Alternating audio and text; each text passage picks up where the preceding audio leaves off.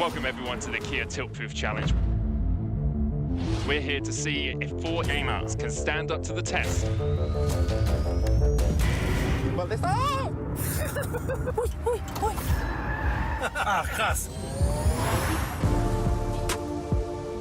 Dios mío de mi vida. I think I lost.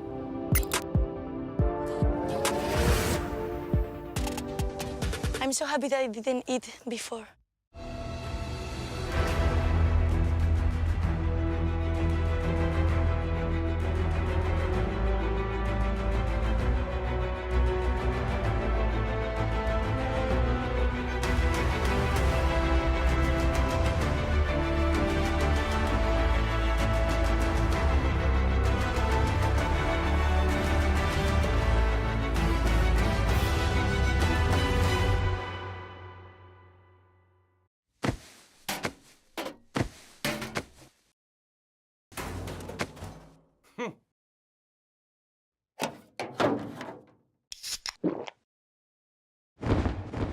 Red Bull gives you wings.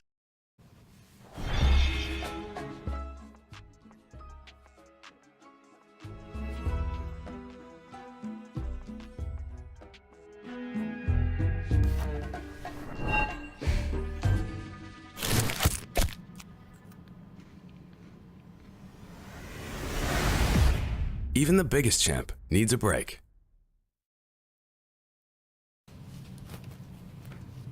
Lore, did you steal my Kit Kat?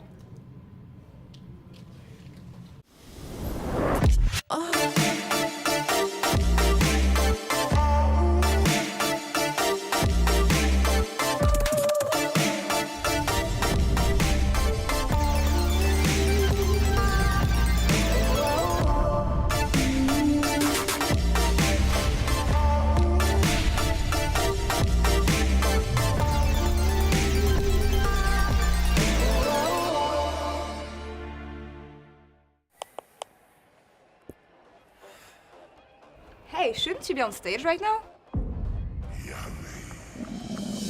Hey, you got a pick. Tom Kent? What? I was not expecting this. And a crazy off-meta pick that secured you the win. How did you come up with it? I just listened to my gut.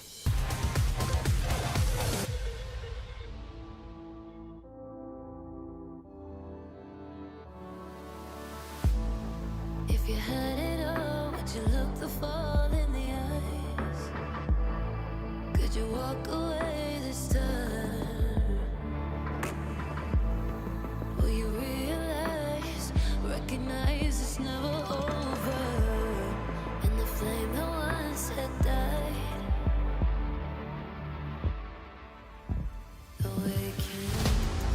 Will you rise above the days to come? Will you be enough? Will you walk away this time? Look to your left, to your right, leave the pain behind. 'Cause we all face the fires, and we stray from the light. Go leave the pain behind.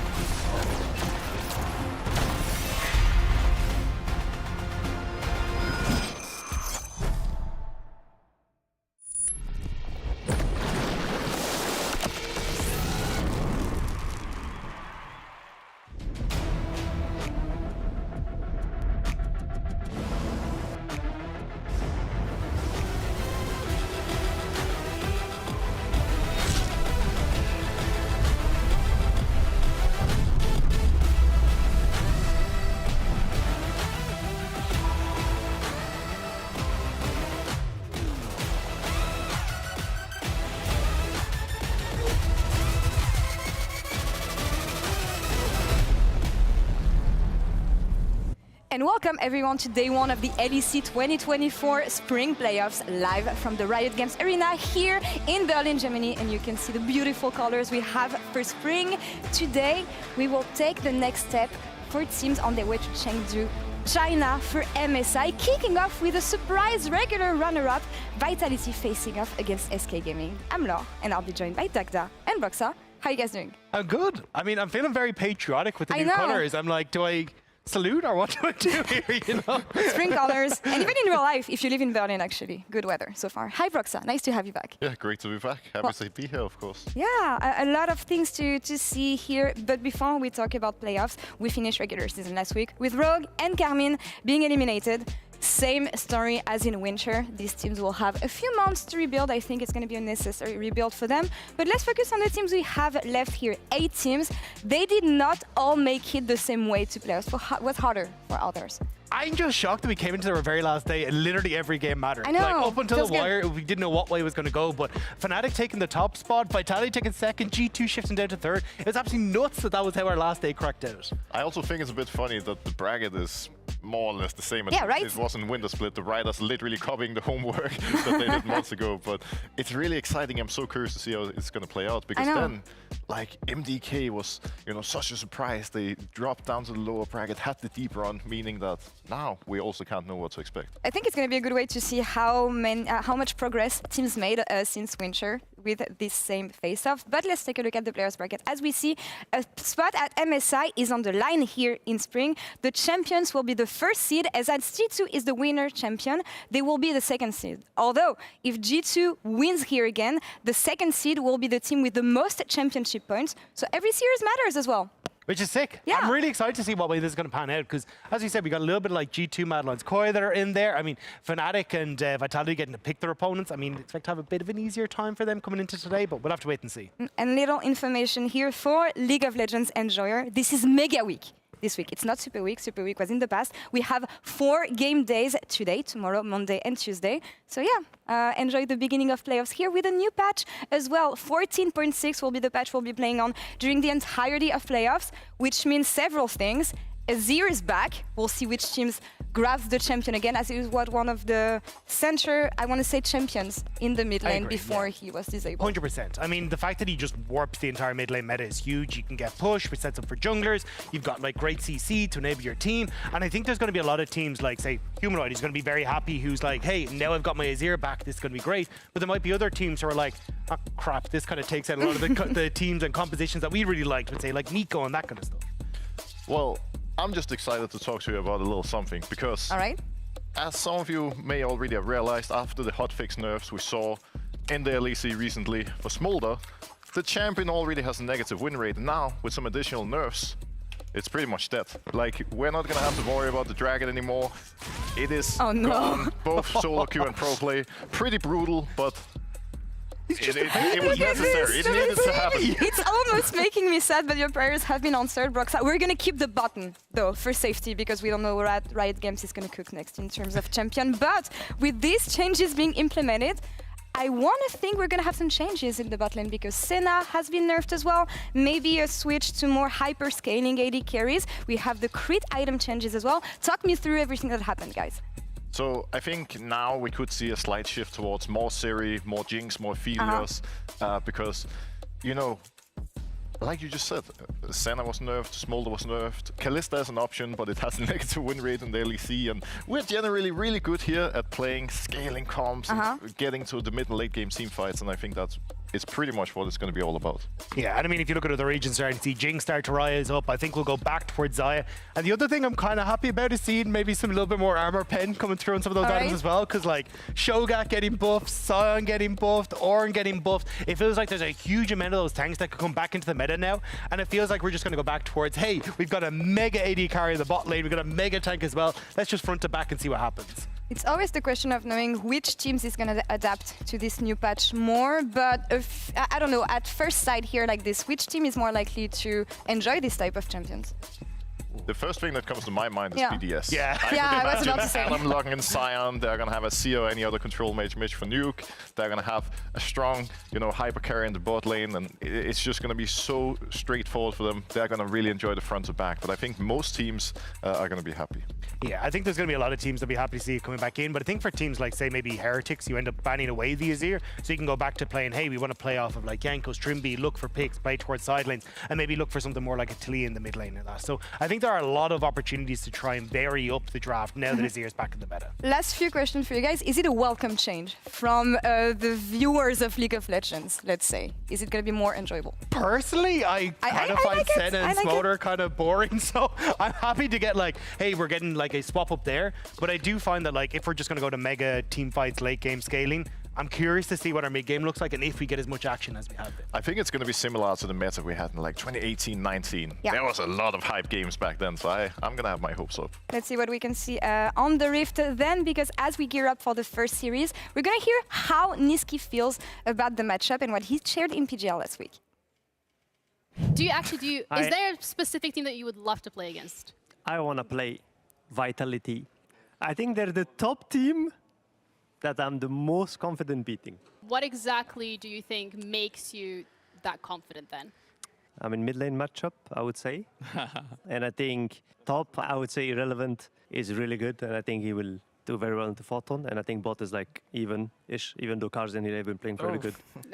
Sorry, Das. Yeah, Relevant dumps the Photon. Yeah, I can win against Vito. Bot lane, maybe it's good, maybe it's not. Yeah, okay, nice one, man. Sometimes maybe good, sometimes maybe not so good. My bad.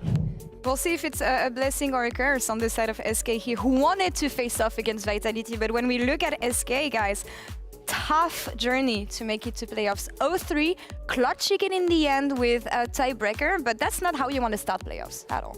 Yeah, not at all. And I think it's, look, there's been weird communication issues coming through in SK. It feels like they aren't on the same page at all. You look at like Irrelevant, who I thought had a fantastic split and individually he's performing well, but it's also that individual moments when he comes in towards the mid game that are causing issues where he's going one way, the rest of the team is going the other direction. It feels like we just don't have what has been the core strengths of SK shining anymore.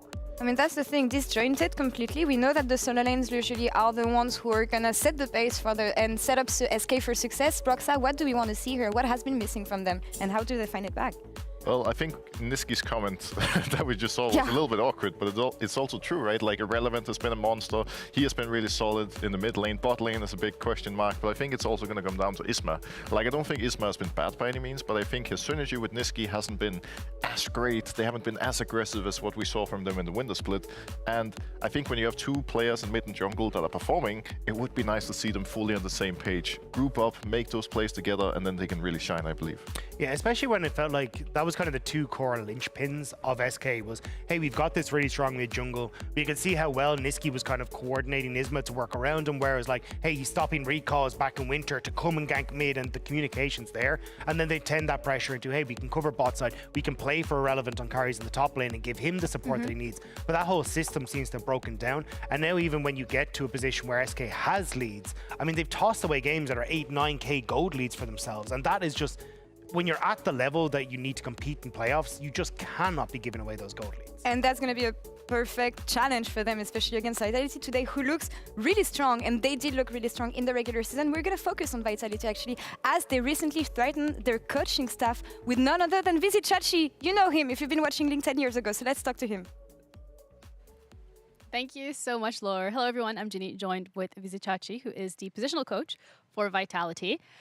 I want to start off with the role of a positional coach, particularly, and how that impacts the player, particularly because you're working with Photon on that top lane. So what does that look like from your perspective? Yeah, basically, we have like set goals for the player, which are set up for him what to work on every single week. And then as a positional coach, your job is to like look at him within practice games, how he's communicating, how he calls his timers, how his laning phases, like whatever you want to work on. And then basically give him notes and talk with him about it afterwards. How has that been for you particularly, but for the coaching staff more in general from Vitality? It feels like the team has been progressing so much after every single week from winter to spring, and we are very aware that there's a lot of coaching staff behind the scenes. So what has that been like? I mean, I think it's insane. I would call like Pad and Mac magicians. Basically, wherever they go, they just create like such a good system, with such a functional system, where they can put like others in to work as well, like such as me, or Carter as well. He's doing a really great job. So I think they are just doing an excellent job, and that's why you can see like this improvement from week by week or from split to split. And I think this is maybe just the beginning for them. Just the beginning. Okay. And how about you for yourself? Is this just the beginning? What is your long-term goal here? Yeah, I mean, basically, I'm going to work together them for this split, and afterwards, not anymore. So it's like a one split thing.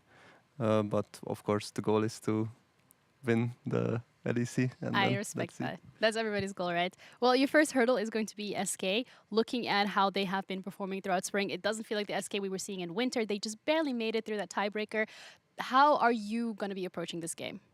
Yeah, I mean, they are definitely having their struggles. We have come in very well prepared to the series, and I think there are not really many surprises they can pull out. Also, the meta is being a bit more fixed right now, so it's more predictable what's going to happen. So yeah, I think we are very well prepared for them. Thank you so much for the interview. It was lovely speaking to you and for the insight. I appreciate it. Laura, we're going to be heading over back to you. Amazing. Thank you so much, Ginny. Always amazing to hear from Vizichachi, and I love the mention of the unpredictable in the end, because that's a great segue to the next topic. The unpredictable Hylissang has been a controversial topic in the LEC for a long time, and especially this year, I feel. And guys, that was a fan sign we saw last week. If Hyli dies, we drink. And yeah, I would like to send my respects and my regards to these guys, because during that game, Hyli went 0-8-3.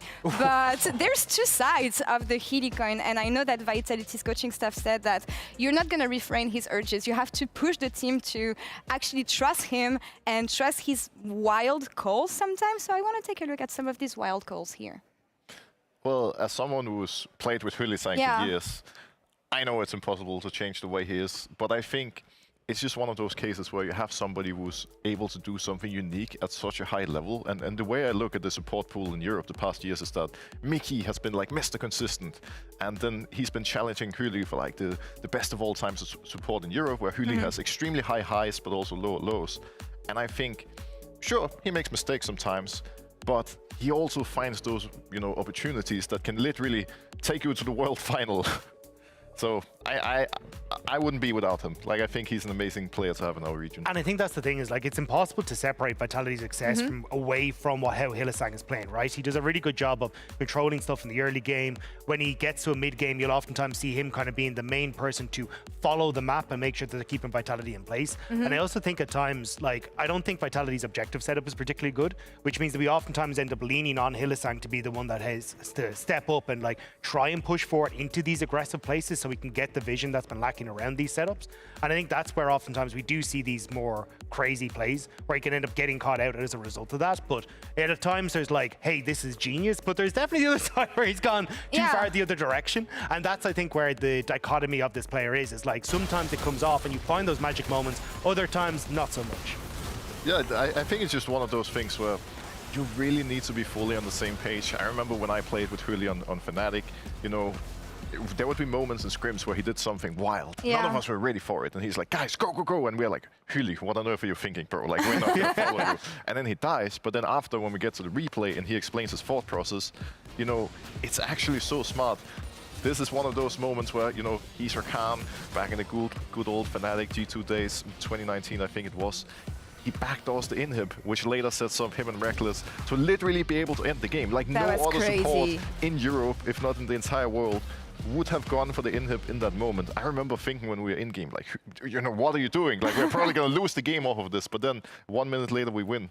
He's just on a whole other level. And that's why I appreciate the fact that Vitality is trying to push the rest of the players to actually follow him instead. We'll see what happens today on the Rift with Vitality and SK Gaming. 3 more weeks of action here in the LEC to decide which team will join G2 at MSI. It is time to kick off the 2024 Spring Playoffs. We get an engage from Giant X. The re-engage with the Max on Mickey. Oh, damn you fine. Broken Blade jumps into the backline while Jackie's is doing a bit of work himself, but Broken Blade, you beauty. If you don't get MVP, I won't be here next game. Now as the Leona finally going to get into the midst of the fight. Hostile takeover is there. Now we're going to go down. Super still standing. Crucially, that is one Mega Fed Zeri, but they can't finish off Oscar time. Yes, they can! Super still alive! It's a penta for Super. Now it's time for G2. Mickey, look at the follow-up. Bradford wants to try and punishing who? Already used the opposite flex back. It's still humanoid, baby! It is a Marek Braston today! He's just ready to go in as well. Equalized, beautiful, and Fresco went golden right in the middle of the hot fire. He'll get burnt as now with the ulti following through. It's Giant X cleaning house. He'll get burnt by another Odo. Nice shot.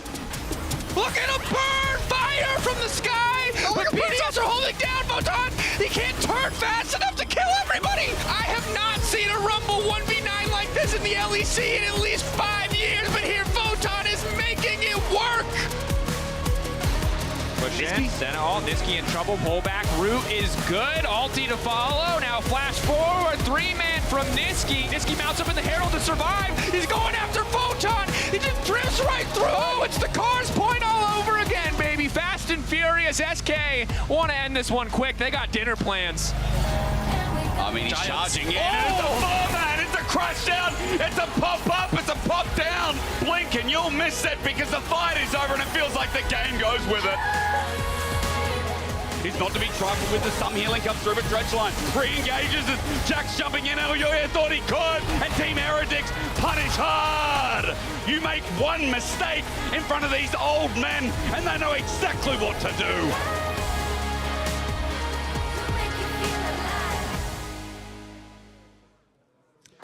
Bring playoffs, ladies and gentlemen, and we begin with Vitality and SK. Oh, hell yeah, we've been waiting for this. Ramping up the long road to MSI. And of course, we've already got one applicant who submitted nice and early. It was G2 as myself and Serix and Betty. So we'll be taking you through the calls for today. Starting, of course, with Team Vitality and SK. See if they can make that long run as well, Mr. Bedius. SK have had a difficult spring split. They've been struggling to close out a lot of their games. Hysterics, they were able to get that ultimately much needed win against Rogue in the tiebreaker. True. But the question is, what form will they show us this week? The SK of Winter doesn't seem in the same form right now. And Vitality, they've been a bit inconsistent, I would say. So far, they did only lose 3 games throughout the spring split. One of them was to SK, relatively early on in our season. Okay. Obviously, they've shown some very high highs, fighting for the top spots in the LEC. So let's see what they show us today, because new patch 14.6, back to live draft. Okay. And that means we're going to be seeing these picks the same time the pros are. Varus already taken away from Execute. But let's see what else is prioritized. Again, things like Smolder change around, the Karma change around's big as well. Senna from a position that can play for a lot of CS in the bot side to now more of a support orientated as that goes down to 2% with the soul collecting. So again, we'll pause and wait and see what the changes are in the LEC, because you know, Vedius this morning, I was watching the PCS, and they're still looking at like the Lucian Namis, man. They're still looking at the strong 2v2s. LEC's veered away from that. They've stuck to things like the Varus, the Callista, which have already been banned away, with the Maokai Flex as well being taken away from SK. Is the Senna going to be the final ban? Something we often see taken away from Kazi. You got to remember, Senna was nerfed on 14.6, but that it was 80 carry specifically. Yep. So they could very well still put Senna in that support position with the Nautilus, taking a lot of the farm. Hilly on his Nautilus, more than happy to be that resource-intensive support. With the Orianna gone, will the Senna be the first pick? Or perhaps they look to lock in something like the Vi. Rumble for Photon is open. He's only gotten his hands on it once this split so far, but we know how terrifying he can be on the champion. Yep, Deathless as well in that one game too. Saw in some of the replays leading up to this as to how big he can be on the champion. A carry champion for Photon as well is exciting, since he's going up against Irrelevant, which has still been, I think, one of the most consistent parts for SK. As talked about on the desk, while mid-jungle isn't synergizing as well as it did in winter, at least in spring, Irrelevant has transitioned over that class we know him to be. As bottom side for SK is the next look at here, with something like Zeri still available. I mean, we've walked away. Smolder is still up and available, but yeah, maybe with the changes, teams don't want to touch it, with Zeri still being high priority after what we've seen in the past patch. One of Exakick's preferred champions, no surprise that he'll head in that direction. Vi is not something we have actually seen a lot from Isma. However, it is something that is often banned against SK. so far in this split. Right now, they're just dancing through a bunch of different jungle options. Okay. And it's going to be something safe in the Sejuani. And this is something I do often expect from Isma. Yep. Regularly see things like Renekton as a potential pair-up with the Sejuani, maybe even a melee mid laner. Things like Yone, Akali have both been good matchups alongside it. Maybe even Sylas. Not that we've seen a huge amount of Sylas, but we'll have to wait and see what that mid matchup will be from Nisqy. The Vine going to be locked in for Dagler, should come as no surprise. And then for Vito, his Ahri. So a very aggressive top side of the map. We're expecting more scaling safe on the bot side. This is very much leaning us towards that center pick for Kazi. He may even consider Ezreal here if he wants to play something a little bit safer, a little bit more independent towards the bot side of the map. I'll have to wait and see, though, depending on their direction, as SK looking around at their draft. And, of course, Azia is back. Nisqy very comfortable on the champion. A mainstay throughout, well, the global scene, I should say. And many pros will be happy to have this champion back in their control. Strong team fighting presence from SK, a lot of range. Zeri and Azia, great front-to-back team fight. It makes a lot of sense, a very simple composition to start off from SK. You're looking at maybe a little bit more engaged from either your support or top side to then round out with potentially a third damage threat or more utility, depending on how hard committed they want to be to this front-to-back. Whereas for Vitality, the other side, I think it suits the style that we've seen so far. They can be very bloodthirsty in the early game. They can be very aggressive. And this has been talked about a lot as to how they push the limit, not only with the support, but with everyone else behind. So far for Vitality, as they ban away the Renekton, getting rid of some of the pieces that can make that an annoyance for them in the early game too. Yeah, we talked about it, right? The Renekton Sejuani is something that can be a strong pairing. They're going to remove that. Nautilus Senna, also a good option for Vitality, also going to be removed by SK. The question is, do they want to remove the Senna here, or do they sit there and think that, you know what, now that Nautilus is gone, we don't have to worry about that. Instead, they're going to remove another potential scaling AD carry in the Jinx. So definitely targeted towards that bot side of the map makes a lot of sense. Will Vitality remove a few more options from that top pool? Something like thinking about what could be good into Rumble. Maybe they're worried about a Gwen, but that's a lot of AP on the top side of the map. Maybe Jace is something that they're concerned about. Cassante could be something. Not that I love that into the Rumble. Obviously, you're looking at champions. A lot of these champions aren't that great into the top side. It's actually going to be the Jax taken away from Irrelevant. Got to remember Irrelevant, one of the best Jax players that we have. Oh, yeah. And unfortunately, it was insta-lock before I got a chance to... I was going to say Rakan, a very common pairing alongside the Zeri. Immediately going to be locked in for SK here. So there's that additional part of Engage. Now Irrelevant has a lot of freedom to go kind of wherever he wants with that top lane pick. Maybe Aatrox still open as a possibility. Volibear, nah. There are definitely some safe options for him on that top side. And I also want to say with the Rakan takeaway from Hylissang as well, as you would have had this to pair up with an instant Yasuo with the Senna. Now, the only thing is, as we round out that bottom side, no setup here for the said Yasuo. Where else is knockup coming through? Individual from Vi. But that's about it. Kazi's going to be on his own ship. So Kazi has one recorded Yasuo game professionally. Okay. It was a loss. I don't know when that Yasuo game was. All I know is that he's got one Yasuo game. Okay. So, okay, they're going to go for a Yasuo Senna bot lane. Definitely more on the scaling side. I think that Yasuo can have a relatively safe laning phase, but I think the beauty of Yasuo Senna, we've seen this in last week of the LEC, actually. You have push when paired up with the Senna, specifically into things like the Rakan. So I think they should be able to have control here, room for being able to scaling, and we know that a lot of their strength is this mid-jungle top side with this bot lane being that scaling option. Right. You don't have a lot of setup for the Yasuo outside of the Vi, which means that we're not expecting any like 5-man, multi-man knockups, but you do have a lot of backline threats. Vi diving in, the Rumble ultimate. True. Typically, SK want to play a standard front-to-back composition here, right? You're very reliant on your Azir and your Zeri to be able to dish out damage to the front line. Vitality's goal is to find a ways past the front line. They have a lot of mobility on their side. If the Ahri can connect the Charm, if the Vi ultimate connects onto anyone, the Yasuo is immediately going to pounce. You've then got the Senna ultimate to provide that widespread shielding from her ulti as well. It's going to be an interesting dynamic, and ultimately down to how they set up around these neutral objectives, how easily can they gain access onto their priority targets. I'm excited for our first game of playoffs. I mean, again, it's a crazy draft to open up, I think, as well for Vitality. Obviously, having that option to dive in. But if it doesn't succeed, as you mentioned earlier on, but if SK play the front to back, then this game one is theirs. As we open up the best of threes, and yes, ladies and gentlemen, you'll be looking at this and saying, is spring looking a lot like winter? The answer is yes, as SK and Vitality went on the rift up against each other, and in the first round, Vitality with the 2-0 to open up. SK then had to play the lower bracket, and so we'll see this time around, come spring, come the run to MSI, if SK can change it around this time. Vitality, again, really good in this season. I think better performance in this season, naturally. Oh, yeah, 100%. I mean, we were looking at this team, their final win of the season as well, launched them up to top 2. You know, G2 being 3rd is crazy. And the fact that Vitality, Fnatic finish above them, and the fact that Vitality finished where they did. I think, again, you got to put the faith in people like Douglas, who's come in as a rookie this year. Photon, who's been consistent again as such a great top laner, and held this bottom lane that can be really aggro in the 2v2, as we're already seeing them push X-Kick out of his own jungle. X-Kick, though, avoids giving Hilly any stacks. That's good. Heal still available for Hilly. They have control over that tri-brush. Looks like Isma is going to start on his bot side. And Douglas is going to do the opposite by starting on his blue buff as well. So both junglers should be avoiding each other in this early game. Remember that what we talked about is that Vitality have a very strong top side of the map. You're going to have priority in this top lane 1 versus 1.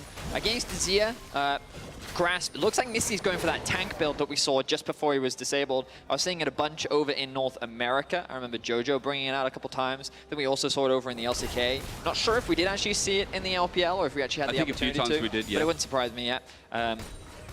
But basically you build a lot of tanky stuff. You build things like Abyssal Mask. I think there's also a Frozen Heart in there as well. And it's all just about that durability. And you still actually have a huge amount of damage in the late game, assuming you can get there, of course, which Vitality, with their strong mid-jungle, are going to look to try and avoid. Whereas I would love to see them trying to leverage this strong mid-jungle to either put pressure onto Niski or using that mid-jungle to roam towards sides and find advantages elsewhere. Whereas for Isma and Niski, I mean, if they're the ones who get to chill out a little bit, it'll be interesting to see the dynamic in the early game, because this split hasn't felt as controlled or as powerful, potent, use whatever word you want, from Isma and Niski as a duo. We'll have to see how they sync up, if they do it all. Sejuani on the bottom side of the map right now is...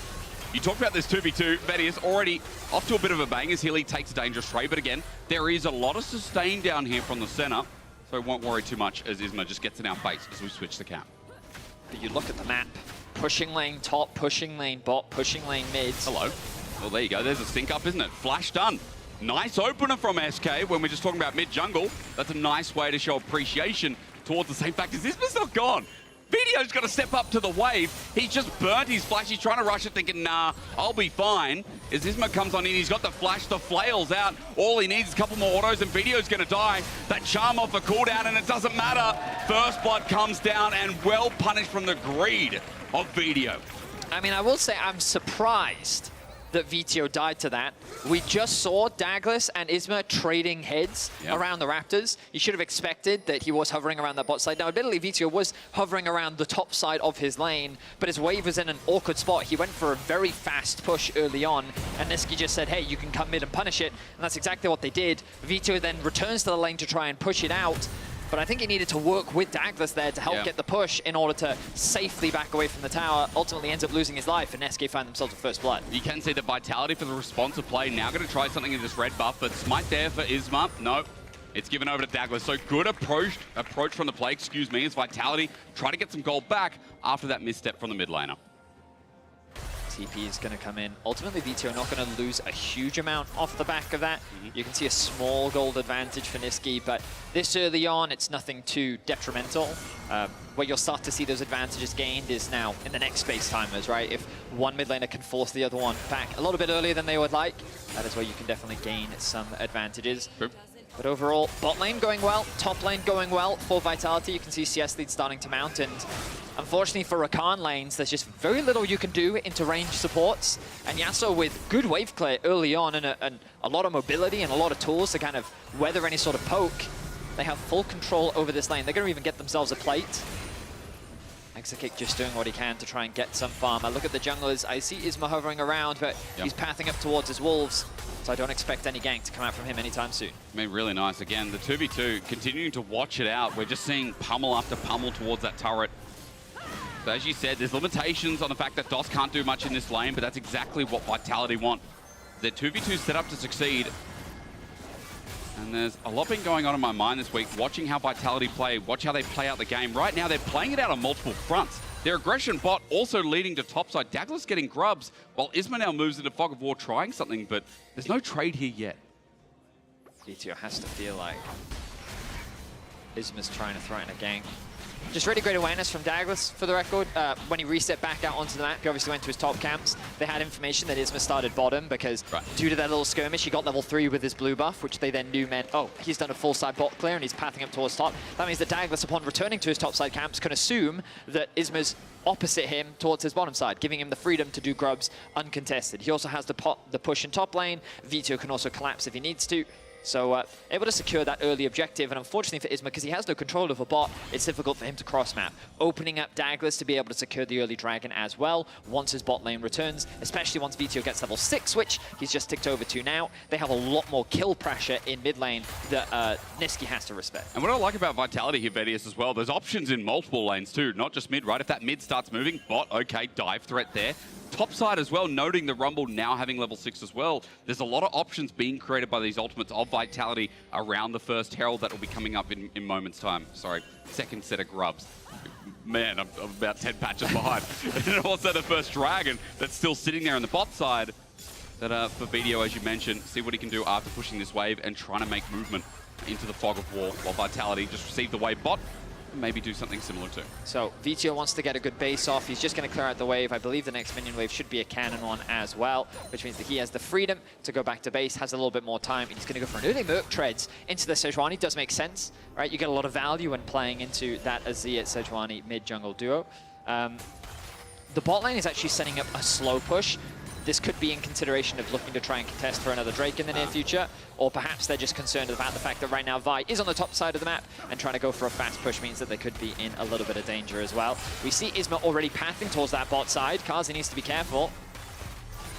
I like the dart back and forth. The sweeping blade used well, but the ulti comes through first. Kazi now looking for a knockout because X-Kick has already popped the lightning. Kazi at half HP too as Isma gets blown away, but the flash gives him space. A nice cue from Kazi to get out, but 4 summoners burn from that trade in bot side. Well, we were talking about it. We thought that they were trying to avoid pushing the lane aggressively, and then they go for an all-in anyway. And Isma makes his way towards bot, ends up finding a nice punish. Gets all of the summoner spells out now. Opens up Dragon as a possibility. They don't have full information as to where Douglas is, but they should feel pretty confident trying to force a fight. And with that first Dragon going down, at least for SK, we talked about the front to back. That's great as Niski tries to jump on in. He needs a flash ulti here. Kazi and Hylissang have no summoners, but they're out of range. It's just a Dragon. No extra side piece there. Unfortunately, the meal available, not available from KFC this time around. So Isma just has to bide his time and see where he can approach next. But at least for SK in this early game that we were saying, well, look, the options being created by Vitality are so much more. At least they've been able to claw back and slow it down a little bit for how we talked about their composition. They certainly have. I think Irrelevant is doing the best that he can in top lane. You expect him to be at a deficit when playing into a Rumble, specifically Photon's Rumble. We know how scary he is on the champion. And being in a 20 CS deficit, kind of what you'd expect in this matchup. In the mid lane matchup, Niski doing very well. Like, this is a very standard mid lane matchup, very safe, very secure. The bot lane one is the one where I'm a little surprised by how well Kazi and Hilly are doing. Like, you think about the matchup, we talked about it. Obviously, it is favorable for the Yasuo in the center just because of the range that Senna has to bully DOS out of the lane. But now, level 6 secured for Hilly means that he can start making his way out onto the map. The next Grubs becomes the point of contention, spawning in about 35 seconds. DOS looking for an opportunity in top lane. Just going to be met by a ward and unlikely to be able to convert that into much else. But Photon is cautious about the fact that there could be a Sejuani right behind that Rakan as well. So VTO going to make his way up towards top so that he can rotate in the event that any shenanigans should occur.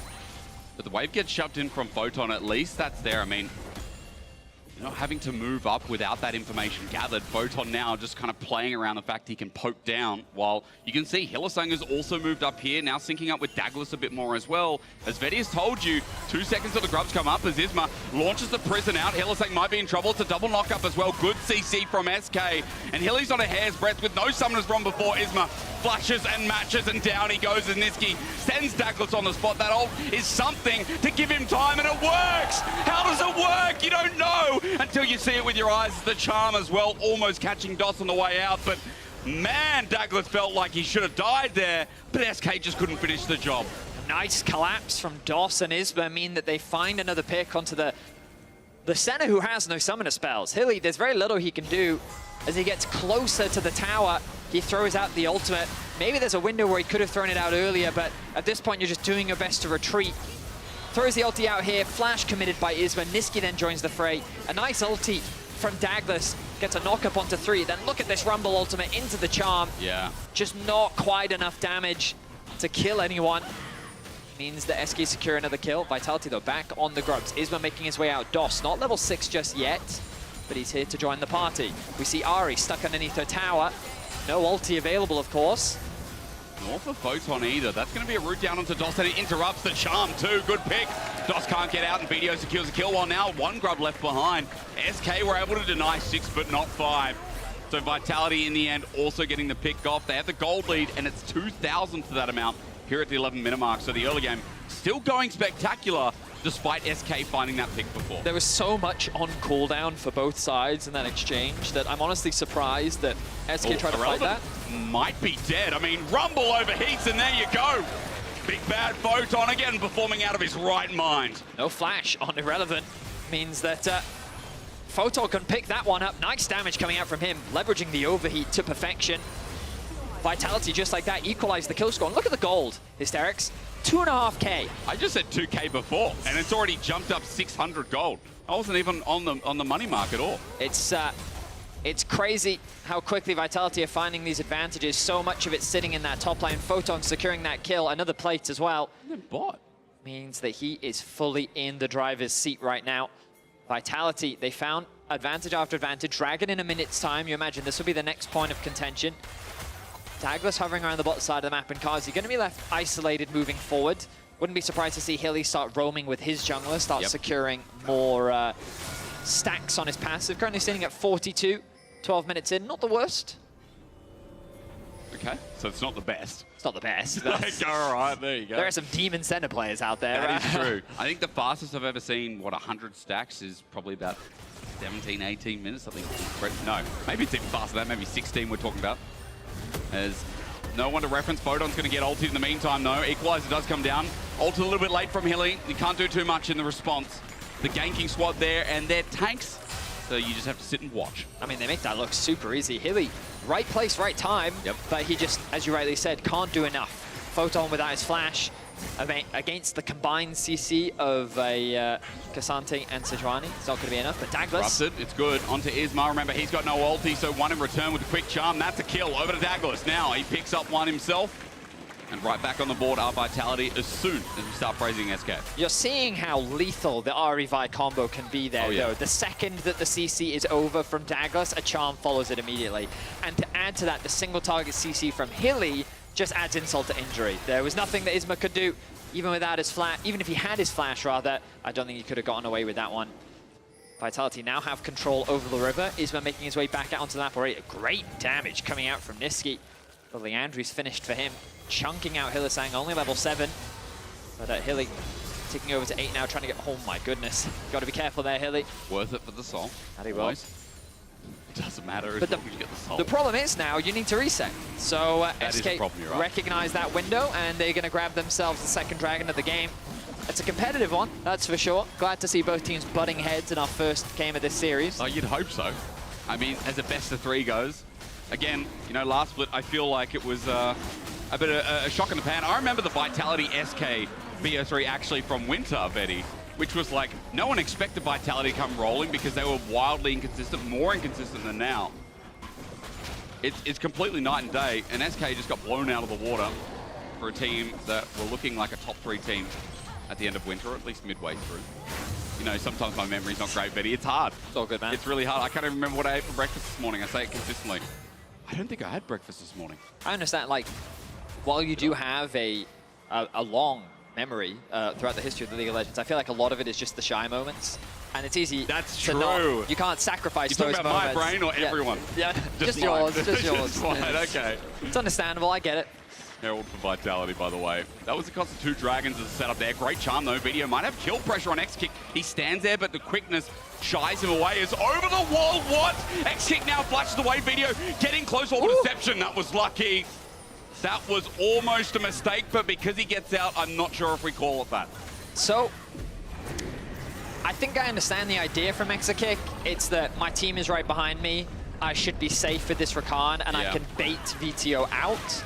which means that we can get a kill. But Vito reacts. It's almost like I say almost like, he's clearly very aware of the collapse. Yeah. And he just sidesteps it very well.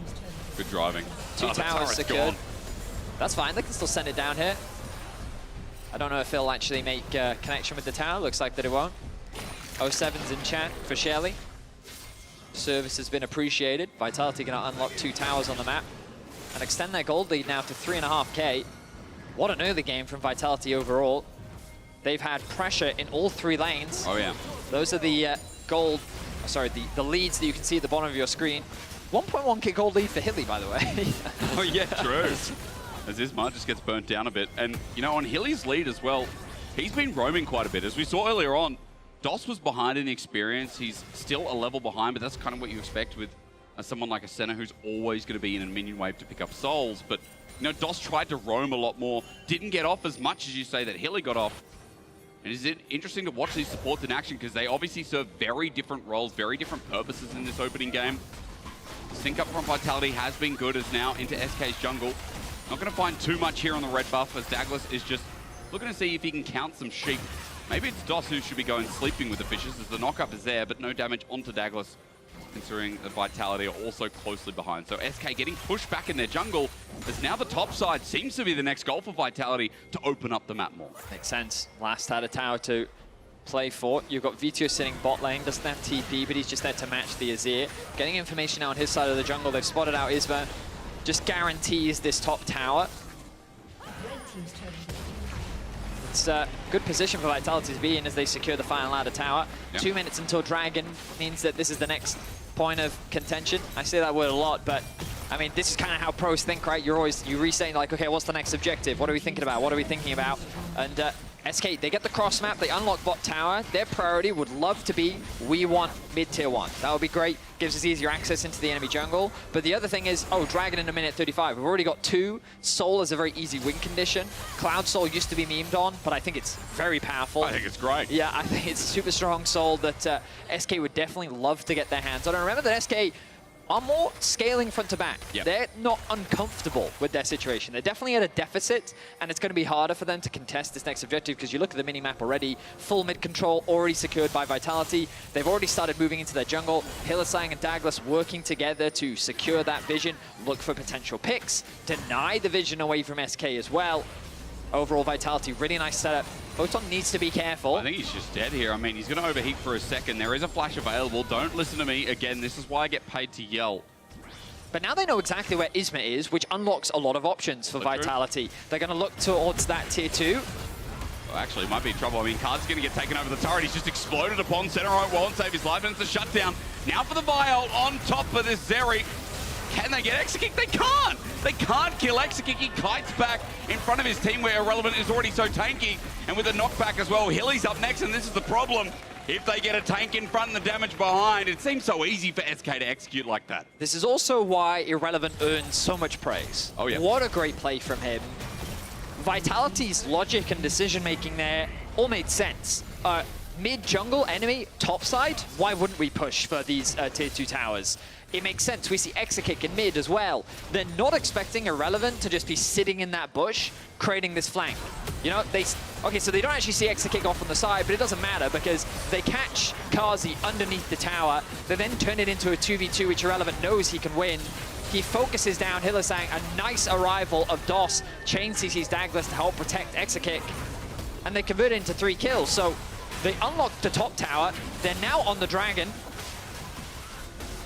And it'll be third as well. I mean, how's the steal from Douglas? He has to commit all or nothing at all.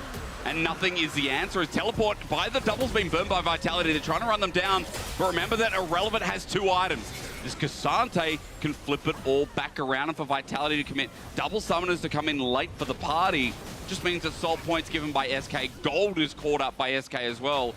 And Fetish, you already said they were chilling before. I think now, pool party's out. They've got the umbrella up. These guys are setting up some pina coladas right now. That's at least what I would do, is in this spot at 20 minutes. I mean, SK, you're quite right. They're in a very comfortable position right now. You're not a pina colada person, fair enough. I'm not a pina colada person, I apologize. I'm work out what? On warm days, I like glass of water with ice. That's me. That's very PG-13. Really wild time. Yeah, it is. A bit of ice. If I'm feeling crazy, I might put an umbrella in it. Keep the wind out of my ice-cold water. You wouldn't put any fruit in your glass of water? No, come on, let's be realistic, right? Sorry, I got a bit appropriate. It's not water if you put fruit in it. It's some weird concoction then. You sell it for $4 a bottle. Yeah. I have heard, yes. The beauty of the position that SK find themselves in now is... Oh, they may have found a pick. Again, Photon didn't burn flash last time, though. Equalizes out. Damage on Isma is out. The flash behind him as well. He's still overheating, but he won't get the chance to auto again. Niski sends him up against the wall, and it's a beautiful return from SK, but now they have to get out as Niski is the new target. He won't burn a summoner, but he will burn his life as it's a one-for-one trade. I wonder if this is a Baron possibility. Isma is very low. Vizio is making his way up. Oh, actually, are they creating a collapse onto Vizio here? Relevant just doesn't care about the turret. Dos goes in. Will be able to shift his way out. A turret shot taken as well. Rest Vitality are moving in, but remember, Douglas no ulti to stop them from pushing in, so it looks like SK will just handle the wave for now. And back off with no Dragon available, with only that Baron topside available too. So SK what going to play it slow. I was going to say they could actually... Never mind, doesn't matter. I was going to say the flash here from Photon is because he expects Isma to flash and he wants to stay within melee range so that he can hit him with the overheat and actually trade one-for-one. Okay. Unfortunately for him, he ends up getting stunned, so there was nothing he could do. The follow-up from Vitality means that it ends up being a one-for-one at the end of the day. Flash burnt from Photon in exchange for flash from Isma. Hylissang also had to use his flash in that previous exchange, so a couple summoner spells down. Dragon will be in about 2.5 minutes, but the point I wanted to get at was that SK can now threaten both Baron and Dragon at the same time, because the threat of the soul is real. Oh, they could just start it now. I love it. Yes, Betty, is they can threaten both, but they will choose to start with the Baron, as you still alluded to. The pings are coming down. Vitality, they're suspicious. They don't know if this is a trap or not, but I think they're just going to get it. Now they see. I mean, where's the damage at 3K? Douglas. Steal! He does! Keep Vitality nice and strong, but now for the turnaround play, SK have brought in the quickness and Dot's in a great spot. Niski's ult with so is Hylissang will take one for the team. It's a double already as they're diving this turret still here, and Kazi just has to sit, try and play around with the triple. Already given over to Exakick, but Video looking for one back. 3 members for the Costa Baron. You still get the Baron under their nose. Vitality still bring tempo, but it's only going to be to their solo laners to see what they can do with it. Such a fast Baron that Vitality were caught unawares. If it weren't for the miracle play from Douglas, this could have ended in disaster. Over the wall. Oh, the smite was too early. The smite was just too early from Isma.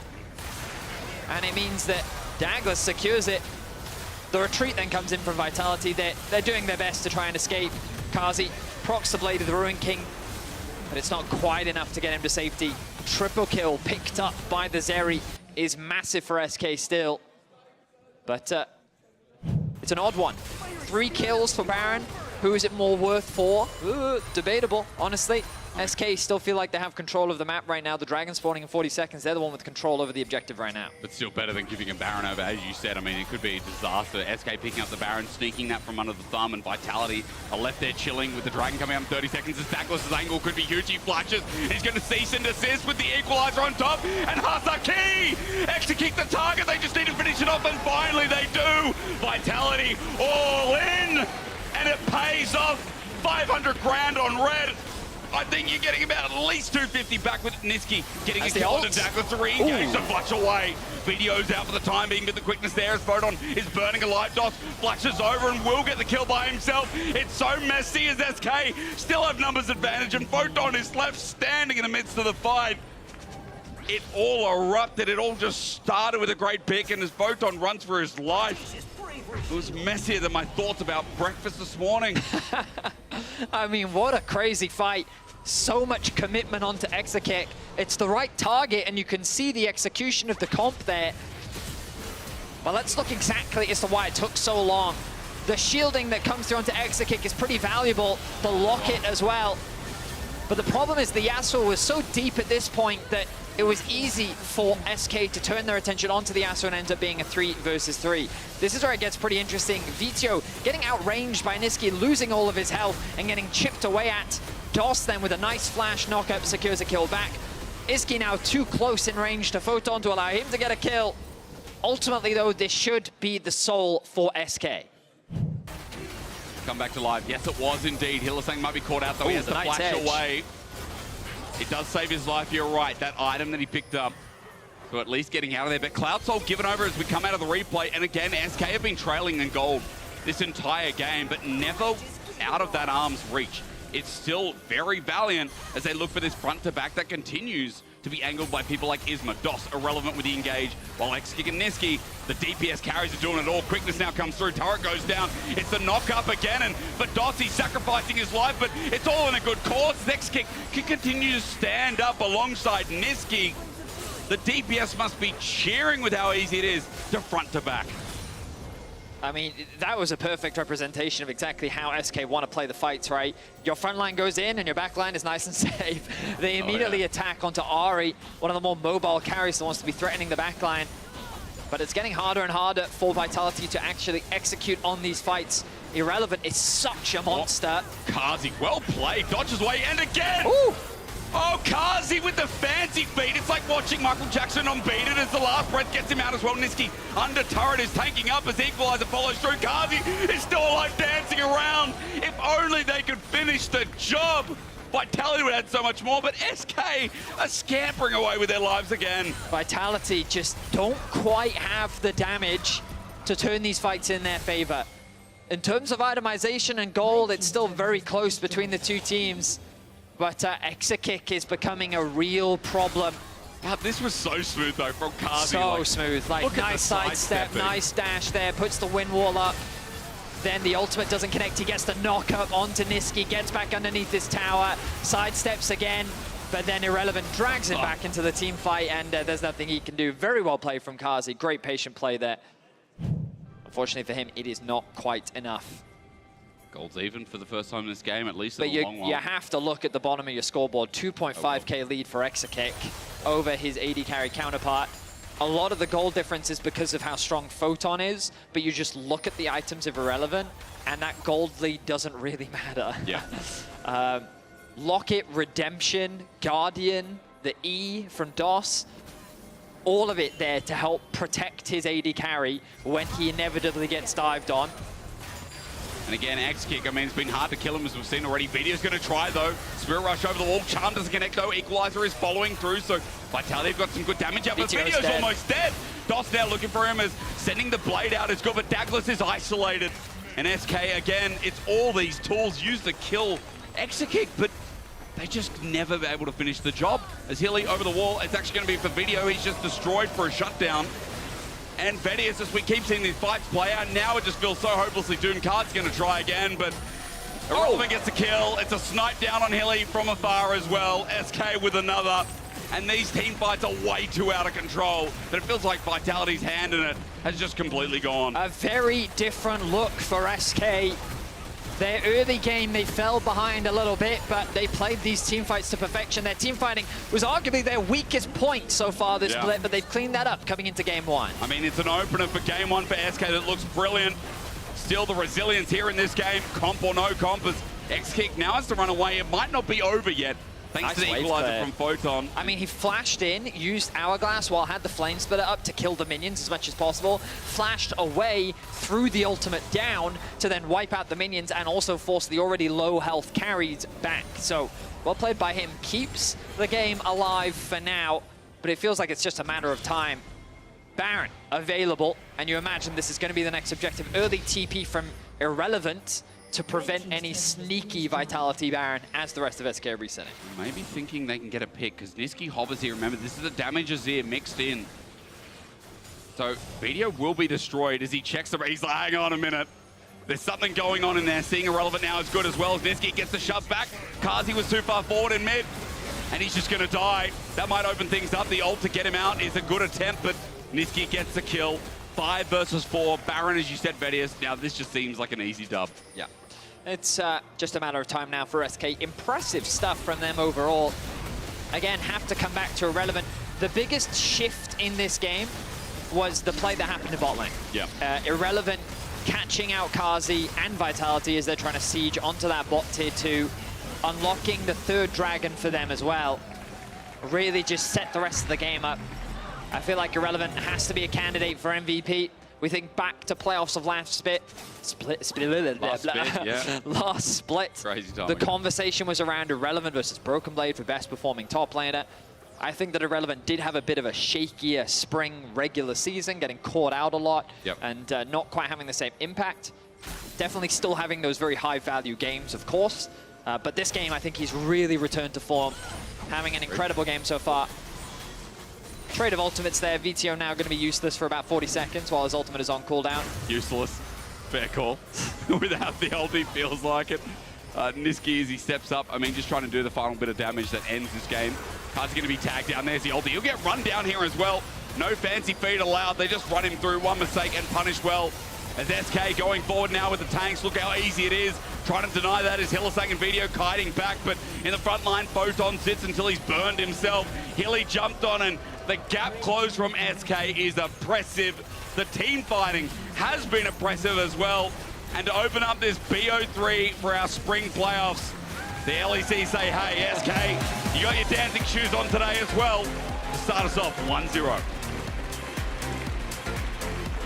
Impressive stuff. 6-1-14 kill score for Irrelevant. 4-2-17 for Isma.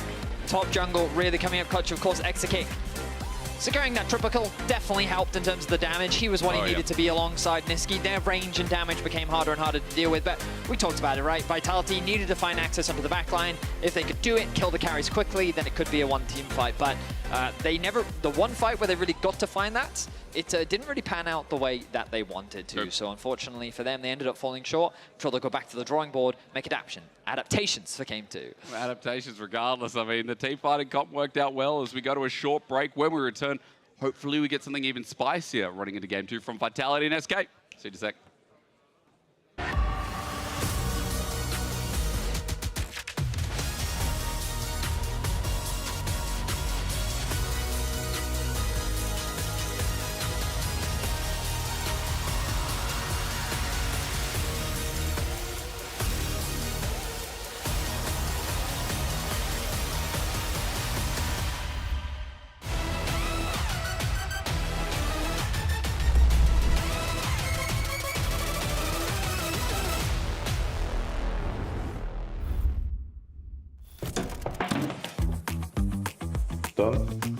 Done.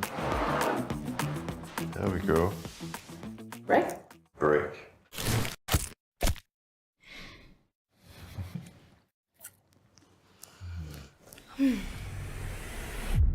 Even the biggest champ needs a break. I'm tired. Me too. So, what do you think? On to the next one? Let's go. Come on. Hey, shouldn't you be on stage right now? Hey, you got a pick. Tom Kent? What? I was not expecting this. And a crazy off-meta pick that secured you the win. How did you come up with it? Oh. I just listened to my gut.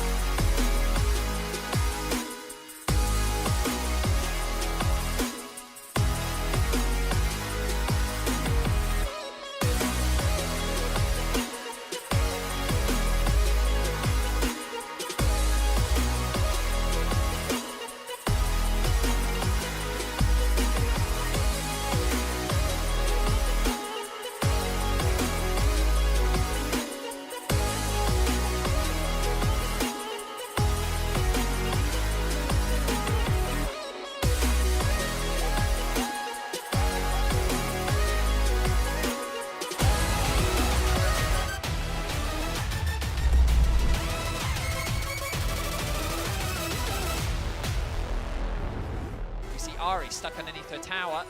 No ulti available, of course. Nor for Photon either. That's going to be a route down onto Dos, and it interrupts the charm too. Good pick. Dos can't get out, and Video secures kill. Sage? Yeah. It's good, it's good, it's good. I double. No. He's dead. Nice. But I think they're just going to get it. Now they see, I mean, where's the damage at 3k? Nice, Steal! He does! Keep Vitality nice and strong. Try again, but Irrelevant gets a kill. It's a snipe down on Hilly from afar as well. SK with another. And welcome back to the LEC playoffs as SK open up the score here against Vitality and grabs the first one. And guys, that was a banger and a half, if I may say so. What was a game? It was a game. There was in good plays, there was bad plays, there was throws, there was groans, there was happiness, there was everything. Like at every point in time, I just didn't know exactly what way they're going to go because it felt like we started to see these incremental leads and then suddenly they go early or go completely astray. But I think like we got to see both sides really shining specifically in the early game. The good, the bad, and the ugly here in the LEC. But for me, it makes sense with what we set up in the pre-show, Broxa, talking about Healy being stable, but also the impact of Isma in the early game. We had it all in the early game. Everything you want to see from both teams. Well, I think the early game lined up pretty much as we expected. Yeah. Like, Huli was roaming for like 4 minutes, just leaving Kasi on an island, forcing plays topside. Isma on the other side was making plays for his team. And I think generally the two guys that we expected and wanted to see making aggressive plays definitely lived up to it. How did this set up the rest of the early game, though, is what I want to ask, on both sides? Well, I think with the aggression, we ended up seeing a lot of fighting, a lot of battles, both in lanes, but also around objectives. And I think the interesting part for me is, you know, those fights are one thing, but how do you, you know, take the lead that you have as Vitality? How do you push it further? Can you push it further? And in this particular case, it didn't really go the way they wanted it to, unfortunately. Yeah, I think it was kind of a battle on both sides, right? I think Isma had a fantastic early game. One, the transitional gank after clearing his 3 camps on top side through mid, burns flash, immediately goes for the repeat gank into mid lane is like fantastic. I've actually set up Niski really well here. Well, now Video has no flash. He's going to be way safer in this lane because oftentimes you see Ari go for that flash charm, not going to exist anymore. We then also have Isma after this immediately go to bot side. He burns Karzi's flash, he burns Hilly's flash, and then sets up off of that play for where he ends up picking Hilly later on the top side. And I think this is where we got to see kind of SK and Isma shine. But on the flip side, I think Hylissang did a great job in the early stages here, oftentimes kind of matching where Isma was on the map and making sure that, you know, Douglas was kind of able to clear his camps, but I think it was Hilly doing a lot of the heavy lifting on being in the right place at the right time. And I think the initial play with the gank on mid lane kind of showed one of the worries we had going into the series where Douglas has to be mid covering Video because, you know, the enemy jungler is minute 3, they have so much gank set up on Dowry, he cannot push it out on his own. But instead of coming, the jungler does Raptors and Red, leaving Video in a position where, you know, he can easily die. So gank, Douglas has to be there. I don't care which one of them makes the call, but they need to be on the same page. We'll see if it creates more impact maybe in game 2 if they find themselves the way we want to. But let's talk about what happened after this early game, guys, because it was messy, as we said. And it, for me, it took both teams throwing punches until SK finally grabbed the lead. And I want to take a look at this one first, because kind of an overextend, and they got to... They were too sure of themselves maybe here. Yeah, I think Vitality did a good job of finding picks that then snowballed into a position where they actually had a lead. I mean, Broxa was talking backstage saying, look, at this stage, every lane had a lead. There was about a 3,000 gold lead across the board. But I think the big thing was just that overextension bot lane. Great play from Irrelevant to hide in the bush and catch Vitality in the overextension. But then this steal from Douglas was absolutely insane. I think this was a big one, though, because SK had so many ways of stopping that Vi from getting into the pit. They had a Sia ult, they had Sejuani ult, Rakan had ult, but he was like in the wrong position to stop the enemy jungler. It just looked like they had no clue where Vitality's jungler was. And they should have been more patient, like wait till you get info on him. Don't risk a 50-50 when you're in this position. What was the closing moment of the game for you, the defining moment of the game for SK? Because it feels like one compositions had more scaling than the other, but again, it feels like it was mistakes on the side of both teams that allowed SK to take this agency in the game. I think it was this fight right here. The idea from Vitality, or sorry, from Vitality's composition is, hey, we've got this Vi, we've got this Yasuo, let's one pick exit kick on the Zeri. But the problem is that they kind of use it at the wrong time. They don't have enough control or vision control set up here, and this is what I was kind of saying. I think the objective setup from Vitality can be lacking at times because they take the fight, but Niski's over the wall. He's in a great position. Vitality get the pick, but they don't have enough follow-up afterwards because their entire wombo combo has been blown. And then you've got this still consistent DPS that you can see on your screen here in the post-game breakdown. Like 28k damage from Niski. He was doing a ton of work in this game. This is also the type of comp that we talked about in the pre-show coming out of SK. Strong front line, strong front to back, and the moment they get ahead, there's just nothing Vitality can do because they have no front line. Everyone just evaporates while nobody's able to actually kill Cassandra and Sejuani on the other side. And that's why you understand the impact of a champion like Azir, as we see Niski, of course, smiling here and laughing ahead of the second game. No change of side here in game 2 as Vitality selects the blue side. So confident in the approach they have, or maybe the structure of what they want to give for the draft here. Well, I think if you're them, you're pretty comfortable about how the game was going. You were winning in 5 roles at some point in the game. You made the right moves. You got the advantage. Now it's just about cleaning up their play, snowballing in a smarter way where you don't give the enemy team the chance to come back. Yeah, don't get too hasty, Vitality. And let's see if we can take this one to game 3. Casters, take it away. Thank you very much, Desk. It is a pleasure to be back here with Vedius. You're jamming. Look at you. Nice chill. You're doing what SK doing, which is just vibing out, hey? Vibing, yeah. For sure, yeah. You're doing exactly what this guy's doing as well, which we're pretty happy about what SK did in game number 1. Remember, same sides as they said on Desk. And I think more importantly, we should talk about how Vitality maybe adjusts to the draft, because even though I think we saw components of each side of the draft, it was hard for them to get going in the early game, really hard once there was an opportunity by SK that shut them down, Betty. And I know tempo is an overused word. I know tempo is like this big bubble that can include everything. But if you just look at the speed and the pace of the game, it was great at the start for Vitality. But as soon as SK had options and shut them out and really slowed it all down, especially with the dragon stacking, I think, then it started to hurt as we saw those options come through again. So absorb what I've just said or don't. It doesn't matter. I'm not that intelligent. Let's just talk about the draft, Betty, because you are smart and you're now going to tell me what comes next. Well, I imagine Oriana's going to be banned by SK. You are very smart. And, I wonder how you knew that. Well, wow. You overestimated my abilities. You overestimate my powers. Oriana going to be locked in then. All right, so they clearly thought Rumble was a problem, and I don't blame them. Photon's Rumble is clearly very good. Even though he did lose the game, he caused SK a lot of problems. Now, will we see the Zeri priority again? Will we see Azir be a priority again? It would not surprise me. It feels like these champions with these AD carry bans are just good, and SK can argue, well, if it ain't broke, don't fix it. There's an argument to be made that Oriana into Azir, much harder for the Azir to deal with. Oriana doesn't really lose any matchups. Very true. I'm sure there are some, but none that in pro play, at least, people take advantage of. Or something, even then. Well, I would say things that, like, I would say that Oriana struggles to the same things that Azir struggles against, which is that, like, range champs, so, like, Xerath, Vel'Koz, these types of champions can be annoying. But I think Azir is still fine. Like, Azir versus Oriana is a match resolves time. Yep. You know, so it wouldn't surprise me if Niski went for the Azir once again. Anyway, we've used the word Azir more times than I care to talk about, so let's think about Vitality. Now we're thinking about maybe, I was going to say Jarvan, but into Zeri Sedge. Not my favorite. Xayah Rakan angle, maybe. It could be, but do they want to prioritize the Rakan this early? Because then you'd have a lot of options for DOS to answer. You could just go for a Nautilus on 3.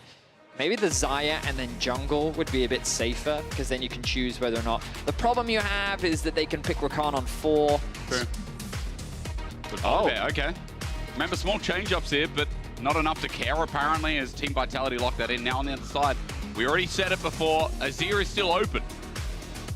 Why not just rinse and repeat? Or does the prospect of something like a Xayah Rakan, depending on how you ban it away, or the Volley Bear, does that change things up for SK as the answer is no? There you go. They're just going to do it again. Run the same 3. Yep. Okay, cool. So, SK just going to run it back. No problem.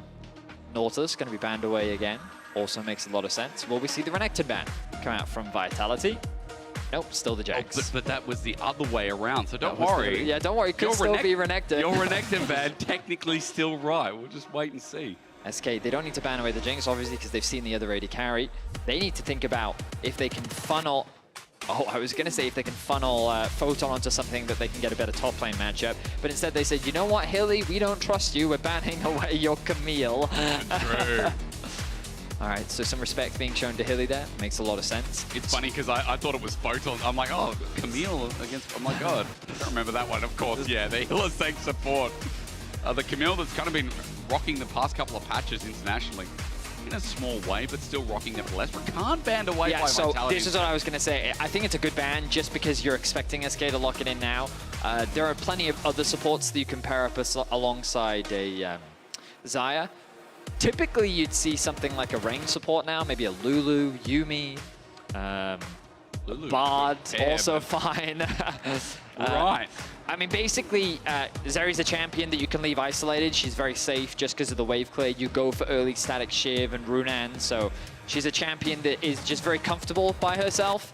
And that's why you often see either champions that fully enable her late game scaling or champions that just like to roam. So Rakan, Bard both fit into that category, and Doss's Bard going to be the answer. Now Photon, he not going to get a Rumble, but he is going to get another carry top laner, which is the Jace. And I'm excited to see him pick this one up.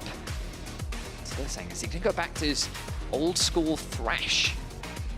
It would be a throwback, wouldn't it? They want, what, engage options, pick options here? Because I guess the hard engage, Orianna, we've got Volibear, you know, set up there. Zillion! Oh, wow, okay. The Time Winder. Now we're literally throwing back quite literally 100 years. This is a Hilly classic. My memory eludes me. I thought that he picked this very specifically into things like Rakan. I guess he's fine picking it into a Bard as well. I mean, so let's just talk about Zillion. Great scaling champion, right? This champion only gets more annoying the later into the game you go. Even on supports, this champion can do a lot. The movement speed is really valuable for your teammates. The slow that he can apply is really, really oppressive. Obviously, the res is an incredibly valuable tool in team fights. But ultimately, Vitality have a three-threat composition. Volibear is going to fall off hard later into the game, but he's basically just a ball delivery system. He's a tool to get the fight started because of how easy it is for him to engage. SK are running back a very similar draft to what they had before. Their engage is weaker than what it was because before they had the Rakan, who was a great champion at locking down highly mobile targets. Now they don't really have that. Instead, you have the ultimate from the Bard to potentially find a pick, but instead you've got another dive buddy in the form of this Renekton that we did talk about that pairs up nicely with the Sejuani to act as that backline threat. So the premise is still fundamentally the same. It's just that Rakan and why I've got Bard are slightly different champions in terms of how they function in the later game fights. Vitality's composition, very different. They have a lot more poke, they have side lane threat as well, and they have a lot of early skirmishing power, along with more team fighting tools, just because they have Orianna and Xayah that love champions that come into them, right? And you're going to have the dive of the Sejuani Renekton that they have to deal with. So different team fighting tools this time around for Vitality. The question is, will it be enough? It's a good question, but I've got another one as well as SK move to match point to see if they can close this out 2-0. It would be revenge for Winter. Vitality, remember, came off to the races and we're like, wait, where's this Vitality been in the regular season? We asked that question. They delivered in playoffs. They knocked SK to the lower bracket straight away. Again, it would be a dish best served. Nice and warm here in the LEC spring. Next question I have for everyone in the audience. Why are you all wearing mushroom hats? That is a big Is question it Easter? on my mind. Is it because of Easter or what? Yeah. Maybe we could get a crowd shot at some point as well. Thumbs up from that guy with a beer and a mushroom hat. Crowd of fans just wearing mushroom hats. Yep, there they are. There we go. Give a wave, guys. Give a wave. Thank you very much. Yeah. It's just a question on my mind. I saw them arriving in the arena. I said, guys, was there a memo we didn't get? Yeah. It is definitely Easter. Our wardrobe definitely does not fit the attire. Where's our hats? That's is true. the real question. Maybe we'll spice it up, you know, because we are unfortunately together again on Monday too. And that's still What do you part mean, of Easter. unfortunately? Well, I enjoy casting I with thought you, that my was friend. your sentiment because originally we weren't actually together. No, it's just it's a fun, what's the word? Game I like to play. Okay, right. All right, fun game, good. Yeah, fun game. Well, that's us. Okay, now... Another fun game is the one in front of us. I was going to say, you're going to start talking to me about Zillion. What do you got? Have you been stocking this up for years or what? Well, I've had the privilege of casting Hilly's Zillion before. irrelevant to the laning phase, do you want to know one of the cool things that Hilly does with Zilean? If he ever gets Baron, he side lanes with it.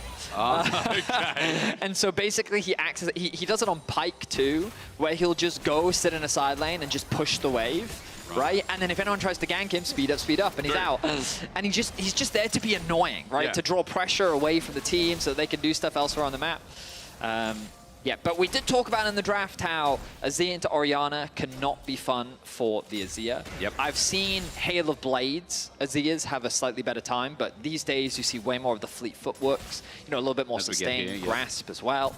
And Orianna, just a big lane bully though. It's what she loves to do. Vito, right off the bat, going to take advantage of that. Now, Isma has done a full clear top side. Is he going to look for an invade or is he going for an early gank? Well, the gank is clearly not an option as he moves his way down towards the mid lane. He has his eyes on VTO once again. Is this a rinse and repeat of game one? It is, and look at where VTO is. It's just like deja vu. We've been in this place before. The flash was burnt, then he rinsed and repeated it again. So this time, VTO going to stand here, flash, but he's way too far forward. Permafrost there, stuns him up, and first blood goes to Niski. Why change anything if it's going to work a second time? You know, I feel like they're getting lazy with the sequels, you know? I feel like I've seen this movie before, you know what I mean? You know, Yeah. supporting actors, but that's about it. Dude, crazy. I mean, this time around, VTO, I feel like in the first game was aware of it. This time around, he was not expecting that gank to come through.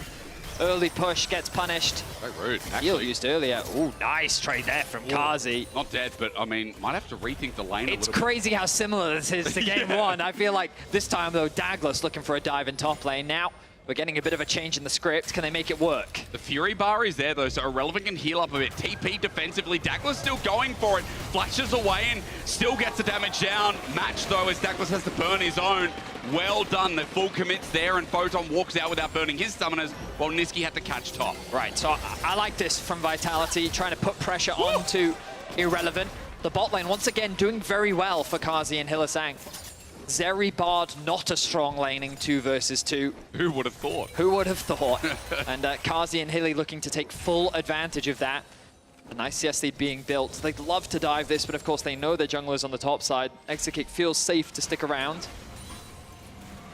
How crazy is it that, again, early game gold lead for Vitality through that top side. Hilly steps too far forward to the turret. Exekick just accepts the donation there. Nice play from Exekick. He punishes Hilly. I think Hilly was just trying to chuck a couple bombs underneath the tower. Up the back or something, right? But it was that W from the Zeri, using the tower to get the extended range. He was not expecting that burst. Level 1 W, and Hilly ends up losing his life. So 2 kills in favor of SK. What does it mean? I mean, you got the flash off, so Douglas definitely down the bottom side at the right time as Video and Niski just battle it out. We're just seeing both junglers down here, so again, X-Kick gets a kill. He's able to back off with Berserker Greaves. Isma is defending his own jungle, taking away the Gromp.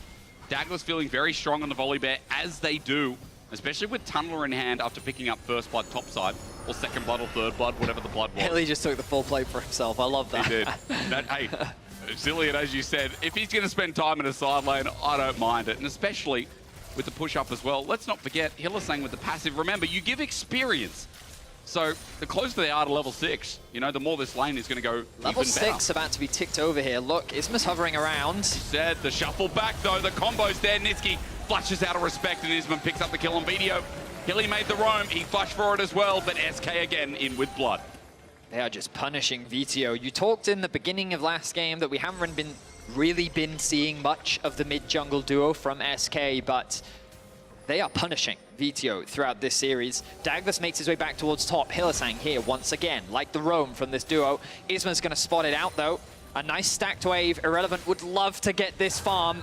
Oh man, he could get level 6 off it as well, but they're not going to give him the chance. Against the wall, has nowhere to go. Isma flashes to try and help out, but Douglas tanks it up. Photon with the next one. Look at the size of the wave. And Vitality with big moves in the top side. That's how they're keeping this early game powerful. That is a beautiful dive. Big fan of that play from Vitality. Execute level 6. But Kazi's not. However, under turret, that is very ambitious to continue on. The X-Kick will just fight fire with fire and try to continue forward while Grubs go on the top side for Vitality. Not losing out too much apart from the plate that X-Kick's about to pull out. Kazi now level 6. The gold advantage in favor of Exakick thanks to the kill that he was able to find, but poor Irrelevant. We think about his performance in the previous game. Exakick, no flash, remember. VTO has him cornered. Oh, wait, the angle. It's mind games, isn't it? Hang on over the wall. He then follows through Shockwave. Still catches him by the toesies. And Kazi picks up that kill. That's going to feel great considering no one else is in the bottom side. Kazi's going to push this wave. But Douglas died. Oh, that's not good. I didn't see that. Well, we're back to square one, aren't we? How did he die? I think it was a contest over the grubs because I was trying to figure out how VTO got away with that roam for free. And it looks like that on the top side, Vitality was actually challenging the grubs while VTO was roaming towards bot, securing that kill. So it ends up being a 1-for-1. The grubs actually went down for Vitality, though. So I will say I am confused. My assumption would be that they dive top. Douglas then used the top dive to start the grubs. Hilly was there, and then SK must have contested afterwards. Right. So as he was escaping from the grubs is when they killed him. So he sacrificed his life for the grubs. Okay, there you go. Vedius said, doesn't matter what happened in the end, just listen to Vedius, because that's what happened. Level 6 for Douglas, by the way. So even despite this volley bear dying before, now is flash up and available. Niski for the all-in, but he's gone deep for this. Douglas flashes, smashes him. Bear slap to the face. The honey in the wrong tree, though, so he gets out of there, but SK don't care. They'll take him down. They'll give themselves another over to Exakick. And you know what? I'm singing Deja Vu in my head again because Exakick has money. Man, they need to check Isma PC because something does not look good. You know, like that he is landing every single ultimate. Great ulti from him to punish Douglas. Great patient play again, just because he knows Douglas has the ultimate to disengage after flashing in from the play. The moment that he uses it, the ultimate connects and it allows Exakick to secure that kill. 2-0-2 for Niski, 2-1-0 for Exakick. Their carries are being set up nicely as we enter the mid to late game. As now we're going to set up Photon, it looks like, or maybe Irrelevant on the other side. Slice and dice Culver Meek, and as you're stunned up with Dominus on top of your head, Irrelevant is fine to survive this. Niski comes through, gets the flash out with the Emperor's Divide. Photon will survive. Well timed on the Summoners. It feels like SK should have gotten that. I mean, very nice play there from Photon. Really good flash timing. Going to give VTO a plate in mid lane. The gold's still very even, though. Even though SK are finding all these picks, they have the kill lead. We look at objectives. Action again. Douglas, I think. Bro, this is as close to the LPL as we're going to get here. I feel like this is just bloodthirsty as ever. Game 1 was too, but consistently looking for a kill a minute with these bloodthirsty plays, considering that 3 versus 3 in the bot side is just a part 2 to what we saw earlier before. I think that's what you need to do on champions like Volibear, though. Yep. Really have that impactful early game, because I feel like he does fall off a cliff in the late game.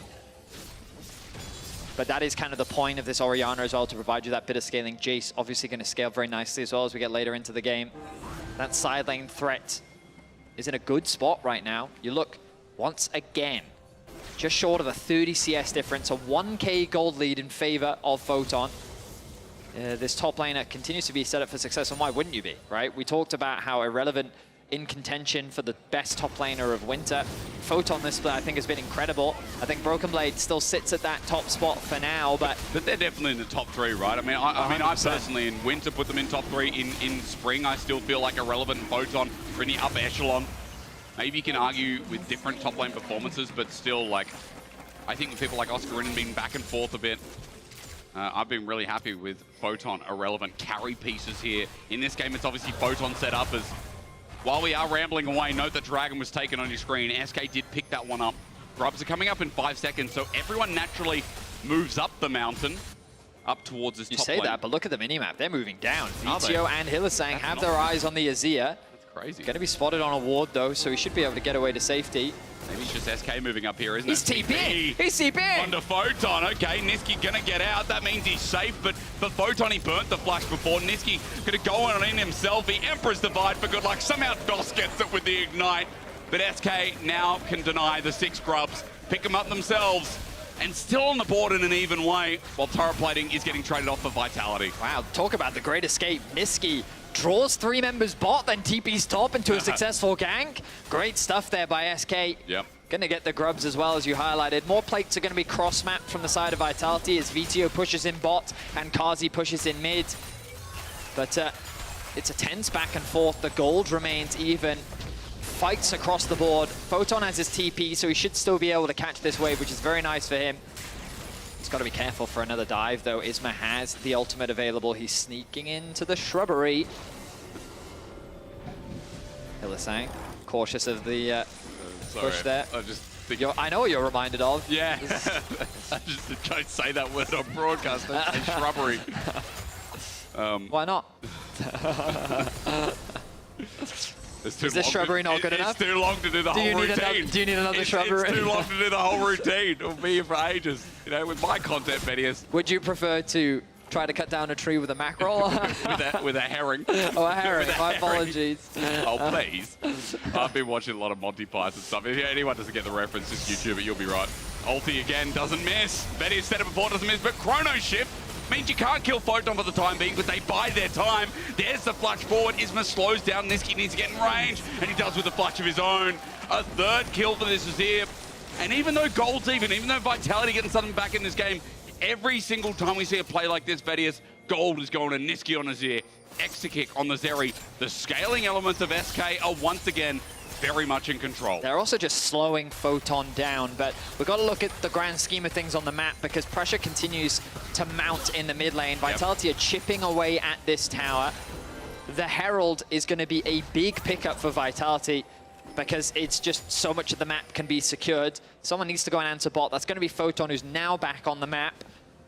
But there's a lot of objectives for Vitality to secure because of the damage that they've been doing across the board. And this should set Vitality up nicely. So even though they find themselves behind in kills, objective-wise, they're still in a comfortable spot. It's going to come down to this Herald spawning in about 25 seconds. Resets now coming through. Let's see if this becomes a place in which Vitality can fight. Irrelevant has the TP, Photon does not, crucially. Tractor summon is 10 seconds till Herald, a minute 40 till Dragon comes up as well. Everyone focusing topside for now. And I'm also tracking the items of some of these big carries. They're needlessly large for Niski. He hasn't upgraded his boots yet, but he's just amplifying his items. Now, in English, we would say he's close to getting a second item. But again, sometimes words are hard. As video might be dove here. Doss is coming on in. Remember, he can turn the turret off as the Cosmic Binding's beautiful. Ignite down as well, but the Shockwave is getting the tail end. Video survived for so long as Isma finally finishes the job, but Tacklers can't get the final kill. Doss can't die. And SK on a hair's breadth again, get out with Video's life in their hand. Isma and Niski just continue to dominate in these skirmishes. They play them so well. I don't think Vito Shockwave actually connected onto Niski. The stun was good from Douglas, but it only hit onto Isma, which means a lot of damage was lost. Vitality doing the smart play, cross-mapping, unlocking mid, unlocking bot, keeping the overall gold even, but you mentioned it before, a 1k gold lead now for Niski. The mid laner has been put very far behind, and Niski is fully online. His Azir did a lot of damage. It did a lot of damage in the previous game, and it's going to look to replicate that performance as he's working on a death cap second. Oh, yeah. I mean, again, without the boots upgraded, he's got himself a second needlessly large, and how's he going to get a level here? Level 11 now as they walk into Dragon, and as we saw, a lot was used before, but X-Kick still with both summoners and ulti crucially up as well. Teleport now burned from Video to come towards the fight. This will be second Dragon only for SK, so it's a slower pace of game on this objective, but Vitality have to walk into River. They're determined to fight this. Shockwave available. Keep your eyes on Douglas. He's going to be the ball delivery system.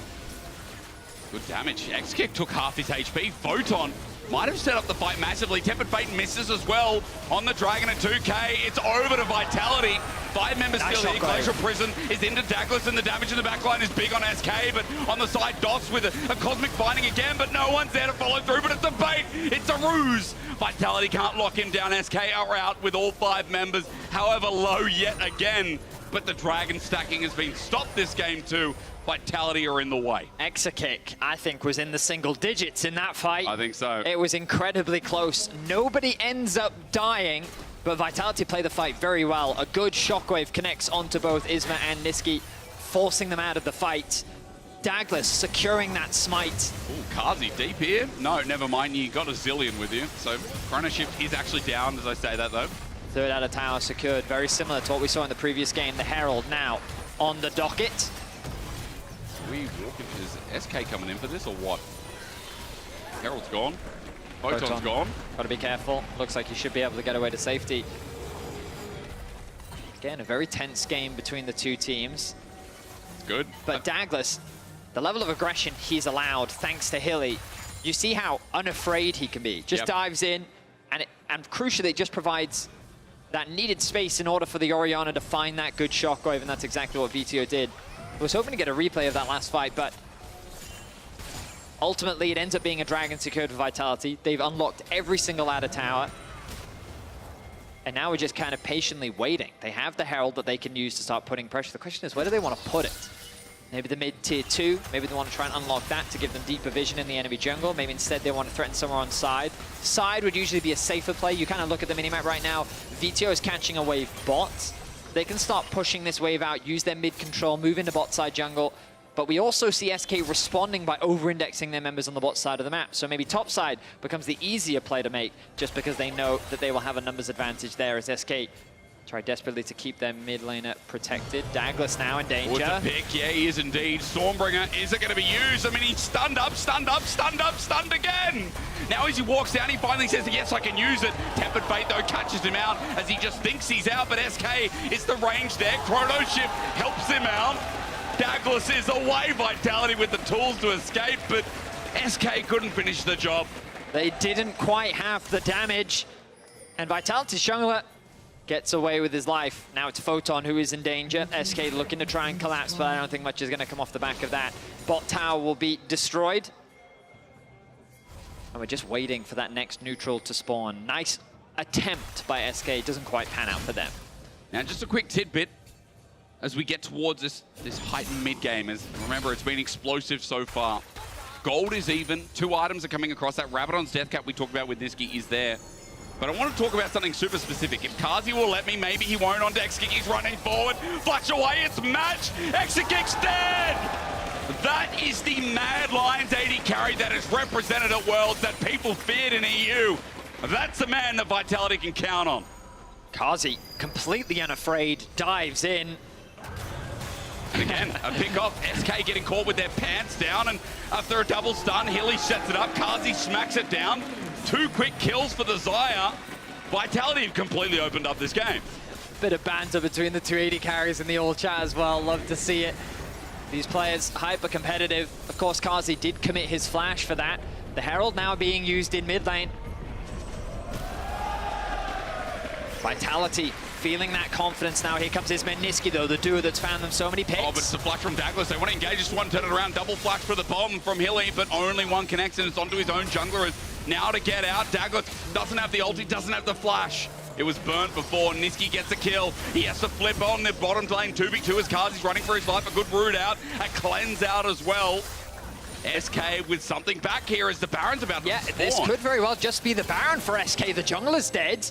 They see that Photon is pushing in the top lane, has the TP available. The VTO are going to get back to base as quickly as possible. There is that one ward on the right, but do they want to gamble TPing to there? Redemption heals them up. TP is going to be burned. Vitality say we have to do it. Douglas nowhere nearby, so in a 5 versus 4, Vitality are playing second fiddle. Spectators in this game of League of Legends. The Shockwave brings back the carries. Niski is the double root. Tempered Fate as well. Baron goes down, but look at the health bars. Irrelevant running into Hilly, but Photon's quickly behind him. Bobbed away. Kazi takes out the jungler. Photon takes out the Croc. And it's a quick trade of Baron for 3 lives, just like game 1. I think that Vitality aren't that upset about it. It opens the Dragon for them as well. But naturally, removing this objective from the map going to make sieging harder. They try their best to melt it down. Baron is doing so much damage on the backline as well. Yeah. A great shockwave connects from VTO. Along with the feathers from Kazi, keeps him safe. Exekick is able to escape with his life, but Irrelevant didn't have any tools to disengage, and so he just does what he can. Hilly's looking at Kazi's monitor just to see what's up over there. Kazi did pick up a kill on Isma on the back end of that trade, and Vitality, as you said, they might not be too unhappy about it, is on the Dragons. Mine is there. X-Kick and Dots are now in the pit. This is a dangerous spot. Dots has to flash away. X-Kick will have to go over the wall, but Photon's poke is huge. And X-Kick takes it over the wall. Douglas in low range. Kazi! And Kazi takes the kill! Why did Exekick go over? But now with the chrono shift, don't think it's over. Don't think it's over. Kazi's coming back alive. He'll get spun out to die, but Photon still in the fight. As this one's been KO'd from the start to finish. Photon jumps in, gets another kill. The most fed member of Vitality matches the Flash. Picks up a double, matches into the triple. And Vitality wipe them clean eventually. What a crazy team fight.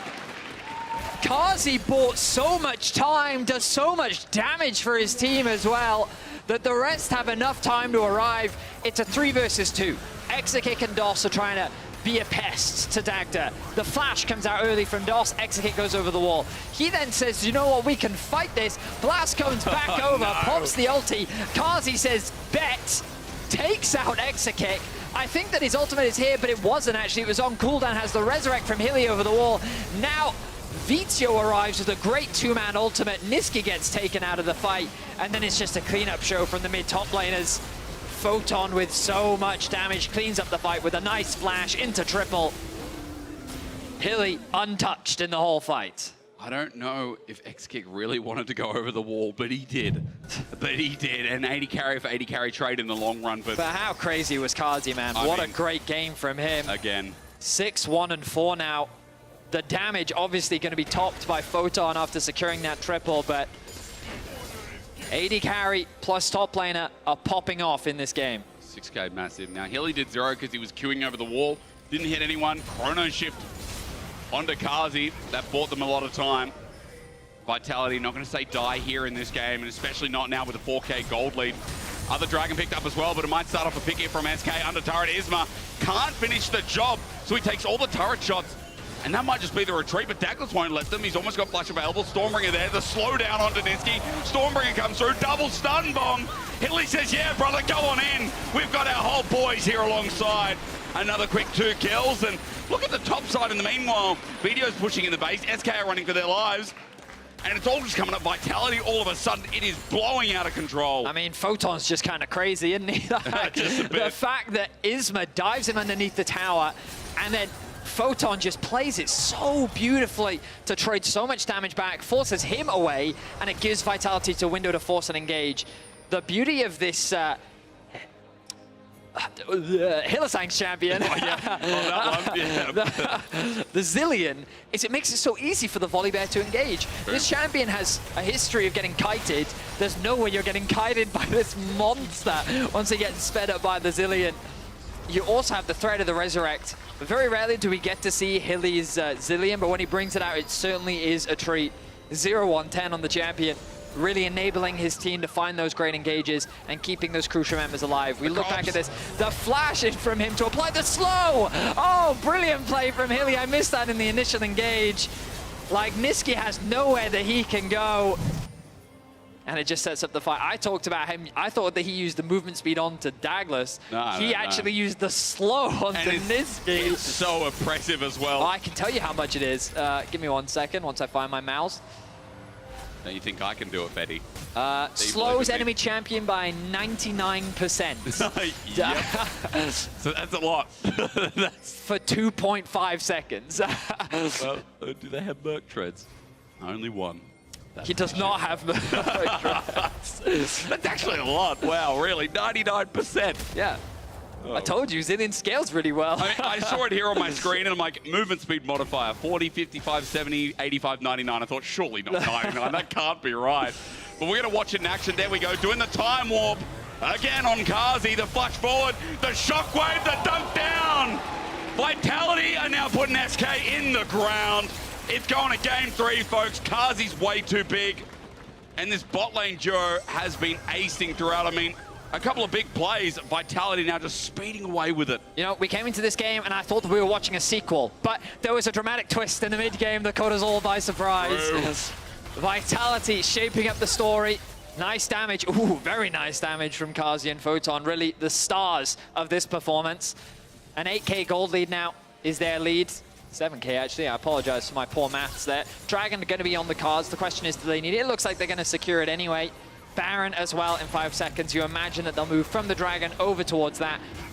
And Vitality looking good in this bounce back in game 2. And while we've seen, you know, moments from people like Hilly, Kazi, I think the supporting staff in this game, Video, who's 0-3 and 10. Some fantastic setup for Shockwaves.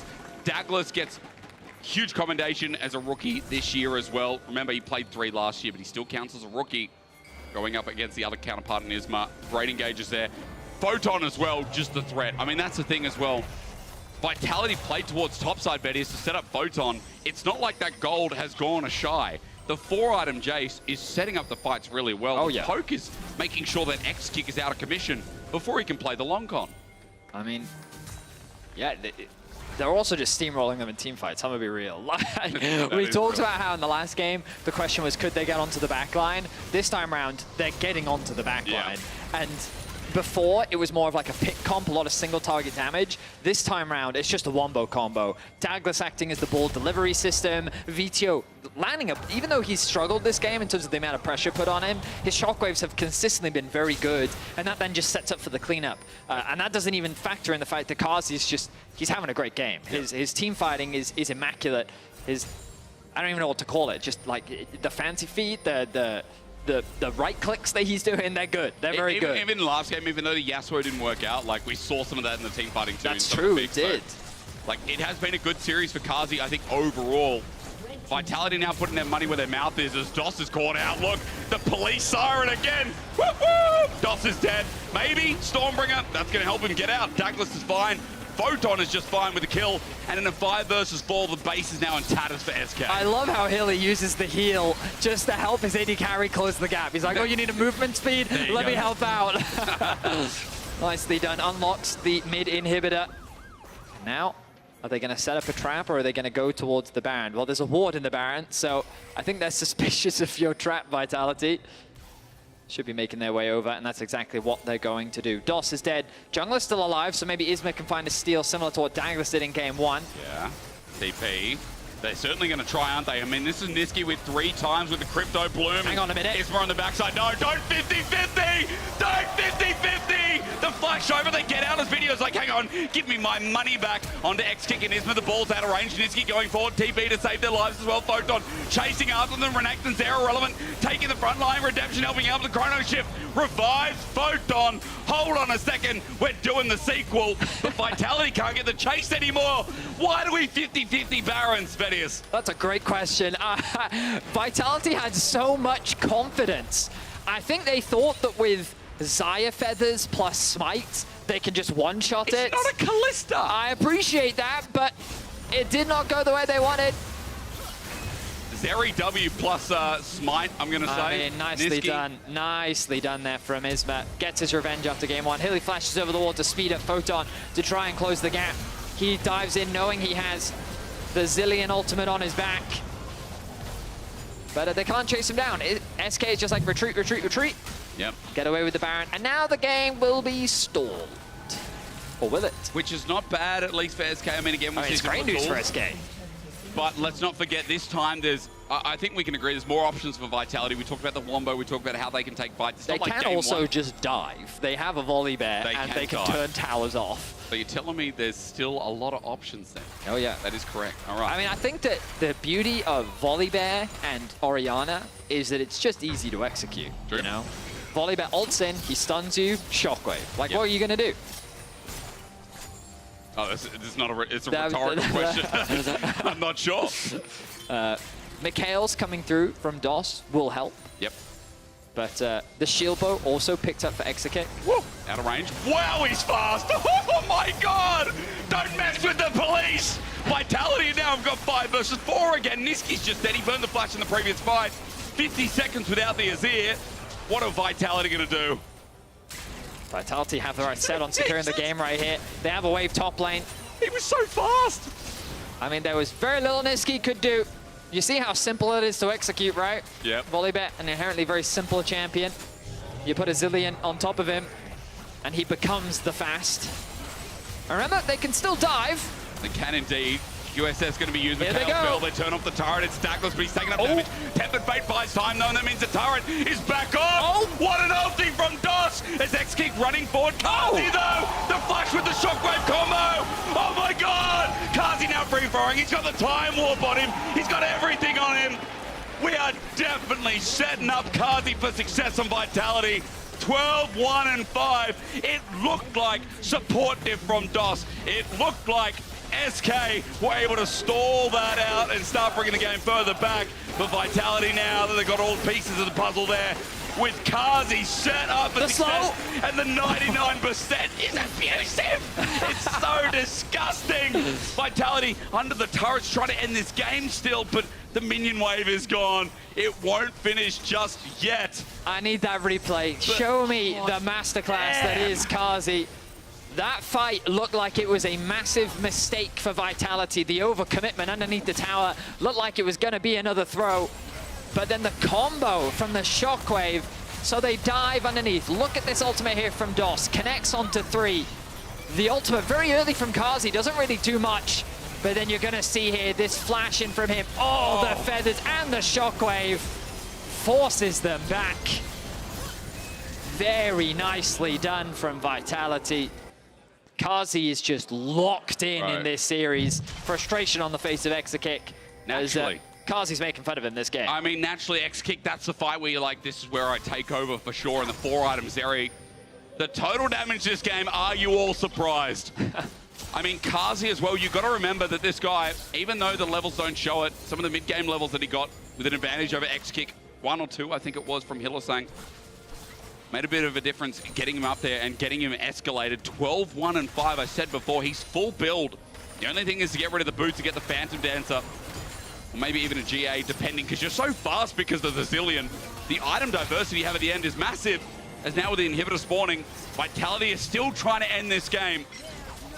Kazi, pick off, okay. The Bell used, his QSS is not available. Less tools available for this Xayah for the time being. Photon, not going to get caught out, no. Tempered Fate used though. SK get him against the wall. Isma tanking up for now. X-Kick, ulti's out, the lightning surges. Photon's dead! Oh, he's dead! Irrelevant now chasing after Video. Won't find the pick. Kazi stands strong mid, but they kill the top laner who doesn't have TP, and SK will delay the game a little bit longer. Irrelevant. Slice and dice, Hilly flashes away. DOS comes on in.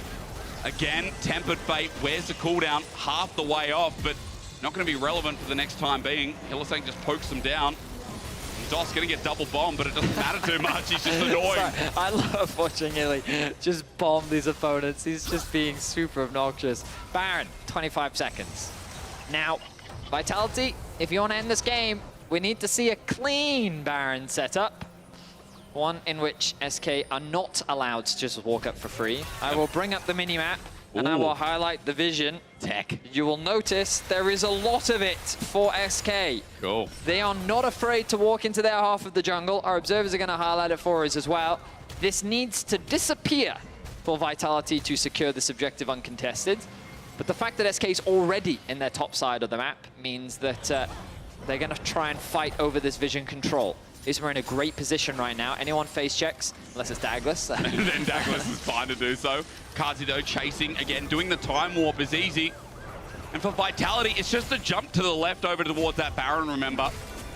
All they have to do is walk towards the pit, but they don't want a 50-50. Is through the choke here. Isma sets on up. Douglas gets the bell on top.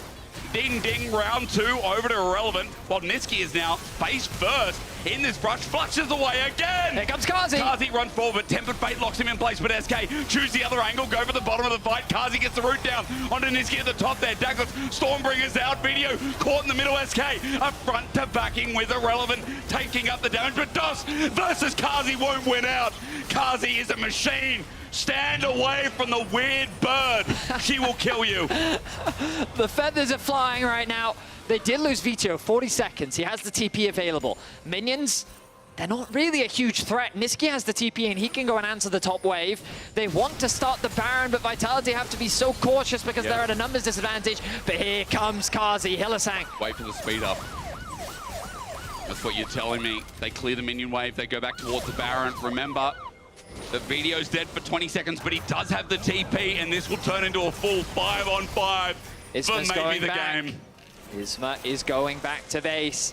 It's going to be uncontested. The Baron is secured. Vitality have unlocked the objective and now have all the tools they need to end this game. They want to avoid an Elder flip.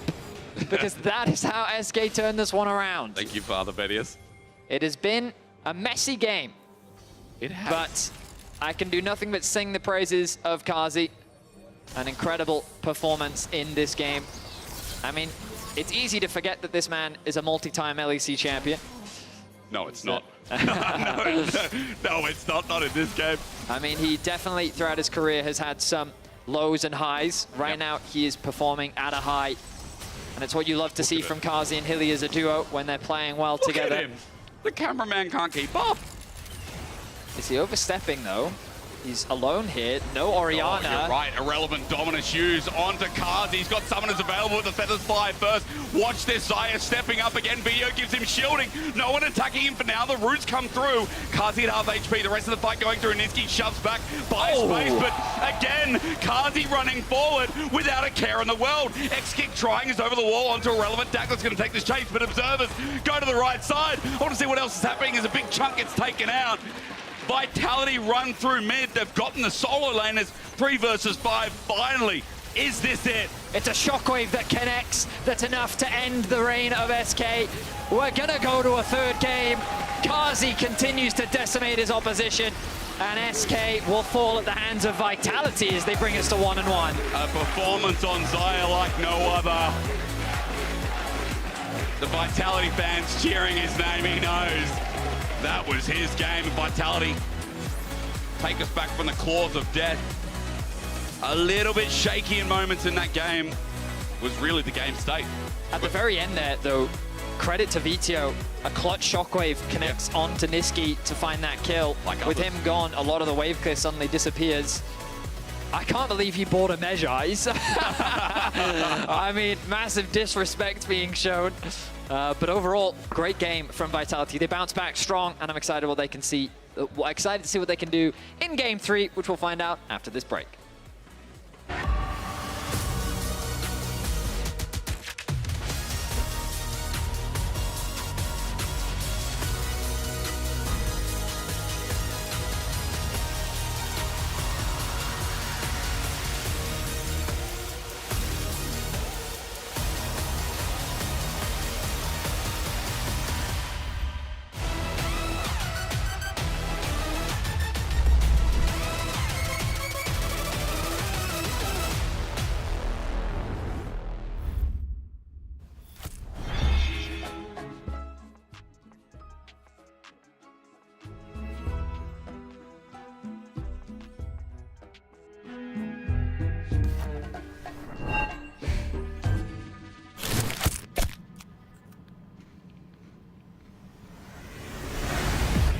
Even the biggest champ needs a break.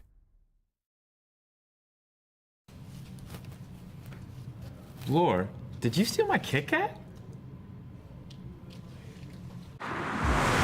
Welcome everyone to the Kia Tilt Proof Challenge. We're here to see if 4 gamers can stand up to the test.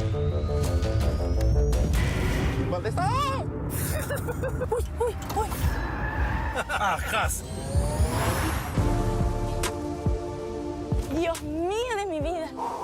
I think I lost.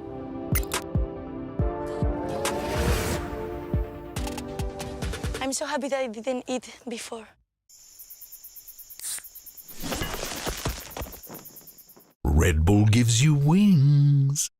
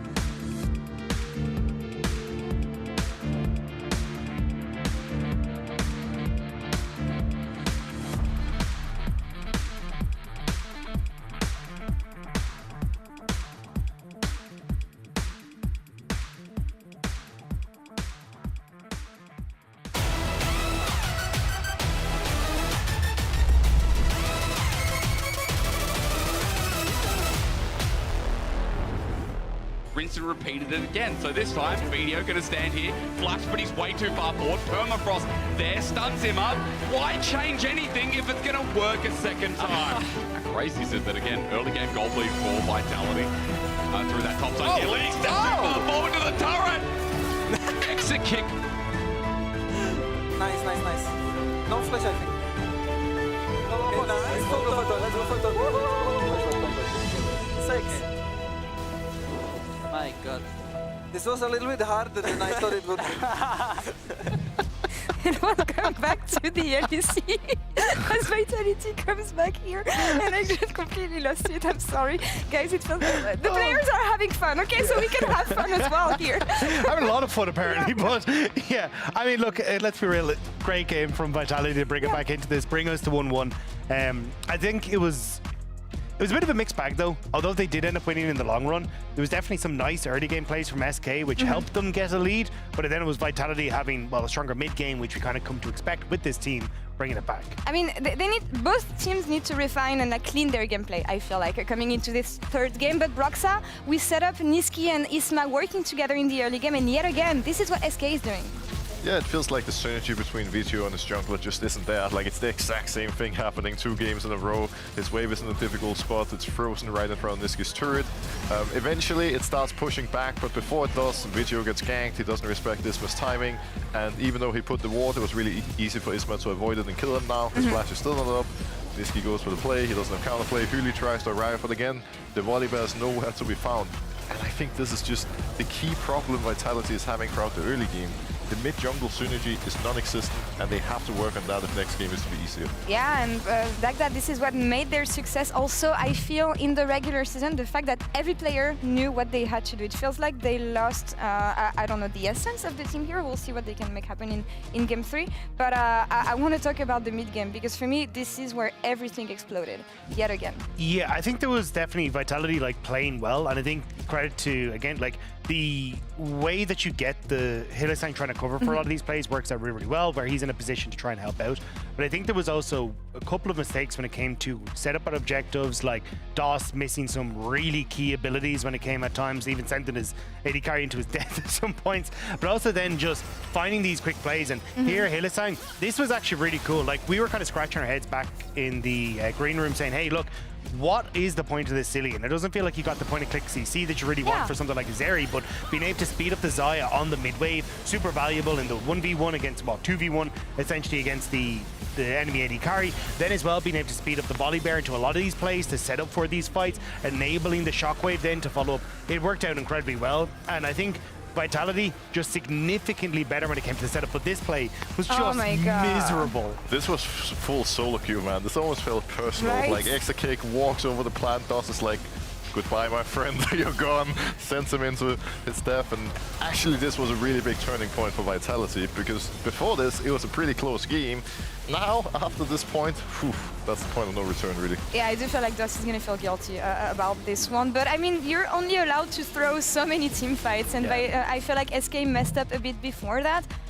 What was the defining moment of the game, though? I mean, I agree with Broxa that was kind of it, but I think coming back to DOS for a second, I don't want to see the Bard anymore. This is, we've seen it a couple of times now from, and it's just too inconsistent. Sometimes he has great ultimates, like we saw at the top inhibitor turret. Other times he completely whiffs. I think they need something a bit more consistent, and DOS throwing his AD carry in didn't help out, but it did mean that the man on the screen behind us, Karzi, absolutely fantastic. He was stellar. The enabling of Hylissang was perfect for him. His positioning was great, and the amount of plays that he churned out in this game to pull Vitality back from the brink just says how good he is as a carry in early. And this is peak Karzi performance for me, because when you look at the later stages of the game, if you want to look at one carry on any team who's going to bring you the victory with his positioning and how he deals damage, that's Karzi. Yeah, it felt like in a game where Vito was struggling and had to take more of a passive role, Karzi and Photon just stepped up massively and completely destroyed SK in the mid and late game. Roxai, I believe that there was a Baron. Yeah, we need to look at a little something. Obviously, Vitality did win the game, but this was a real head-scratcher. Now, Vitality is in full control of the game. What you may realize here is that both side lanes are being completely ignored. SK has great vision around the Baron, Isma is sitting on the other side of the wall, and literally nobody from Vitality at any point shows any interest in stopping Isma from getting into the pit. So he literally just walks in, for free because Vitality decided to go full NA RAM and just act like side lanes don't exist, vision clearing is overrated, and I think this is kind of unacceptable. I mean, sure you get away with this, sure you win the game, but man, come on, like I've seen solo queue players have better macro than this. But look, it's made the game spicy though. This series has been real spicy. It is a banger. That's It is the a thing. banger. Sometimes I want the clean League of Legends, alright? But we're eating good on the fast food today because there's been burger flips every single game. It's actually been like fun. And I do think I agree with Broxton where it's like, hey, look, let's be real, this hasn't been the cleanest, but these have been a banger 2 games back to back. This is like fighting dirty to get this across the finish line. I mean, it's the beginning of playoffs, right? Like players are getting used to it, giving the viewers the run for their money here. But looking at this game, I want to say we knew it, right? We knew that the Jace was going to be a huge win condition, and Carzzy popping off, of course, in the late game did it for Vitality today. And I think as well, just to give a quick moment to him, Photon has been exceptional both games. Game 1, the Rumble, getting some really key early plays. Game 2 as well, massive lead. Now, he wasn't able to convert that particularly well. You could see Hylissang trying to play around him, but I think from an individual performer basis, Photon has really been stepping up. Well, we'll see if Vitality has enough to close out the series or if SK will manage to pull this one back, as we're going to toss to casters for Game 3. Thank you very much, ladies and gentlemen. Welcome back. We're in on it. We're in on it. We've learned what happened. We know why it's going. So we're now part of the Adrian's bachelor party. That's Adrian! Yeah, that's Adrian! He's getting married! Congratulations to Adrian. Yeah, he's celebrating. And he's wearing the Teemo hat while all of his friends are wearing the mushrooms. So great outfits. I love the bucks nut wasn't this exciting. I didn't have mushroom hat, so shout out to Adrian. It's a nice way to start off. Yeah, he's coming a great day. We're getting into Game 3 of Vitality versus SK. It's guaranteed to be a banger. We're going to take them off because they won't balance on their heads. Cheers, Jets. But right, let's get straight into draft. Game 3, SK move over to the blue side. Vitality on the reds. Let's see what adaptations we will find. What is going to be banned away? What will the priorities be? So far, we've been seeing Rel and Varus consistently banned away from the side of Vitality. Meanwhile, how will SK approach their bans? The Rumble and the Orianna are going to be taken away from their side. Okay, so power picks that we've already seen throughout this series. Rel has been a constant here. Renata actually taken away as well. Suggest an early Nautilus from the side of Vitality. You are struggling to We are.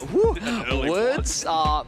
Should speak in Welsh. Maybe I'll feel more comfortable there. Oh, okay. So, Varus still available. Kalista as well. Yep.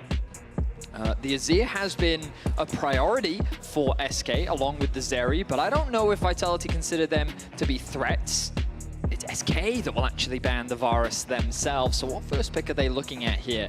Perhaps it is the Kalista. Is there something that Vitality want to ban away, or are they happy to leave it open? Things like the Vi are also up and available. They're not going to let it through. So what will the first pick be here for SK? Are they thinking about the Azir? Do they care about the Zeri first pick? We've seen Senna fall off a cliff in terms of priority in this series specifically, whereas usually we'd see it be very high priority. The Maokai was banned in the previous game. Yep. And it looks like it's going to be locked in for Isma this time round. So big AoE CC, a lot of team fight potential from the side of SK.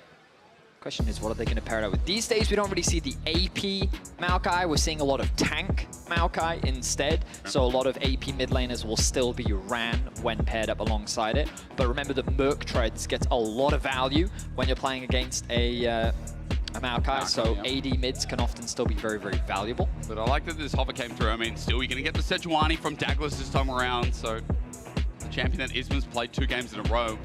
But what is more interesting is looking at that Jace. Jace Maokai is such a great duo, regardless of what lane it is. I think it's what we'd call like a power duo. For sure. In League, kind of similar to Vi Ari in the sense of its presence it has in game. Let's see if Vitality take that away, or if they get an AD carry nice and early for Carzzy. Because remember, double AD carry already picked up here. They say, no, we're happy to flex around and see what Carzzy can do. The Jace instead taken away from someone like Irrelevant, where it was one of his most played in the regular season. I just love to see Photon more on carries. We've been seeing it so much more this year as a whole, and I think that he is really performing for his team. Swiffer with stern words towards his team right now, directing towards a clear game plan. Reminder that these are not pre-recorded drafts anymore, they are live in the best of 3 stage. Got to mention. And we are, of course, on a new patch, as you can see at the bottom of our screen. But Zeri for the 3rd time in a row for Extra Kick.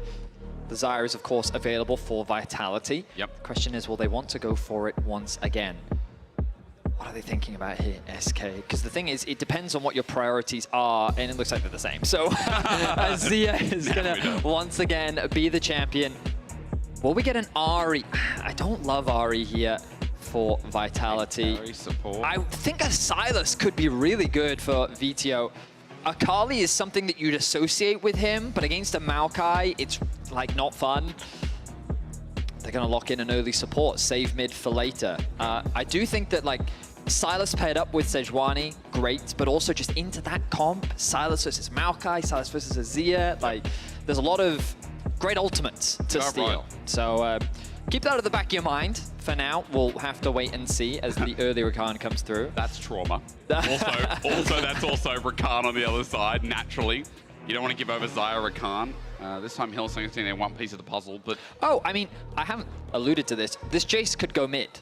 Also true. Of course, they're keeping the flexibility open. If they'd locked in a mid now, it would have made it easier for SK to actually get a counter. And why do you... There's no need for you to reveal your hand, right? Wait until you see that top laner, who it is, before you decide where you actually put that Jace. Sorry, I was just looking at the champ pools of these players, and then I saw, I think, is that the flag for Belgium? And then that's a flag for Germany. Yes. I just didn't realize Yes, it is, yes. Similar on the side versus turned around. I don't know. This is a strange time to have that epiphany. I'm in Australia. I don't really see many flags from Europe, and I'm like, hang on a minute, those flags look a bit mighty similar. Correct. I don't know if that's a hot but you were topic or not, but no, you were accurate. That's the crucial thing. You were correct so in they everything just that you turned said. around, yes. Okay, well, if I'm the first one to notice that, I'm sorry. Kazi locks in, though, at Kai'Sa. Now, talk about dive being built up in Vitality in the meantime. Yep. That's a lot of all-in potential. As now for SK, are they trying to set up further engage with themselves? The Camille support was banned from Hillsong last game. And it could be something that SK try to get over the line in this final game with a lot more lane presence. Oh, it is. But where is it going? Yeah, where is it going? Is this Camille top into Jace, or is this Camille support? We don't have to make that guess because we're about to find out. The final pick will tell us all we need to know. Unless they pick another obscure top support flex pick. Like that.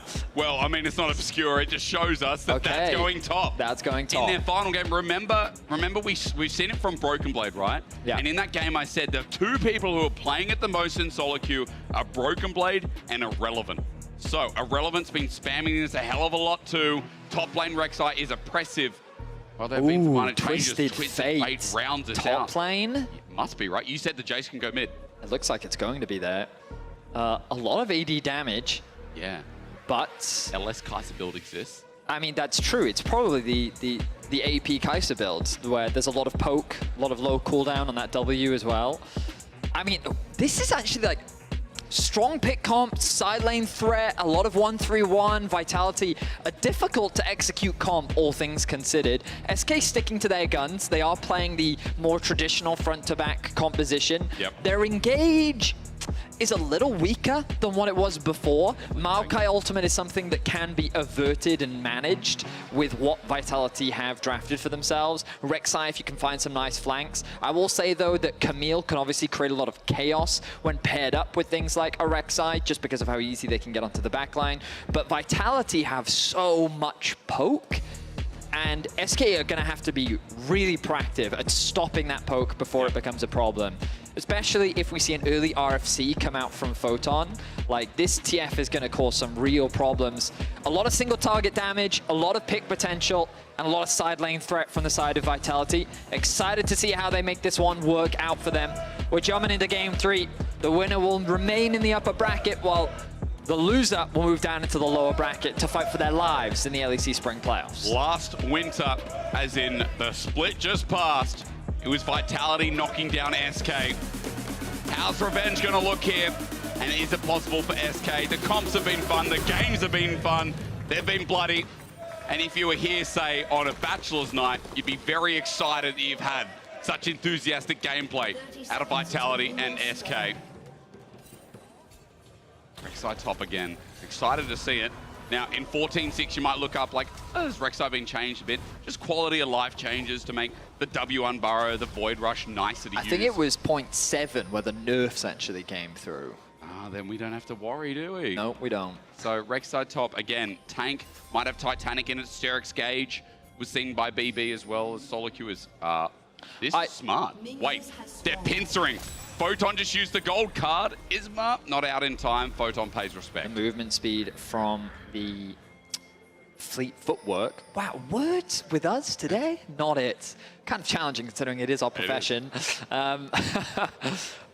the Easter long weekend, Vedius. I don't blame you. Not that insinuates anything. We've only just started it, mate. I've already started munching down chocolate outside, you know. But the fleet footwork, the movement speed, the additional movement speed from that helping Photon get away to safety. Yep. I will say my instincts make me worried for a Twisted Fate in this matchup. Oh, really nice trading from DOS and Exakick. Really? It was Spyro that we had on the desk last week. And he talked enthusiastically about how when Hilly was playing this champion, you have to go all in. It's a very aggressive champion, right? It's very much about fighting. You run the Hail of Blades, you run Ignite. It's all about trying to go for fights and skirmishes in the early game. And they're going to look to do just that. Like here, right? Hookshot, wallshot doesn't connect, though. Ignite down, flash from DOS. He just lost both of his summoners. I mean, they tried to find something, and Kazi didn't walk into it. It's a big win for Vitality's 2v2. Oh, Exakick with the level 2, though. Going to get a really nice trade.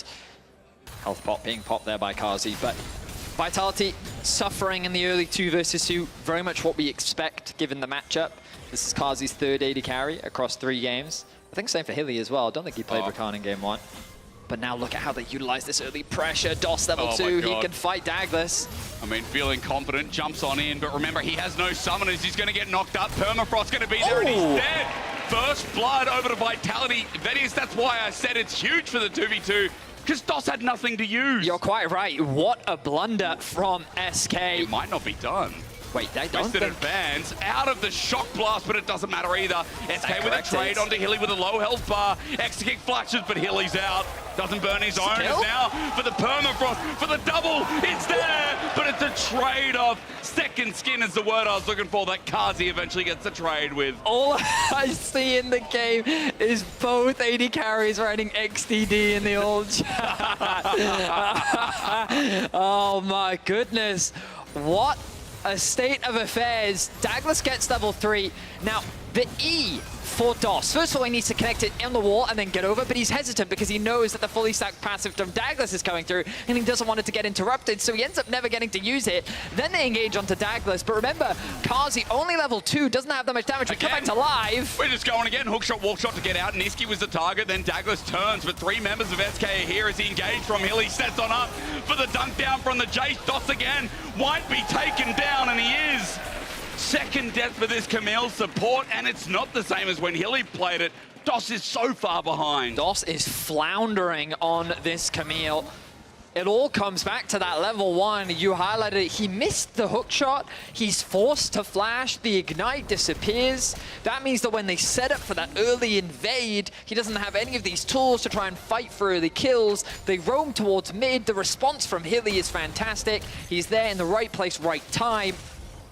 And everything is going up for Vitality. A 1k gold lead already. You look at the bottom of your screen, a 500 gold lead for Douglas.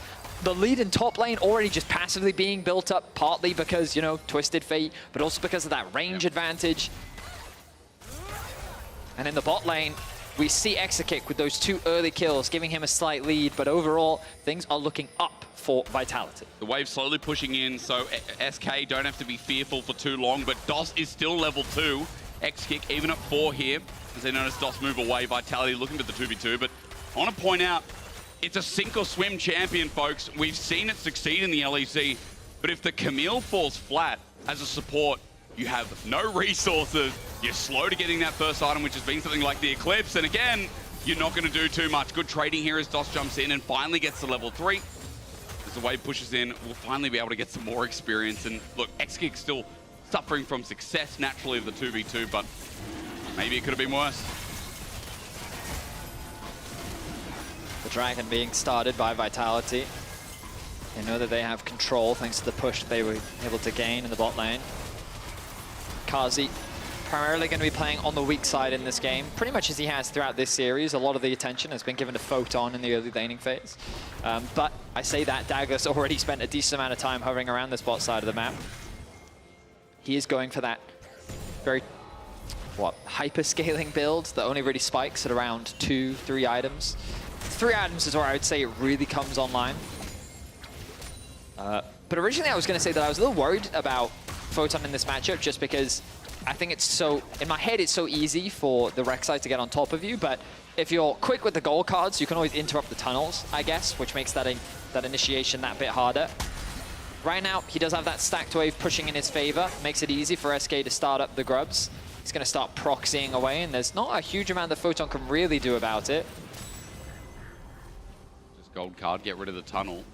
Because, yeah, Photon up about 10, 12 CS. I mean, it's been really nice to see the early game for Vitality working out in their favor. The only thing is, SK now picked up 3 grubs. And remember that the bottom lane still got 2 kills. So even despite DOS falling a little bit flat, as we said, still at level 3, by the way, Exakick is the one to rely on. He's got 2 kills, he's got Berserker Greaves, and has a gold lead over Kazi. And it's kind of been like the theme of the series so far. I feel like Exakick has been set up to carry, but hasn't been able to have the same team fight impact, it's both of us, Vedius, that we've seen from someone like Kazi so far in the series that I think has been popping off well. I mean, game 2, of course, on the Xayah, and is also set up with a kill of his own on this Xayah to do the same thing. Kai'Sa. It'll be a long day, Vedi. We'll get there eventually. We still got another series after this, my friend. Yeah. I don't know if it'll be as bloodthirsty as this. Like, this has been... It's a Fnatic game. Okay, maybe we're gearing up. Giant X, yeah, actually, you're not wrong. I'm excited for that one, especially just because Giant X come off the back of a 3-0 weekend last week. Yep. And Fnatic, of course, of overall first place after that kerfuffle of a final week. It doesn't matter, first place. First place. I did love the tweets that we got to see after all that. Yeah. But that will be coming later. Right now, still got to get through this final game. Winner will, of course, remain in the upper bracket. Loser will be moving into our lower bracket to still have a chance to fight for survival in our spring playoffs. All in. Niski. Empress Divide misses. Doesn't find it, but the root set from Isma batters away Video, who now looks for Douglas as backup. Unfortunate from Niski, who's played this as here 3 games in a row. Not hitting that ulti. Big cooldown to be down for the next minute. Oh, Haley. Nicely done there. Hits him with a Q, also auto-attacks the control ward, and W's away to safety. 3 things at once. Yeah, do that. We got a 2v2 again. Destiny going to be used. Numbers advantage going to be gained here by Vitality, and SK walking to this after they just burned the Azir ulti. It's a rookie error. Douglas still going to die as DOS flies on in, but a double or over to Video, and once again Vitality are going to be happy to have a fed Jace. Give him a triple, and 4-0 start for Video. He was great on the Orianna, but you better buckle up for his Jace. Wow, so Vito has not been getting kills in the early game all series long, but this time around they reward him with 4. It's karma. Vitality with a great start to this game. DOS was in the right place at the right time, making his way mid to help fight this 3 versus 3. But the problem is it's the amount of utility that Douglas provides, along with the gold card as well. A great ultimate comes through from Douglas onto the Azir to make sure that Niski cannot do anything. And then it's just a nice secure. The hammer comes down from Vito and a big smile on his face as Vitality break open with a kill lead, 6-3, 2K the gold lead, and just great use of the Destiny. Get out of the lane, leverage that impact, the advantage that you have in the 1v1. And Photon, we've already talked about how overall throughout this series he's been a great carry for his team. Looking to do the same thing again here. Top side of the map, Vitality looking strong. Dragon, 40 seconds. You imagine this will be the next objective as both supports run into each other once again. But they've got Douglas by the side. I mean, Vitality fine with this. Onto DOS. Remember, it's a level 4 Camille. What is he doing here? Isolated. A big mistake. And, I mean, Hilly's moving with his jungler. DOS is just moving. That is his 4th death of the game. This Camille is not having the impact that SK wanted. And now the pressure is really starting to mount. Hilly with the ults. The flash in, the all in. Isma's coming in, but second fiddle. The ulti finally comes through and hits, but as Hilly tries to avoid away, eventually the kill goes over. It becomes a trade, but Video's still looking for the turret plate. He'll find it too. And the main thing is that this mid laner gets another kill. I think that's still great for Vitality. I mean, well played by Hilly. He doesn't get any summoners out of Niski, but that's because he didn't get a chance to move. DOS now, that ward is not allowed! It is not. You know that the Sejuani's nearby. DOS! What's going on? That is his 5th death, 11 minutes in. Continues to get caught out. And now this is going to give Vitality another dragon. Kazi's going to freely farm up in the bot lane. Exakick does have a decent XP advantage, but nothing to write home about as now Vitality they're contesting the crab. Photon has the Destiny available. Well, Dragon's being done. Irrelevant at least seems to be the reset on top wave. Moving in first. Hilly just poking his nose in, seeing what he can gather. I mean, DOS standing there. Are they cheering for the 6th death of this Camille? We'll see. He's got level 6, but remember, he just used the quickness, not up and available. Destiny, as you mentioned. This could be the fight that secures him onto the next round for Vitality. Another sting into SK's side. The Mega Blast Cone for Photon will not be taken. And a gold card at his side holds on. The Grub's still sitting there as they want to steal for 1. They won't, though. 5 at the very least for SK. The Shock Blast on the Exakick. Well, that's deja vu again, isn't it? As all 6 Grubs go over, but will it save you in the long run with how big Vitality are? I guess something is something, isn't it? I mean, the biggest advantage Vitality is gaining is the damage on the mid lane tower. If we can pan over to that, observers, you'll notice that Kazi's just racking up more plates. I think 2 actually went over to him in exchange for the Grubs that were lost, which means that Vitality's still getting good pressure down. Kazi even going to overstay in this mid lane to make sure that he can catch another wave. VTO TP's down to bot. Photon makes his way back top. Nice lane assignments here from Vitality. Just making sure that everyone can maximize that gold. 2.4k the gold lead in mid, 1.1k the gold lead in top. 6 Scrubs definitely helps when it comes to sieging, that's for sure. But throughout this series, Vitality have been the masters of securing those early towers, and they're looking to do the same thing again this game. I feel like the early game throughout, right? You know, for game 1, we still saw good early game from Vitality. Game 2, and it kept falling through, and for SK, a couple of wins, holding their base, but still able to see it through to the end. My point being that for Vitality, the aggression that we've seen all spring split, the fact that they got in top 2 from that as well, is following through in playoffs.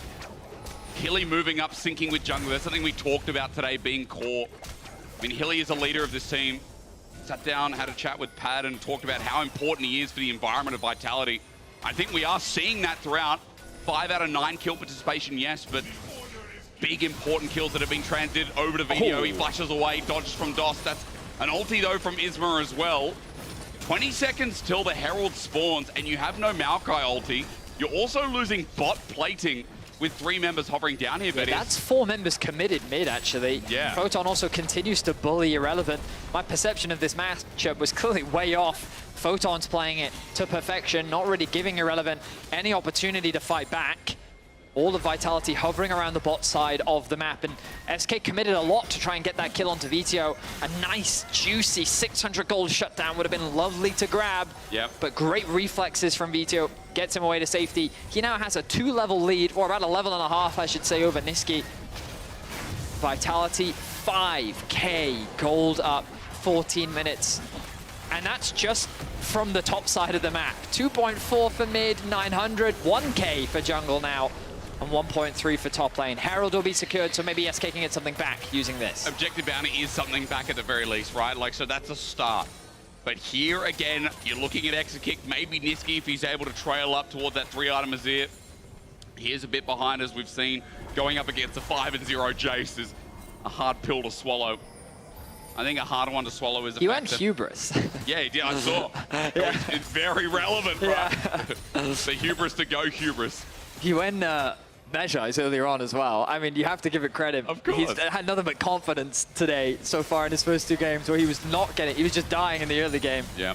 But still finding impact, and that's the most crucial thing. Now Hilly looking for impact of his own. Quickness and flash available. There's the Glacial Prison used under Irrelevant. He's a tank, but sniped out is DOS again. How much is he worth as a full dive from the Killer Instinct from Kazi? Sets up to kill Irrelevant, but he's tanky enough. Herald on the bot side is what we're looking at because they're doing spins, loop-de-loops, trying to get some gold back into SK's pockets. And they eventually will with Niski, but Vitality still break open top, get first turret of the game, get themselves another kill. And SK are still trading off the back end, but they are trading second. Tower will be lost in the bot side of the map. Tower top, of course, exchanged in favor of Vitality. Destiny, where are you going? Oh, he went to interrupt Niski's base. And he's ulted. Niski's ulted 30 seconds before Dragon. Yeah, that Dragon is now Vitality's. So nice play from Photon. Niski might still TP in, but I think Photon, yeah, he's making the smart play. Just stick towards this bot tower. They'll spot Niski going back to base. They've confirmed it. Should be unlocked. Hilly with some nice cover, providing some vision for Photon, makes this a very safe play. Even though the rest of his team isn't really putting pressure anywhere else on the map, Hilly's presence and information just ultimately creates the space needed for Photon to secure that objective. Now the fight over mid-wave begins. And again, the battle over vision. You see both supports fighting over these wards. Kazi hurts with his W's on X-Kick as well. The poke, as you said in draft, for Vitality is more than just online. It's elevated. Maybe more than SK thought it would be. And you see, if X-Kick gets hit, if Niski gets hit, it's going to be dangerous from SK. And even walking away from the poke at the top of your screen, X-Kick has to be mindful, as now Full River is given a Vitality that have contested as well, with slow pushing waves on the side, and the poke again, TP going to be burned, and they're like, no, we're giving it up, but jumping on a Niski. Now Isma trying to defend, but Niski just teleported out. Vitality playing the slow game with Hiller saying, poking, diving, ducking, and Vitality looking for a little bit more. Whoa, no. Glacial Prison, I've seen this before. DOS is 1-7-2, and while Hilly made the Camille look extra broken, DOS is looking broken inside.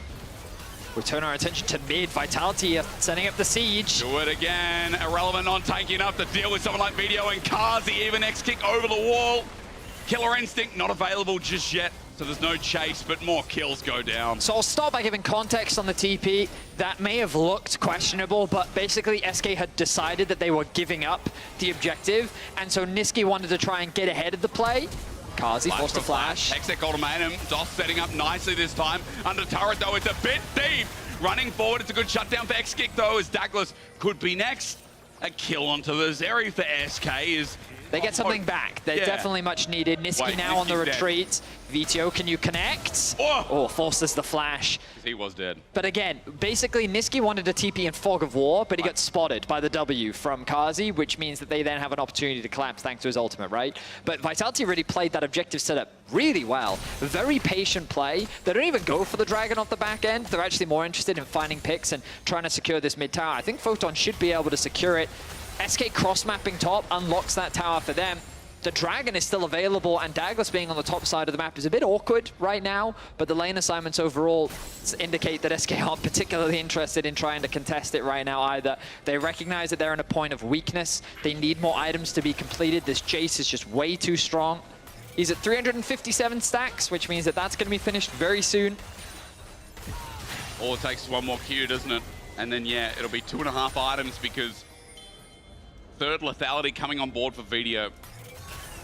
Now, we've talked up this Jace a lot this game. Let's not forget as well that Photon is 3,000 gold ahead because of TF passive and because he's been picking up the plate. I mean, he also has 193 CS. Yeah, like he is ahead of the curve. So Photon as well, his ability to just auto down people like X-Kick, Niski. I mean, get into the backline like we talked about, not only the range, but there's huge dive and gap close from Vitality's comp as well. So if you can play these type of comps well, they're really difficult to manage, the Vitality one. Because you look at SK's comp and you think, well, it's pretty straightforward, right? You just group, you press R and you go. But when Niski's catching a side lane right now, the thing you have to be careful of, and I think what DOS is doing is smart, just covering him, is if Jace shows up and then TF ultis behind. It's so easy to find picks on side, and also you've got to remember, Kazi can just W out of nowhere, then he comes in as well. A Rakan has so much mobility. Like this, right? Exactly what we're seeing on our screens. And TP's trying to match it, but Gold Card comes through. There's already a bit of damage to start off from Vitality. And remember the auto attacks I said from Photon. He's just whittling down DOS. Gold Card and Video takes the kill now for the quickness. The dive in still gets the charm. The all in the defensive position from SK, trying to get under the sun turret. Won't be enough either.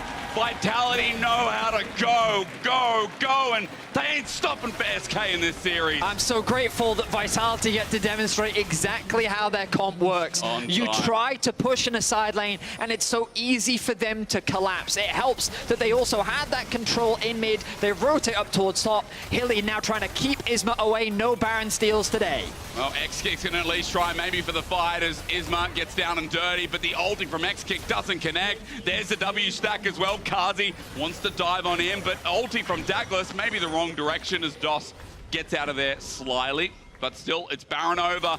No 50-50 this game, Vedius, as we look at the setup top. You look at the mini-map as well. 2 members moving up through the river here for the collapse, and there's nothing that the Maokai and Zeri can do. Great target selection from Photon there, starting with DOS, the weakest member, to make this a 4 versus 2. Kazi's ultimate comes through. Hilly is tanking the Azir turret, and it's just a clean-up fight. Was that a triple kill? It was. It was. Secured for Vito, his second of the game, 9-0-2. But really, I know it's Vito getting a lot of kills, he's having a great game, but the way in which Hilly and Douglas are moving around the map, the collapses that we've been seeing from Photon, this has been a really great team effort and a good utilization of their globals on this comp to pick SK apart and, quite frankly, destroy them from start to finish. I mean, it has been as well a much cleaner game, right? Like game 1 and game 2, there were good early games, but there's a lot more back and forth. You know, for SK to bring this game back from what is a bit of a deathbed, a game that is probably going to move them into the lower bracket at this point, seems so much more difficult. The Dragon stacking was there early. Video is here right now. The jump on in, trying to kill Video, but he flashes away, and the shock blast from downtown. It's an insult. Niski can't get anything done in this game, and I feel like the last straw was like 6 straws ago. The locket coming in clutch from Hilly. Can he get the blast plant? Yes. He can. He gets away to safety. Photon's not going to flash away to that one. Hilly working so much with his entire team to constantly find picks on the map. Infernal Soul, by the way. No, sorry, Chemtech Soul coming up in a minute 45.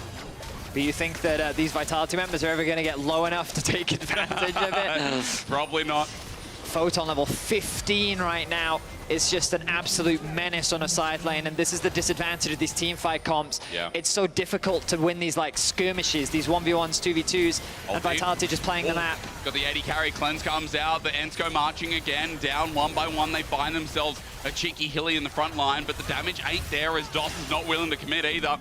Gold card from Photon. We can see 2 members from SK trying to push. They're trying to put some pressure down onto VTO. He's going to hold them off. They'll lose that tower, but that's fine. They might lose the game, Vedius, because VTO can 1v2. There's no TP available for Irrelevant. SK, are you ready to go to the lower bracket? VTO's got to stop the back. Flashes on in. I think the answer might be yes. Vitality again going forward as a big shutdown goes to DOS to try and buy the game. Isma also finds Hilly, but Kazi still here. The Zaya that could. Excuse me, it's a Kai'Sa. VTO now in a 2v1. Brain today, but maybe there's some there for SK. Video against the wall, bops back onto Irrelevant. The kill's not there at the shutdown. They're still trying in the bot lane, by the way. Vitality are not giving up so easily. I mean, Kazi's just throwing the poke out as much as he can. But SK, I mean, they get thrown a lifeline. Vitality go for a very greedy... Wait, Niski will die. Wait, no he doesn't. Okay. I see. Whew, close on there for Niski. I mean, there's still 9k goal behind. Let's be real. The game state is still atrocious for SK, but with exit kick on Zeri again, as flash comes through from Niski.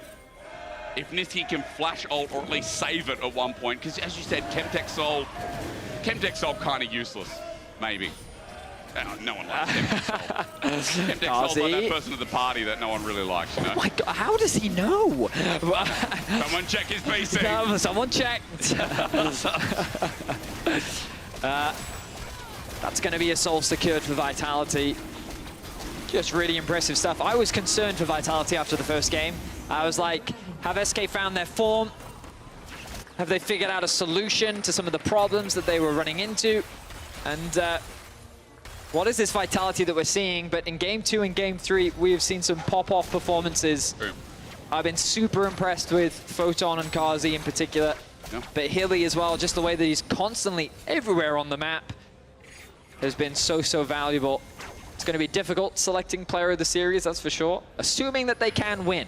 Yeah. Because the beauty of this series has been that both teams have found ways to throw at Baron. Yeah, 50-50. We haven't had one before, but in a minute 20, we might have another one again in this series. Now, again, Nature's Grasp is coming through. Hylissang quickly dodges as Photon ghosts out of the way.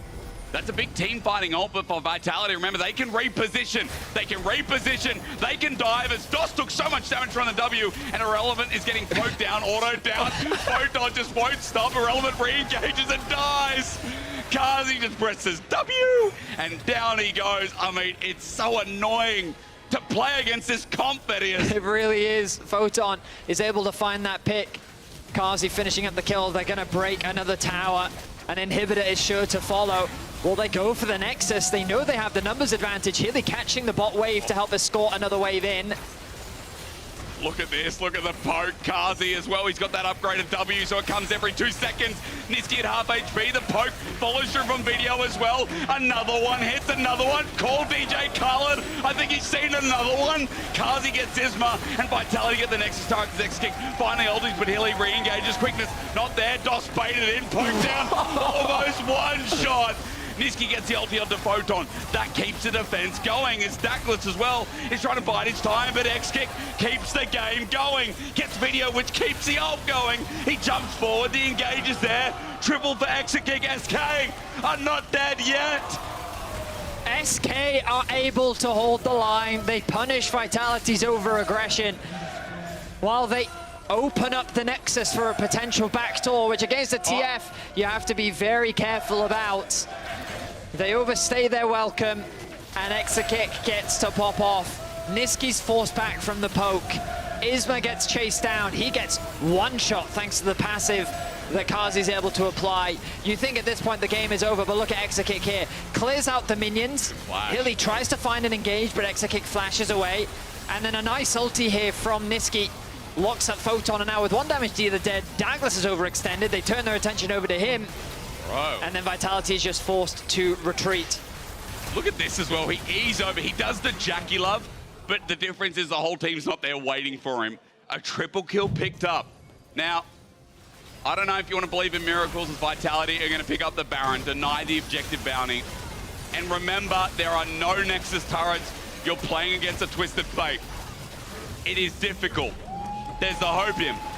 I'm breathing in. Ladies and gentlemen, breathe in. There it is.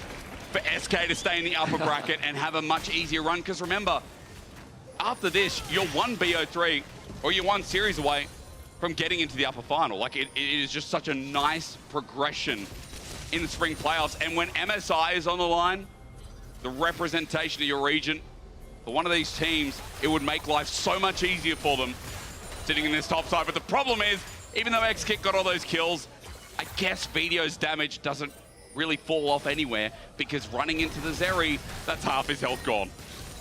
Into base he goes, Vedi. The poke from Vitality is ruthless. And they're dodged. Attacking this final. Grasp. Oh, they're in. Irrelevant finds himself a knockup on the Kazi. Killer instinct used. Okay, there we go. Wait, where's he going? Backdoor. Backdooring. Running onto the Nexus. Niski trying to stop it, shove him in, but he flushes away. Photon's got it. He's got it. What a way to end the series. To move on in the upper bracket, Vitality knocked down SK just like Winter. Photon leaves no room for error. Niski is aware of the potential backdoor, but he shuts it down. Very well played from Photon, very well played from Vitality. A complete stomp here in game 3 from start to finish.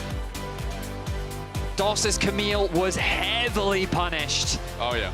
And Vitality rode off that momentum.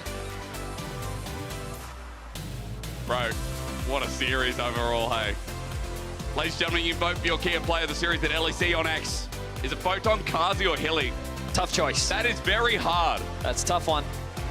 But man, I tell you what, on that ending, you got to believe that Photon continues to deliver. This is why I said, Vedius, top 3 of my top laners, both Winter and now.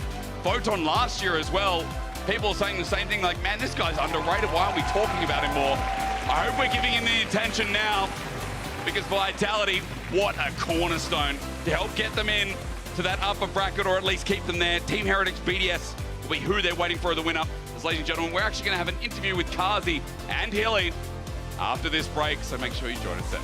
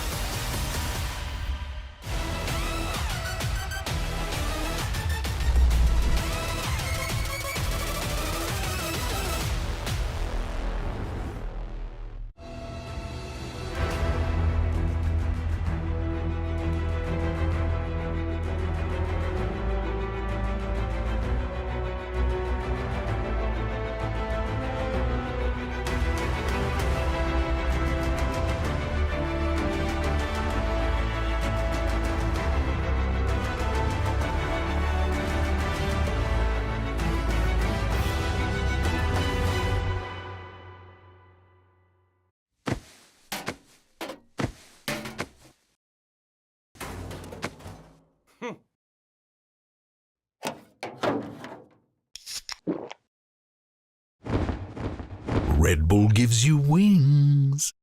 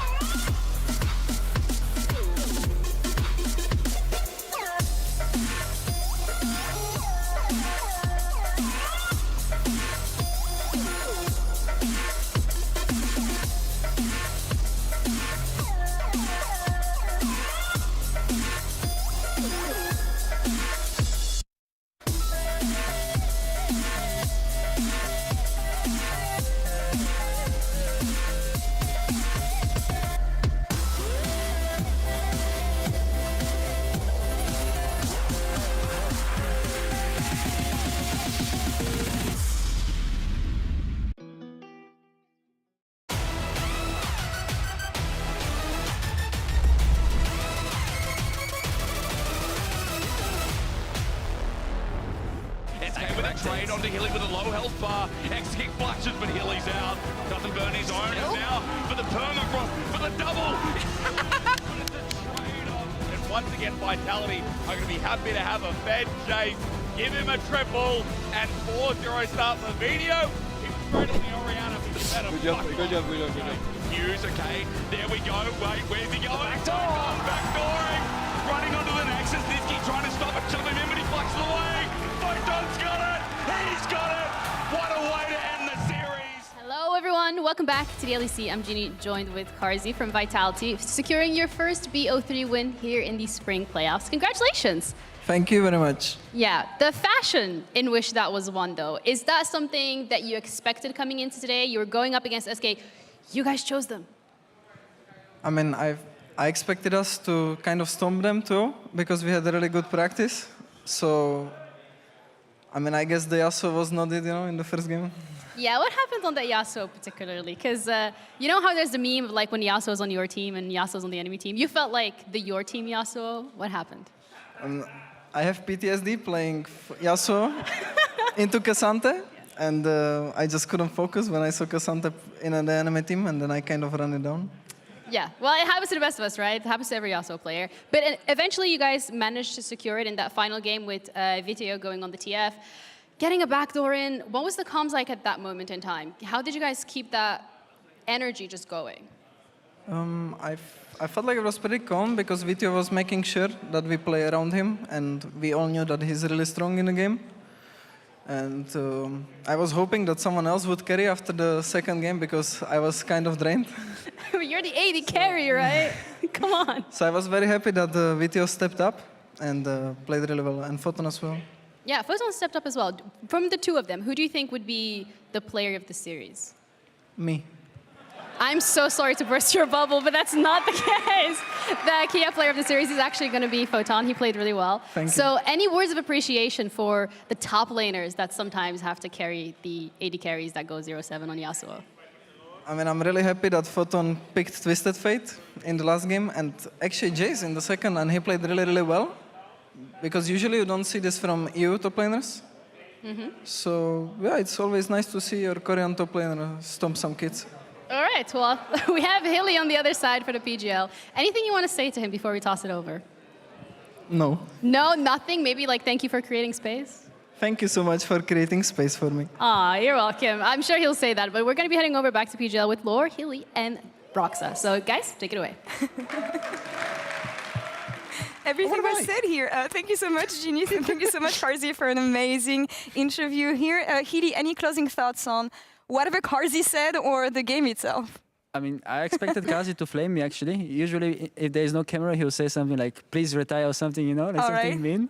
But he's being nice in front of camera, so I like that. Behaving, that's nice. Well, congrats on advancing to the next round, though. We're going to talk about the next series, though, because as Humanoid posted very eloquently on Twitter, Fnatic has won the regular season for the first time since summer 2018. And who better than two of the former members of that lineup to talk about this happier times for Fnatic? Because let me recap this. The last time Fnatic won the regular season, Fnatic ended up winning their last LEC title. KD Roster won their last LCK title as well. I think this one was unnecessary. And I think in 2018, LCK had the worst run they had at Worlds ever. But that was great times for Fnatic fans, Broxa.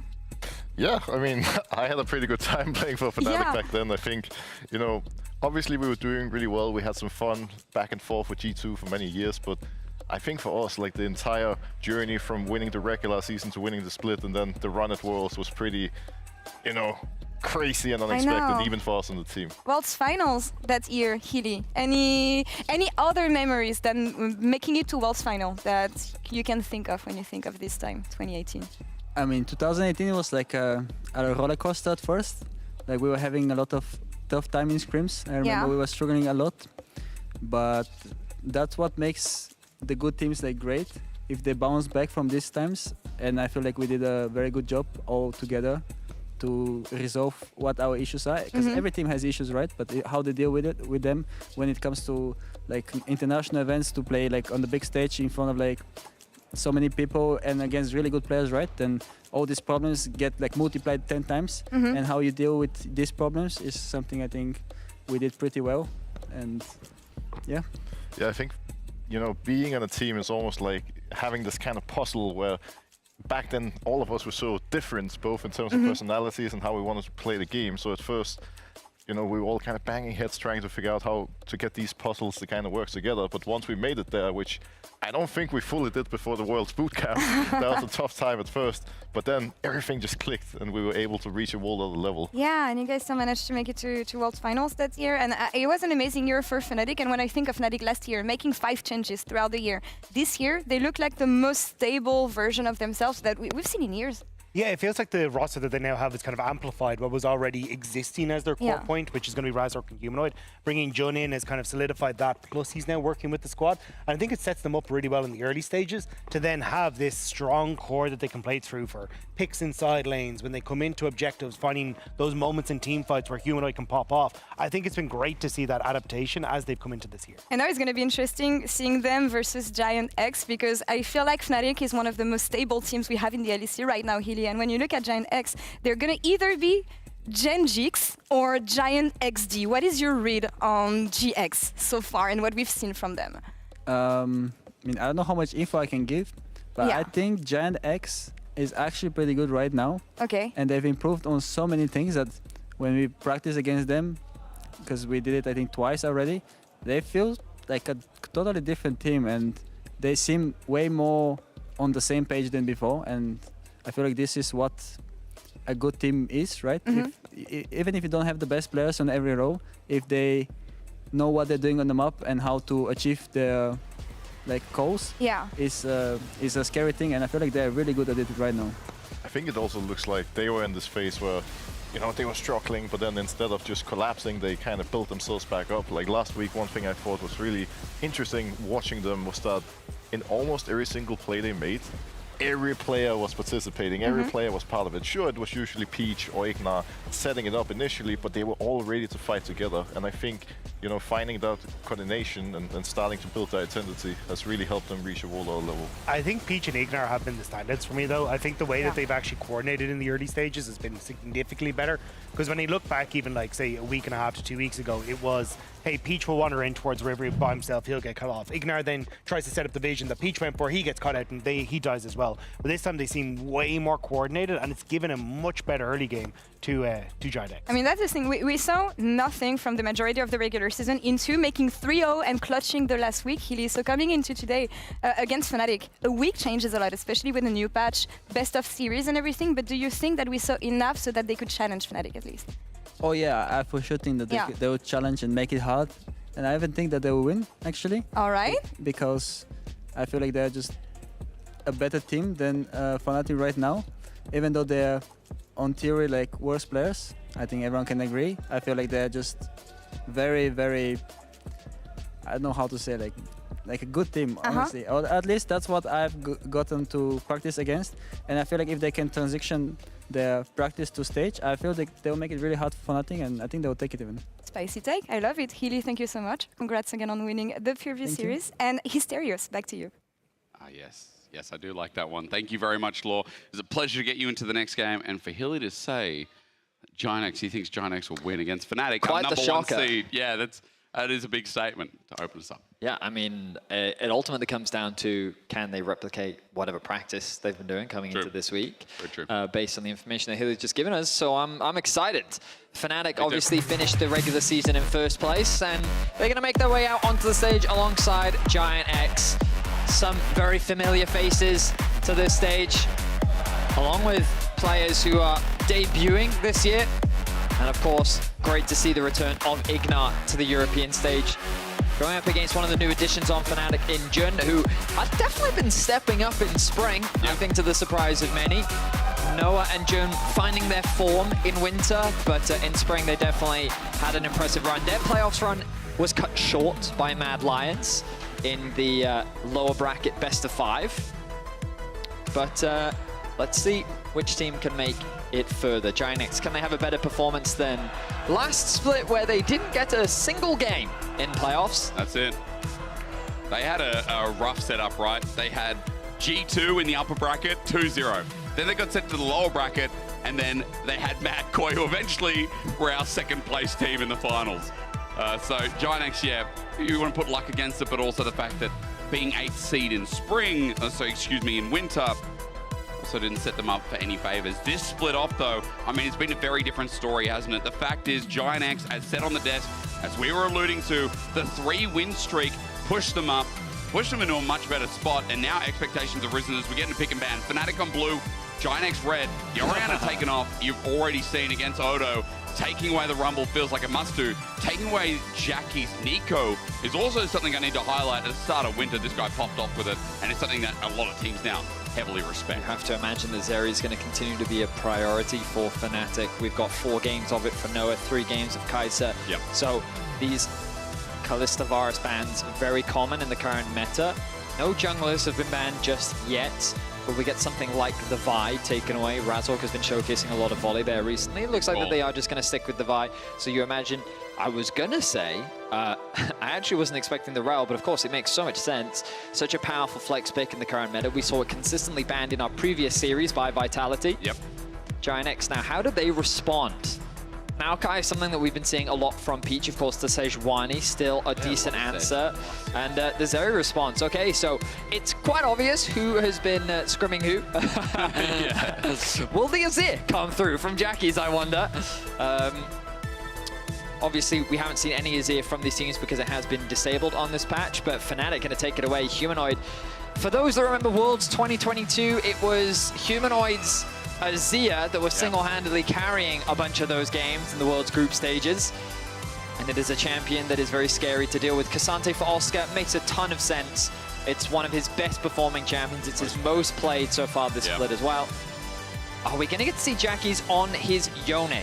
Definitely a comfortable champion for him. Big smile on his face. I think it can be a solid matchup into the Azir. Very farm-orientated. But instead, it's going to be the Twisted Fate. Of course, they can't flex this between mid and top. So yet to determine where that one will actually go as we already move into the second phase bans. Both these teams with a clear identity of what they wanted to do in their first half. Right now, we're looking at things like supports, the Rel being a potential flex pick, something we've seen a lot from Jun. It wouldn't surprise me if Fnatic still pivot that away into the support and instead put it and pick something else into the jungle. But so far today, if we're talking about supports, we've seen a lot of Nautilus bans coming through in that first series. And Nautilus has still been something that's paired up with Senna, yes, but also offered a really solid, consistent engage tool for teams. So will that be the final ban for Giant X, or do they look to pick it up themselves? You've got the Talia on the other side, something that can move across the map, and I guess they assume that Odo is going to be taking that TF top here. Yep. That has to be the assumption, given that that's where you most commonly see it. Alternatively, we've been seeing it AD carry from Kazi, but with the Zeri already locked in, it's highly unlikely that it's going to go there. So they're limiting mid lane champions, supports being banned away from Giant X. Definitely indicates that Giant X want to get themselves an Nautilus. Yeah. If not the Rakan, Yone actually going to be banned away. Okay, so Fnatic attacking Jackie's pool a little bit. Rakan, a very common pairing alongside the Zeri. She's very safe when left isolated, which means that you can have the Rakan roaming around the map. We have a lot of great Rakan players in Europe, and back when Ignar was a mainstay in our region, this is definitely one of his champions that he's found success on. So what will Fnatic draft in this bot lane? What will the AD carry be? Will it be the Kai'Sa? Are we going to get Lucian Nami? I mean, Europe doesn't play it. As I was saying earlier on, the East still prioritizes this, but in EU, in the West, Lucian Nami has not been successful. Got to remember, this is a Korean bot lane, though. Okay, that breaks the rule. It doesn't matter. Oh, they're a Korean bot lane, it's okay. It was Noah's Ezreal in winter that everyone was skeptical of, and then he had popped off on the champion in playoffs. That's a very good point. So let's see.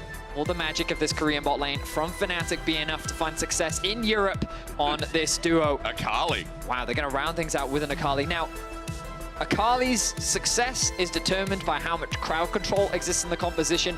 There's not a lot to lock her down, especially when playing into Lucian Nami. A lot of damage potential, definitely from that bot side, but a lot of freedom, and also just pairs up nicely with the Sejuani. A good mid-jungle combo where Akali does have kill threat on the Azir, especially in a side lane later on into the game. And there's no point and click, right? A lot of AoE, things like Nami, whether it's Q or Ultimate. Rel as well, AoE. you say the same about Azir, Cassante maybe being the only thing with his R. A lot of the time, Akali's fear things like Nautilus are as well, where it's consistent and going to hit. I love that point. What I'll say about Giant X's comp is it's very similar to what we saw from Vitality in Game 3, which is a lot of pick potential, a lot of side lane threat, 1-3-1. The execution is inherently harder than, say, a traditional teamfight composition, just because it's very dependent on finding skirmishes, playing around vision, leveraging leads that ideally you want to find in the early game because of your strength in 2v2s, 3v3s, and your ability to collapse first with things like the Twisted Fate ultimate. But Fnatic, that bot side of the map is going to be crucial. We need to see this Lucian army finding success. Oh, yeah. And the thing is, if you can find success and then move it into the mid game, the amount of control that you have on the mid wave and in the mid game can make it very difficult for Giant X to actually leverage the strength of their side lane. So a lot is going to rest on the success of this Lucian for Noah. Let's see how we go. Noah and Jun, we talked about their lane. We talked about this game of theirs in spring being a lot better, a lot more concise. As we get into this series, how much more? Our first versus our 6th place team.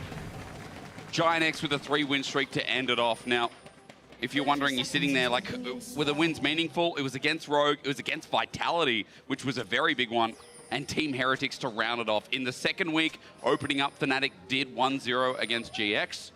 So if you just look at the head-to-head, this has happened before, at least in a best-of-1 format. I mean, on paper, Fnatic should be heavy favorites. I mean, they are first place. You know? But great season from them as well. Razork continues to have a great year, I think we can say. Then Hilly said Giant X will win. Yeah, Hilly said. He said he thinks Giant X will win. So what is happening behind the scenes? I mean, all sorts of things. Thank you. My favorite story is one that Cadril told me. Okay, I'll sit down. Which was, he talked about how on XL, he didn't win scrims at all for like a week. They went like 0-15. Yep. And then they went on stage and they 2-0'd the weekend. Okay. and so if that wasn't confirmation that scrims don't mean anything. There was also the Worlds where G2 was like down. I think the score was something like 19-1 at Worlds one year. I think it was in 2018, 19, 19. The FPX year? No, yeah, it was the FPX year, 2019. And then they played in the best of 5, G2 won, 3-1. Scrims. Scrims, ladies and gentlemen. Fake news. Maybe too much. Good start of the lane, though, for Fnatic in the meantime.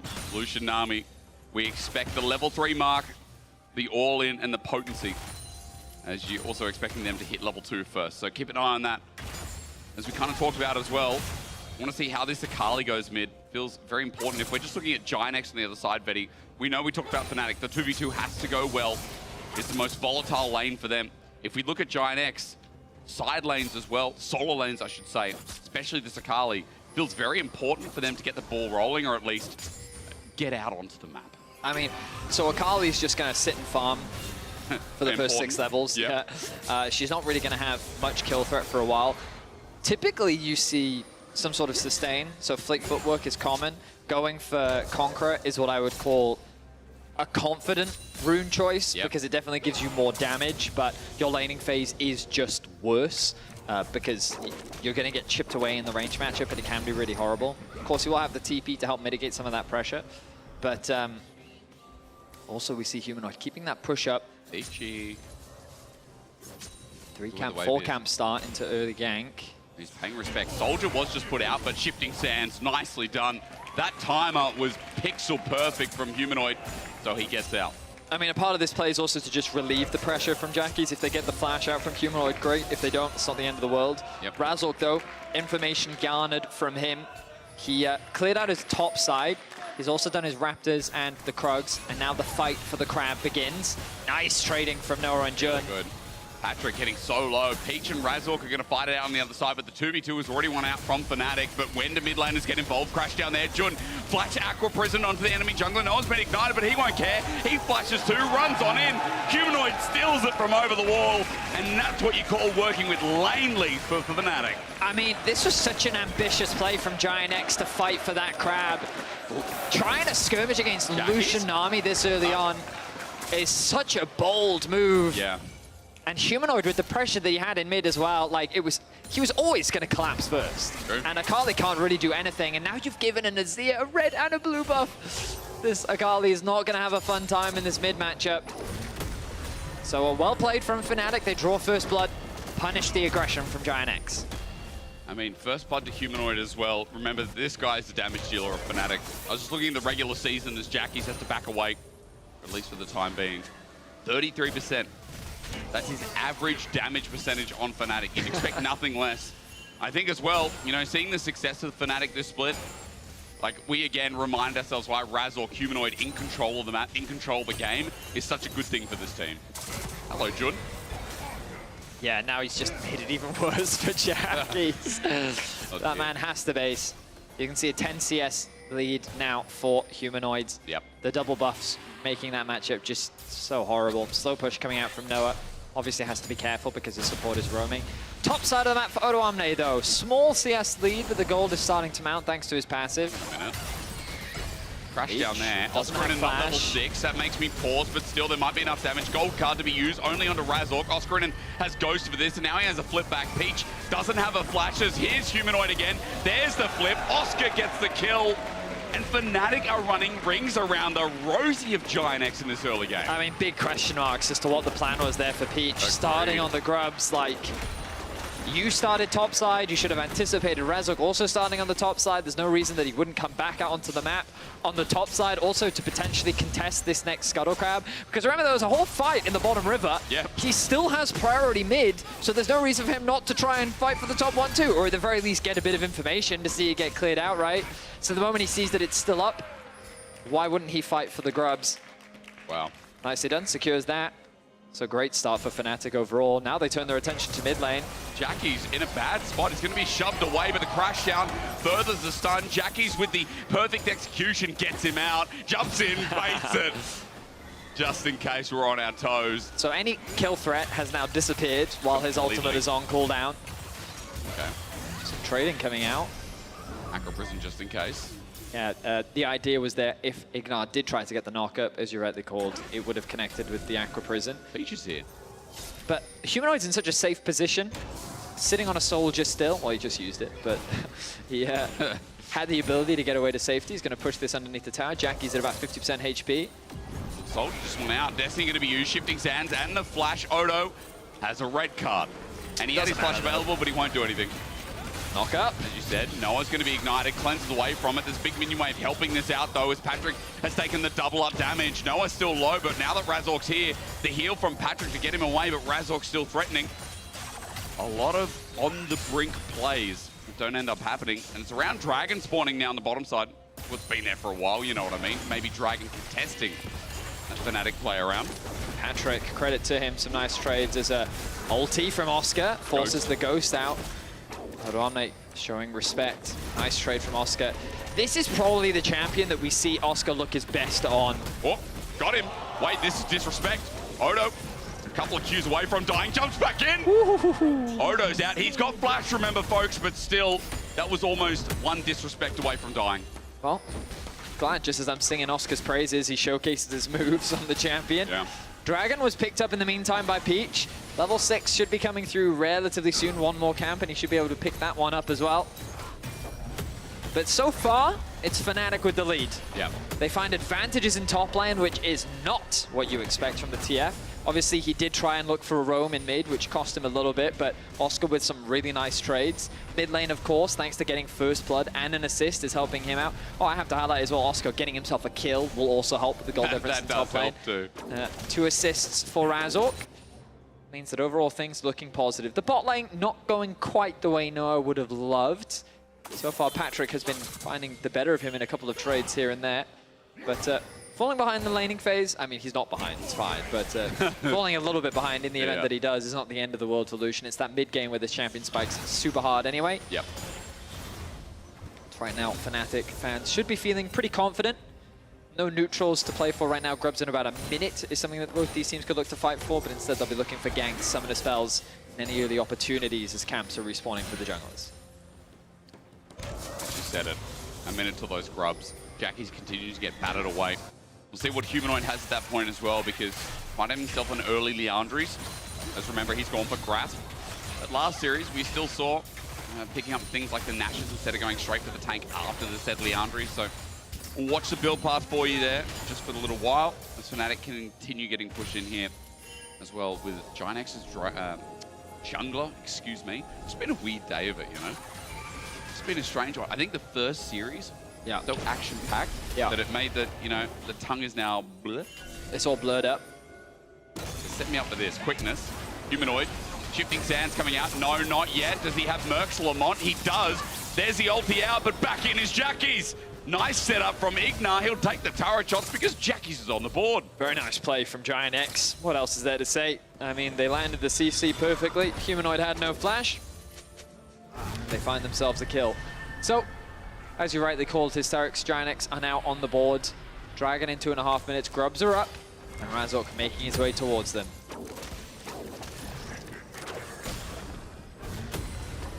The thing about Odo in this matchup is you can tell he's scared. And against Cassante, obviously a scary champion, but because he lost, because Cassante got that kill earlier and he had earlier access to some of these items, it's a much harder matchup to play. He is quickly closing that gold gap though, Odo Omni, as long as he continues to farm smartly. Yep.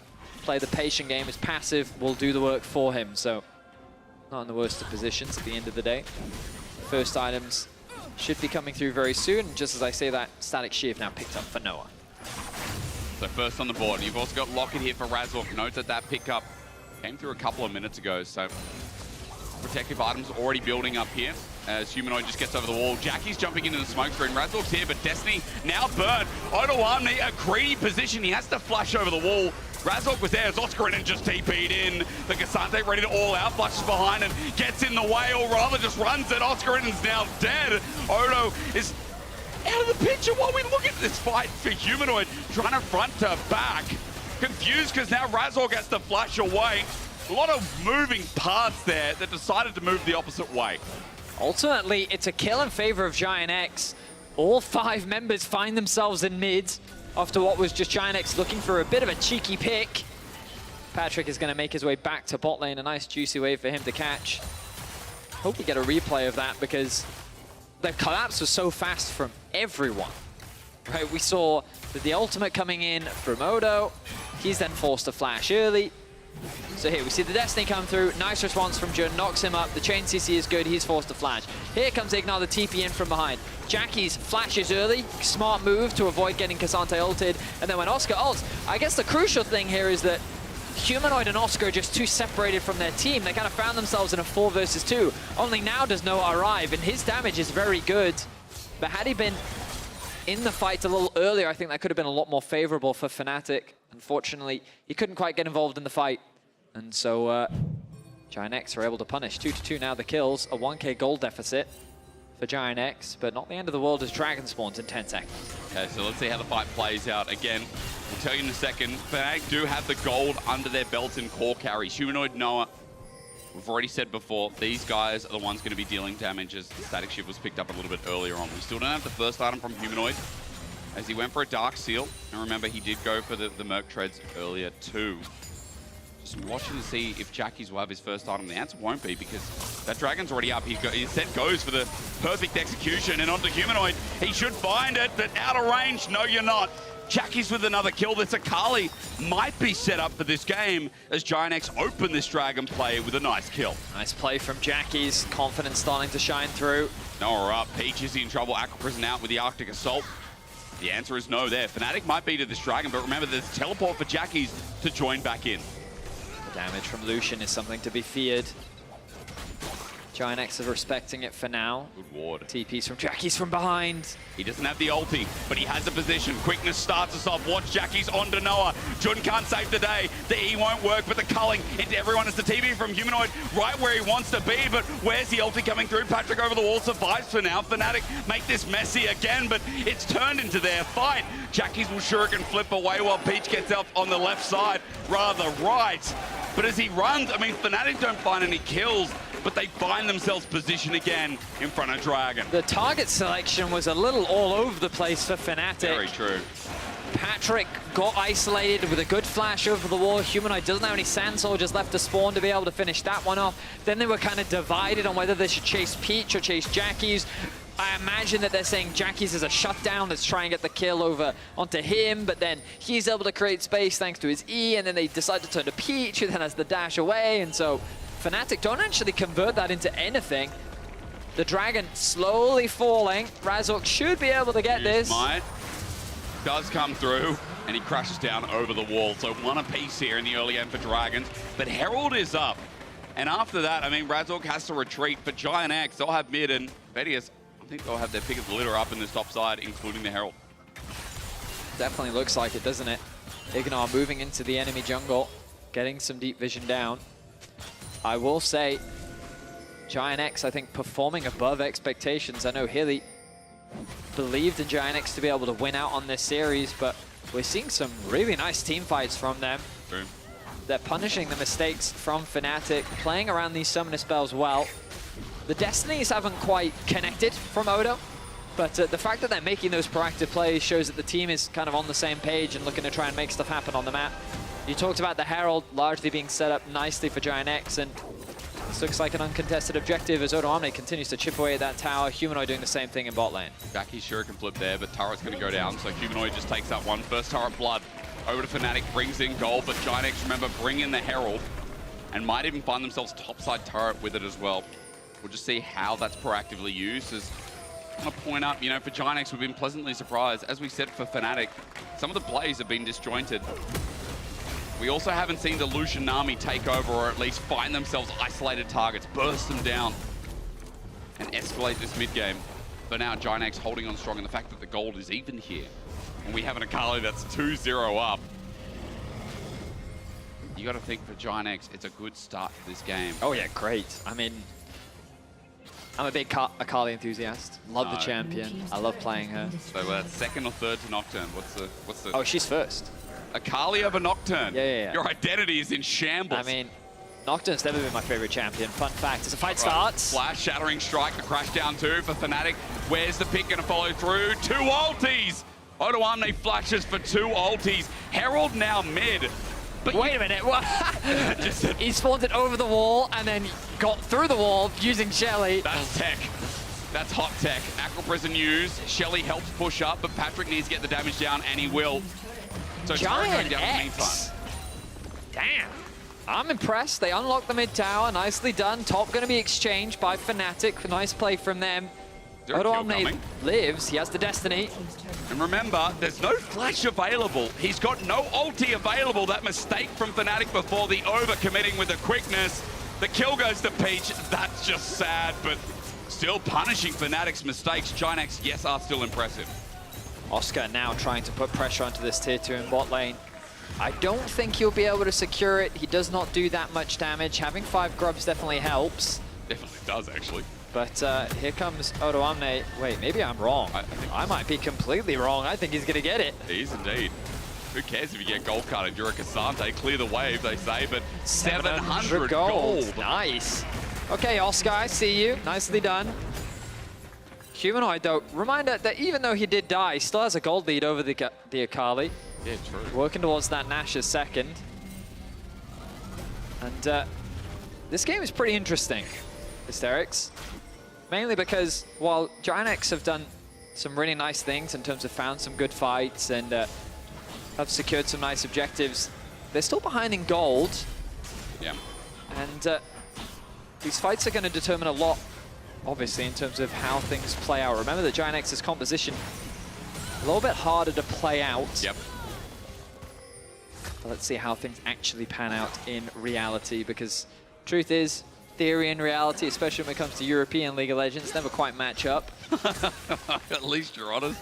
Nash's Tooth finished for Noah. I mean, let's be real, it's the reason why we don't see Lucian Nami, because in theory, we know how big the mid-game power spike is, we know how big they are, especially when they come out of lane with Equilibrium or a small lead. I mean, there's a 2-item Lucian on our screen with Imperial Mandate. We should be seeing Noah and Jun really push the lead like they do in LPL, LCK. They sit, they look for a pick, and they go over the top. But we're not getting that here this game for Fnatic. And their tools, as we said, sometimes are not coinciding. Now, Dragon, as you mentioned just before, 30 seconds away. Baron is a minute as well. as the Sun turret in the Sun sphere, in the Sun land is going to be dropped down, but Jackie's jumps over it. The Emperor's Divide was good, but Jackie doesn't get the shuriken flip, so no extra damage. Perfect execution, waiting almost, and he flushes at the end. He thought he could outplay Humanoid, but that's Marek Bruster. Listen here, rookie. Stop it. Humanoid is not someone you can pick a fight with, and he wanted a bit of revenge after how that early game went. 1.4k gold lead is the advantage he has in mid. The man has been branded as absolute cinema this split. He is. And that was a picture performance play. Goal gap extends for Fnatic. They'll secure another Dragon too. But a slight blunder made by Jackies will not write him off in this game. He's definitely not completely down and out. It's just that you look at that farm. 50 CS now behind Humanoid. God. A tough place to be in, specifically in terms of XP. So a nice trade initially. Good connect onto the E. And a couple of misses here, I guess, hurt. Well, so it's because the tower shot adds so much damage. He does that well. You'll notice the E doesn't quite connect. The second E could have made all the difference. Yep. He tries to do auto Q into execute, and then he flashes away from the Sand Soldiers, thinking that if he can't hit me with one of them, then I can live. Unfortunately for him, it was too late. Yeah. So he ends up dying. Does get outplayed. As you said, big kill for Humanoid, because yeah, Humanoid is still so far ahead of the current in this game. 1.5k to reiterate. Yep. And 2 items now versus 1.5. I mean, you also mentioned that Jackie's not out of the game, but seeing Humanoid on Azir again, just like you mentioned, we saw it Worlds previously. I think everyone's seen Humanoid Azir one time or another. It was a shame when this champion was unplayable in 14.5, but it's a new patch, baby. He's enabled again, and that same respect for his Azir returns. So despite the early deaths, we still see a team fighting tool. One, more importantly, another follow-up engage tool that for Fnatic they can use alongside people. I will say, you know how in Valorant, competitively, they ban maps? Yeah. Like every, I don't know how often it is, but like maps will be removed from the pool. Oh, They do yeah, it in yeah. CS as well, right? Yeah, vetoes, yeah. Yeah, I think it'd be really cool if certain champs were competitive. Oh, with like that. globally? Yeah. Wow. Yeah, no, like in Valorant, what they do, I mean, it's the same in CS, just certain maps throughout the season are just removed. That's a good idea, actually. Yeah, I mean, a lot of people enjoy the fact that Azir was just removed. I mean, Yumi banned every year, no matter what. Yumi just not playable and competitive. Of course. I know you and Medic have been speaking, That's haven't the you? first rotation for sure. Yumi. And now there's a ban Yumi chance. Yeah. She's not even in the game, guys. It doesn't matter. Well done. Quickness going to start up, though, as Ginex look for another fight, but Fnatic are the tanky ones here. Ignite's to run for his life, while Oscarinin is zoning him down. Flash away from the Rakan. That's huge. He gets out thanks to Peach, but a follow-up engage tool now taken down in front of the face of things like Baron would be dangerous for Ginex. Well, it's a really good idea, by the way. the problem that Giant X are running into is that they're very quickly losing control of the map. I will bring up the mini-map once more, and you kind of look at the... That's not the button I wanted. This was the button I wanted. Ooh. How you going, man? Oh my goodness, my button. Thank you, buttons. There we go. They have good vision control pretty much throughout the entire bot side of the map. You can see them setting up vision to allow Marek to keep pushing into the bot side of the map. Originally, that top pressure that they had as well meant that Fnatic was suffocating that top side, and Giant X have just used this time while I was kerfuffling with the mini-map to clear that vision out and regain some control. But now it's so much easier for Fnatic to move into the river with their restocked vision and then just start cleansing all of this out again, making it that much harder for Giant X to potentially contest the Baron, and that becomes a point that they become very scared of. So Giant X very quickly losing control over their half of the map, and it's a scary place to be in when you're only 23 minutes into the game. So much of your structures have been lost, and it makes it that much easier for Fnatic to play. And just in case people forgot, oh, for goodness Baron sake. is just over there. Just over there. Okay, so if anyone needs to see where the pit is, shout out to Medic. That's where Did it he is. tell you to use that one? No, I remember watching you guys last week, and he had a great time. He just kept bringing it up. I don't know why that exists. I don't know who let that on there. The fact that it's not removed means that it is okay. It's just so big. You know? Yeah. Unnecessarily big. Yeah. Now, Jackie's is securing a bot tower, has the TP as well. Full level behind Humanoid as Fnatic grouping as 5, pushing onto this tier 2 in the top lane. That's a tanky front line. Odo Amne's not doing any damage. It's going to turn into a fight over this turret. The engage is there, but it's Razork defending, and already Odo's just dead. Patrick soon to go with us. Fnatic fight this on the wrong angle, but it's front to back, so it doesn't matter. They're on the wrong side of the map, but it must be so right. Noah with a quick double as Giant X are soon dissipated. Fnatic have turned this dive into a brilliant move as Jackie sits in fog of war. His own creation might get out, but Over Humanoid says, nah, that was smooth, but you ain't gonna be a criminal in front of me. And Fnatic regain control. The crowd pumps them up, and Baron gives them all they got. I mean, we talked about control earlier. Fnatic transition that control into the top lane. They threaten the tier 2 knowing that Jack is his bot, and even though he TP's in, it's just not the impact the Giant X needed. They one-shot Odo Omne right from the get-go. They turn their attention onto Patrick. A nice ultimate from Humanoid. Oscar Rinnin with the follow-up is clean, and then they just chase down the remaining Giant X members. Ignar forced to run away. Jackie's with some really fancy feet here. Nice ulti Q. Noah tries to stay safe. He gets isolated. Ult into E. Very nicely done from Jackie's. Ends up getting one back. Bit of a chuckle there from Oscar. But ends up being a Baron for Fnatic, who are now in full control of this game. They'll move to Soul Point as well. If we even get to the point of getting a Soul in this game, it surely feels like it'll be Fnatic's. You know, Noah as well with a bit of a boost up here in the mid game too. A bit of a boost in the items. 3 and a bit now. A lot of damage coming from this Lucian.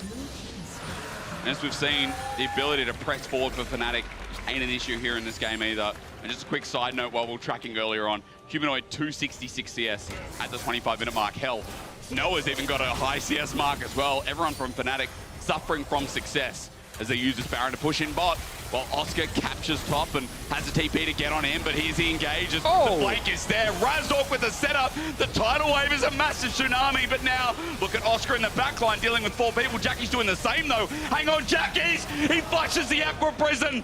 The rookie is the hope of Giant X. Buying time is big because now Patrick still alive. Odo repositions onto Humanoid. Patrick's there. Fnatic, this might not be your fight until Humanoid flies on in. Fnatic regain control. The gold card on a Cassante is nothing. And all you need is Marek, and the fight is still yours. Jackie's making a really nice play to shut down the bot lane off Fnatic. Unfortunately, Giant X is just too far behind. They can't convert it into anything else. The inhibitor is going to fall. And Humanoid finds a triple kill. Oh, this is bait. This is bait. Odo Amne runs in. This is bait as he flies away. The range is there. Ignar now here. He tried to save the day. Another kill over to Humanoid almost. But Ignar goes back to base and just another one on top for Humanoid. Almost a pentakill for Humanoid. A delay one at that, but well played from him. Catches Patrick out. A little bit more time, and that play from Jackie's might have been enough to win a team fight for Giant X, but given that Humanoid still had his ulti available, it meant that Giant X couldn't quite pull it off. Nice stuff still from Jackie's, but the pressure remains strong from Fnatic. They move their attention to the mid-tier 2. They have a wave pushing in top lane as well. And now begins another siege. Trying to get the most out of this Baron, 10 seconds left. I mean, they're going to get a huge amount out of it. This push coming in is going to help accelerate the minions in, and look at all the little termites following through. Now with inhibitor going down as well, it'll be double inhib. And look, Giant X are like, should we pull the trigger? There's a gold card at the ready, but no acceleration of play. Fnatic now moved to top side after what was a 3.5k Baron power play. Even without the Baron minions, they're so far ahead, do they even need them? It's a great question. I don't know if they do. The problem is there's no pressure elsewhere on the map right now. Maybe Fnatic don't care. They don't care. There's the ulti following through from Peach, so he starts it off onto Humanoid, but the tidal wave with the Magnet Storm! That is the avatar! Fnatic bring out all 4 elements in one swift move, and the dirt is gone of Giant X. This game is done.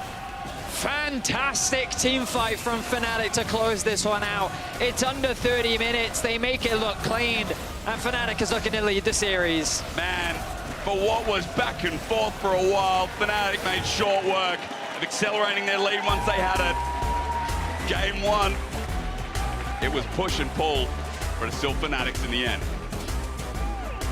Humanoid. I mean, What else is there left to say? Another cinema performance from him. Absolute Definitely got caught out a couple times in the early game. He found himself a 1 and 3. I thought that was going to be enough, but it was not quite. They shut down. Humanoid found a way to bounce back, and we'll see if Giant X can bounce back after this break.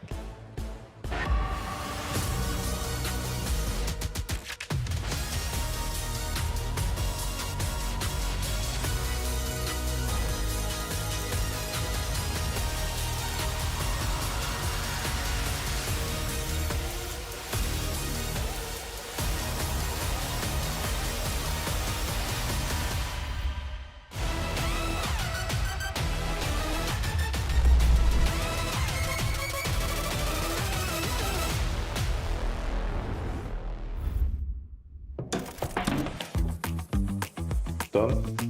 Done. There we go. Break? Break.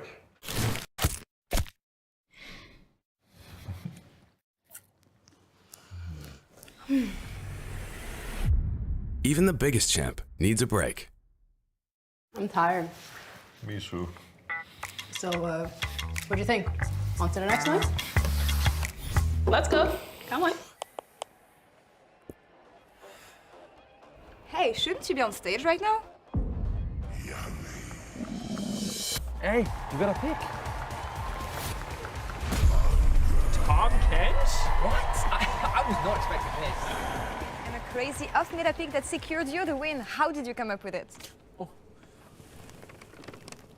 I just listened to my gut.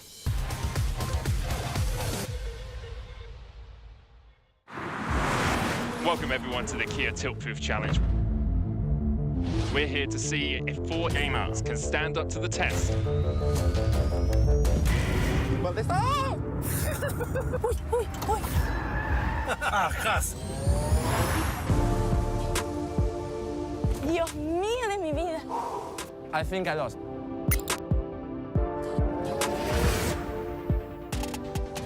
I'm so happy that I didn't eat before.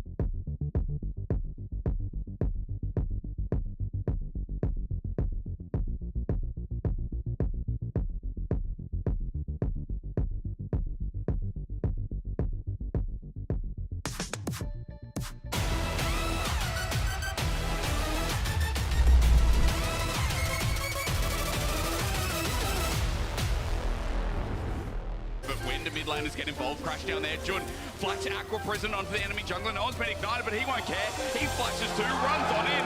Humanoid steals it from over the wall. Guys, these Archers rolling, no? He's no ult as well. No ult as well.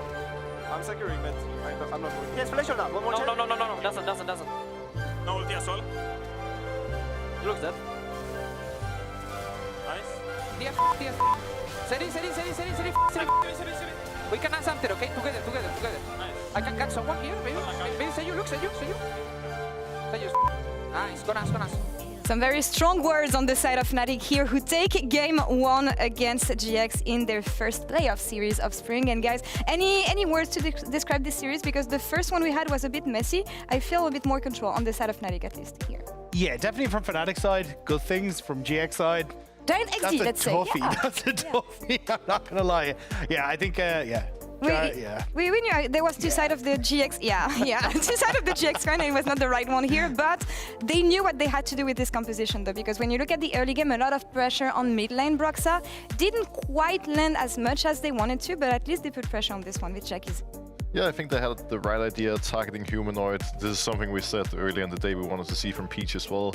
Aggression coming out of him, grouping up with Igna, and just making plays together. And this is what they need to do with the Twisted Fate with their Kali. You have to play aggressive, especially in the early game, try to shut down their Seer, play side lane, and it was a good start for them. Yeah, I mean, we know that with the return of Azir, it's the kind of matchups that we want to see, but what missed here, maybe, like that? Spells times, which nice. is a little bit harsh. Yeah, I think, to be fair, the biggest problem was that GiantX, they put a huge amount of emphasis on, hey, we want to try and make this work in the early game. Humanoid played very well around it, and the fact that he ended up coming back and then getting the solo kill onto Jackies, and even here, that E onto the minion was so harsh, because if you actually get that shuriken flip, look how low Humanoid is at the end of this. That would have been the 1v1 in favor of Jackies, but I think it kind of summarized where the game was at that stage, that Humanoid had done such a good job of absorbing all the pressure. Yes, he died once or twice, but it was never enough of a lead to start like snowballing towers, snowballing the game, and getting control in that 1-3-1, which is what GiantX really needed. I think that's the moment where Humanoid just types mid-gap in all chat and they move on to the next game. I mean, that's kind of the issue, right? When you're going to invest so much, Broxa, it's not game breaker, but it's mental breaker, I guess. For I think, you know, Humanoid getting the 1v1 after being camped to this extent is really brutal, especially because, you know, GX made the right moves. Everybody worked so hard to give Jackies that advantage, and then he was close to getting the kill, but being close is not enough when you're at this stage of the game. And I think when you're at that point, you're not winning out on side lanes, it's next to impossible for you to try and win out this game, because there's so many times where GiantX would try and make a play to a side lane and just be like, Kasante's too tanky, Brell's too tanky, Humanoid just murdered us. What do we do? What is the opening? Go next, I guess, here, but go next with which approach? How would you get into the next game? Because Healy gave us hope here. Healy gave us hope of a not too one-sided matchup. That's not the looks I had of it watching game 1. I think we just need to swap this team comps around a little bit. All right. We need more strong team fighting coming out of GiantX. I feel like this is something they've shown in the past they're really good at. And I think, sure, you can go for aggressive solo lanes, but you know, just a strong front-to-back team fighting comp that can really make the game easy for them to play in mid and late game, I think will make a big difference. Yeah. Yeah, and I think getting rid of the Azir as well, because you can see in these kind of fights, Azir is just perfect for this kind of situation. You set up with your front line there, anyone who manages to squeeze their way past your front line is going to be able to just get knocked back by the Azir. So honestly, I think banning the Azir is probably a good call, because then you can fall back onto Jackie's feeling, I know Nico is banned, but go towards Nico, go towards team fighting, coordinated control mages, and you can play that style for GiantX, and then you can fall back towards like Peach and Ignar trying to work together, trying to slow down the pace of the game. But yeah, it's tough. I mean, Razork, I think also, just to give him a quick shout out, had a great game in controlling Peach in the early stages, so you definitely need to try something a bit different here. And he's got his parents coming here to watch him today, so of course he want to get, of course he want to get the victory on the side of Fnatic. I'm sorry, you gave me the side I forgot about. I think it's the same side, red side on the side of GX, so they feel confident with their approach, I guess. Well, I think them picking red side also shows that they really want to make use of these counter picks in the solo lanes. Yeah. Otherwise, it literally doesn't make any sense. Like, most people would just go blue, lock in the front to back style, but this gives them angles to lock in something like a Kali, Yone mid. They can look into TF again if they want to. Yeah, maybe something less reliant on, I don't know, skill execution and something easier for team play. I was going to say, it's interesting to see like Odo trying to go back towards a Twisted Fate. This was not something that I would have expected to be in his wheelhouse. And I think there were some fumbles, but overall, like, it was a decent execution. It's just a case of like, does the team want that style? Because when I think about Giant X, even back in winter, I think they had some moments where I was like, hey, we're going to very quickly collapse on mid, look for a play, look for that to turn into dragon control and objective setup in that way. But I think a lot of that came from, hey, we're going to be able to play for the team fight after that fact, or we still have that moment in a team fight we can play for. So I think the Twisted Fate doesn't quite give you that in the same regard. So I'm curious now if we do end up falling back towards more traditional card, like I say a Gnar or something like that for Odo Omne in the top lane, and then they try to play for the team fight and the objective setup instead. Well, let's see if they have different tricks up their sleeves here instead, in the hope of making it to 3 games, or if Fnatic is going to be able to close out this series easily. Casters, back to you.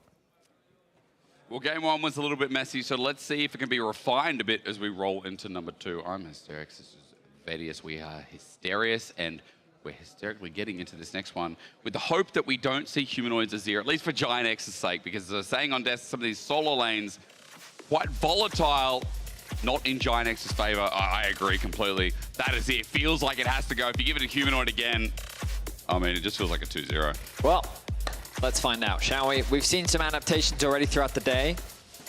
So what adaptations will these teams make? Will the bans remain the same? Remember that they are, of course, on the same side. So, Nico, will that be a ban? Will we see an Orianna ban? Will we see a Rel ban? Will we see a Kalista ban? Perhaps a Varus? What else you got? We'll see Varus. The most generic bans that apply to almost every game in Pro. Nico, Kalista, Rumble, Odo's Vi. As you said, Razork can't get by, so Giant X will probably ban that away. As we said, you know, Orianna has to go.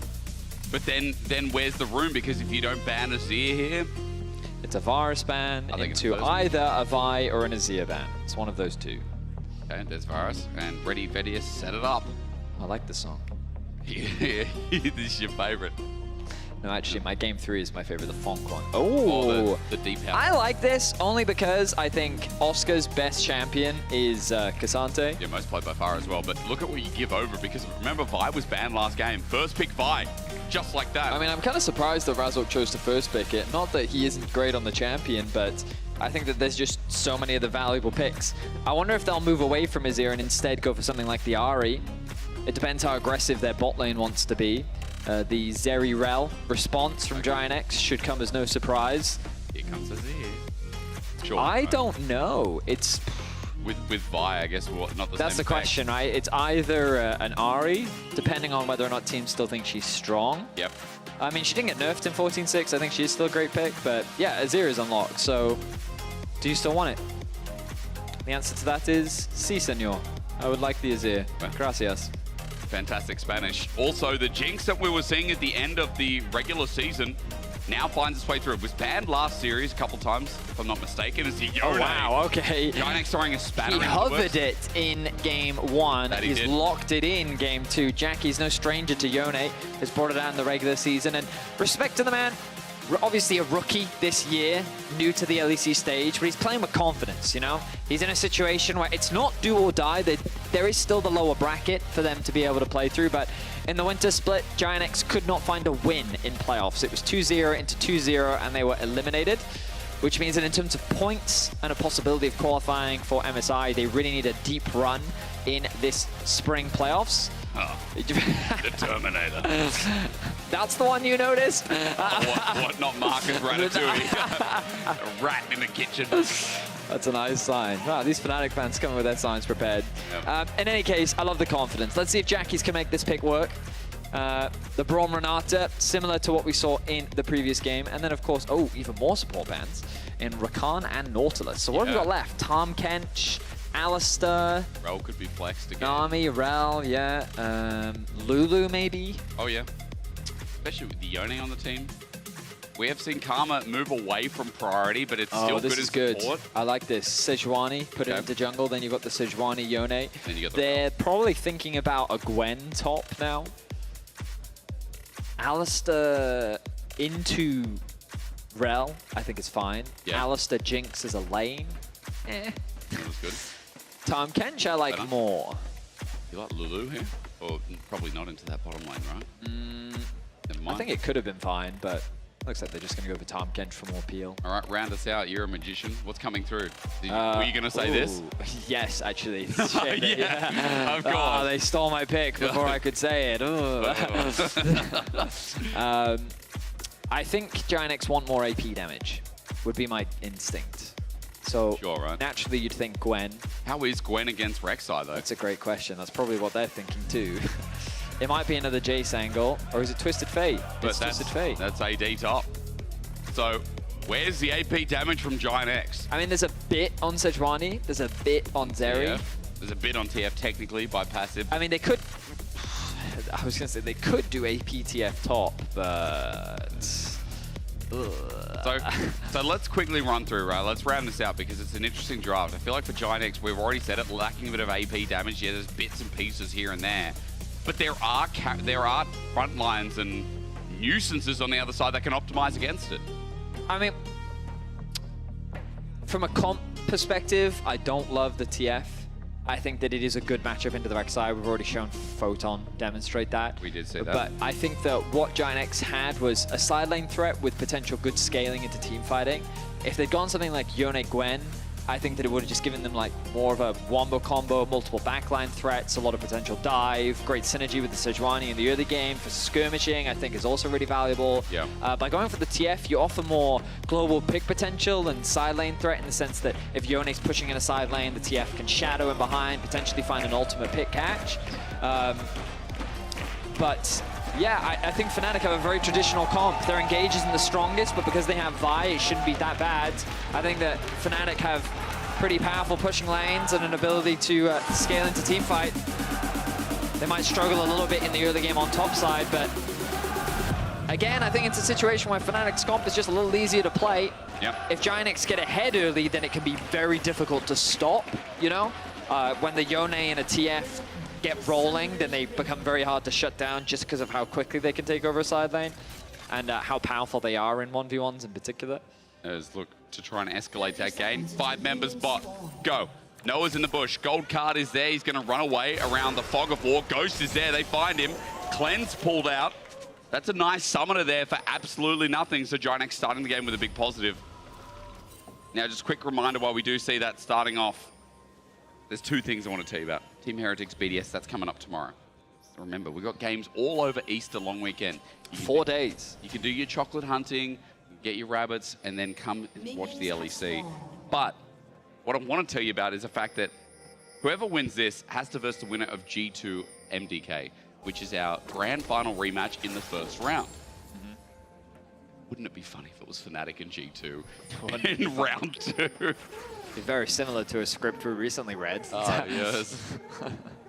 I mean, there's been a lot of scripting in our spring playoffs. You know, Vitality SK Humanoid has bound the bird sound. Is that the control 4 or what? I don't know, but he's probably just bound it to a key. Like, I bound my joke to the L key. Oh, do you? Yeah, so I can just spam L. So you are annoying. Yeah, I'm super annoying. Oh, my God. Listen, if I can't be good at League, then I'll be annoying, okay? Okay, that's what you resigned yourself to. Yeah. Bro, at least you get into a higher rank. For me, I'm almost level 30, by the way. If anyone's wondered, I've actually leveled up an account for the first time in like 10 years. I feel sympathy for you. Oh, it was not fun. You know, Giga Shy was not fun to level up, but at least the name was there to represent. Anyway, more importantly, in this game, we've already seen it. We've seen this matchup earlier today, Odo versus Oscar. We saw the TF pummel the Rek'Sai.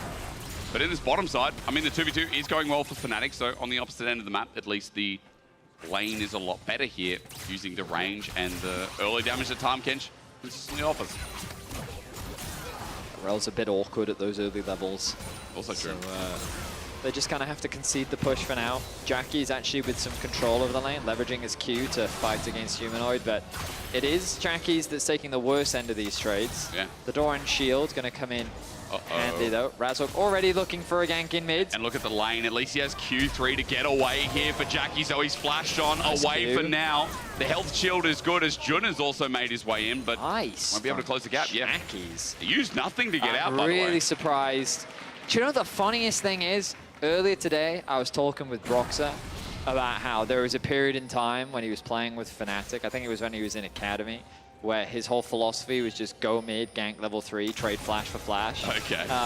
It's so funny because the whole game plan there is I'm going to sacrifice jungle flash for mid lane flash because it's way worse for you if you don't have flash. True. And the fact that Jackie's walks away without burning any summoners is very well played. True. His use of the W after he was able to create space with his Q meant that if they had flashed over committed, they just wouldn't quite have had enough damage. So, well played by him. I mean, again, this is a lane that we know if it can run away, can really take over the game, especially with Peach on the Sejuani. It's the melee lane that he has to work with, and especially if Ignar is able to roam on these later levels as well, using the melee advantage himself. So, watch that Yone. Humanoid might be up in CS for now, but there is a slightly bigger wave mid as Ignar is already starting to move. See what he can get as Razork shadowing on this top side. Jackie's he's very low and in a lot of danger. Humanoid relatively low on mana, but I don't know if Jackie's can keep taking these trades. He needs to base soon. Of course, has the TP to get back into lane. Wait, Peach is sticking around. Razork has a level lead. Ignar's here. Shattering Strike doesn't connect. Again, just to get pressure for the time being, nothing's really going to erupt. Ignar just holds away for a little bit as well. Jackie's close to level 5. Give him a bit of extra HP back, but you'll notice Humanoid popped his health. Health pot still has another one, so he's got a really nice health advantage now. He's been playing this lane pretty well. Yep. Jackie's a little bit at a deficit in terms of farm, but not the end of the world, all things considered. Only 3 CS down when you're a melee into range, and you've been ganked once. Yep. Pretty good. Still actually not going back. I expected Humanoid to go for a base there. Decided to stick around, I guess, waiting for that cannon wave, which should be the next one. Yeah, Azia.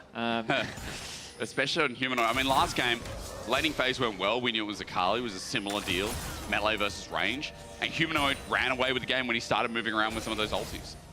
So, again, when you have such a stable champion on what has historically for Fnatic been pretty stable and pretty competitive mid laner, and it's always good news. He's almost level 6, by the way. He's about a couple of minions away. There you go. The 6 hit by Oscarinen and Humanoid. You expect the same from Jackie soon, but as Razork starts moving around, he now gets in Peach's face again, knowing that Humanoid's here and ready, has the push out, and teleport has to be committed by Jackie to get back to lane. Control over the bot side river. Trying to start it up. Slow early game compared to our Yeah, because every other early game that's been blood, but there's like 2-3 kills. I was just kind of like, I was zoned out for a minute then because I was just like, I was thinking about all these different things, and then I was like, 0 kills 6 minutes into the game. That's what I told you about the previous series. You're like, oh yeah, it's Fnatic. And while that is true, you know, you're right. You know European teams better than I do. The last game, oh, not exactly. Just I knew the feeling. You had a feeling. It was a very similar feeling that last series. I feel like all play-by-plays have that vibe. Sometimes you can just tell, I don't think this series is going to be it for me. Okay, well, sorry it doesn't hit your appetite right now. Sounds really disappointing. These are small trades, no full commit. That Fate Sealed still up and available. Razork not level 6, but the Emperor's Divide, Fate Sealed buffered. Nice interaction. Jackie's making sure he ain't going to that Vi anytime soon. Mechanically, Jackie's has been showing off a bit today. Credit to him. He's done some cool stuff. He's been doing his best, that's for sure. Now here comes a gank from his jungler. Can they make something happen? Need Q3 to land here. The Mortal Steel forces the flash. Humanoid. A grasp is all he's going to walk away with. Peach now goes to the red buff and thinks, hang on a minute. Where is Razork at? Hang on a minute. It's gone. Oh my god, where's my red buff? Like ships in the night. Gosh darn it. Now grubs are available. There's a push in top for Oscar, push in mid. Razork though has his eyes on a dive. The Peach is here to cover. Oh, maybe he wants to steal those raptors away. Because he gets level 6 off this. Betty's, he will get level 6 depending on what happens. That flash was to where? Permafrost. Odoamne is ghosted for this. Ignar is here. Razork has messed up just a little bit. He's dying, but to who is the question? A Vault Breaker into a first blood, unfortunately, by Ignar the Rocket. Not going to get Jackie's. And that was just unfortunate. Yeah, it's unfortunate that Ignar picked up the kill as well. I wasn't sure if that was an Ignite or just his auto attack, but we would have loved to hand that over to Odoamne. Regardless, Giant X find themselves first, but I think the idea behind the flash, Jackie's, ooh, you are playing with fire, sir. Yeah. The idea is Razork realizes that TF is coming. If he wants to try and, but he also sees that the Sejuani passive is mounting. So he wants to create space between him and Sejuani so that Sejuani can't land that last auto. Right. And then, unfortunately for him, the last auto does, and then the Permafrost still gets applied even though he flashes over the wall, which sets up for his untimely demise at the hands of, well, Jun, Ignar, that one. Are you okay, mate? Decided to get dramatic with my telling of... You've become a wordsmith. I told, you know, Dagda last week, I said, you're in the 1600s, you'd be snapped up like that. People would be on top of you because poets were a big thing, you know, around the time of Shakespeare. I see. 1600s, right. I'm not sure if it's the right time. I appreciate you putting me in the same caliber of Shakespeare when it comes to especially my wordsmithery. Yeah. That's you. Noah, 1v2 now. Ignar flashes and tries to predict. Shattering Strikes there, but Noah under turret. Might have a return. Oh. The Jinx damage out of nowhere, and then Fnatic finds that. 2 quick kills over to 2 big carries. In an instant, the Fnatic early game is just up. I mean, great punishes across the board from Fnatic. I don't have the full context as to what Peach was doing in the enemy jungle, but Jun was there to assist. And in that window, Giant X think they can dive Noah, but he was able to sidestep the engage from Ignar, who tried to predict his flash. And then not only does he connect the zap, but he also throws out the ultimate to slow Ignar enough to keep him underneath the tower, had the tower connect the shots, and then he swaps over to the Rockets, lands the last auto, secures himself a kill. Well played by him, but Peach now wants something back. He's eyeing up mid lane, had the ult. Ulti sidestepped. Marek again, ulti's out. Fate Seal does get him though, and after the Soul Unbound, there's a bit of excess damage, but Humanoid still survives. Look at everything used for that Azir. That hurts. Humanoid able to survive with all that pressure thrown at him. Great stuff from him. Giant X really trying hard to put this pressure down on mid. It's a battle of resources as to who can get their mid laner ahead. Right now, it is Humanoid that leads. Relatively low health, though, has to be careful when playing into Jackie's. Has that grasp to get some of that health back. True. Destiny used. Just to get back to top lane. Information gained. Razork here to cover. After the clear comes through from Jackie's, he just walks out into Fog of War, but Humanoid recently teleported in, so another reason why Razork hovers around mid in vision.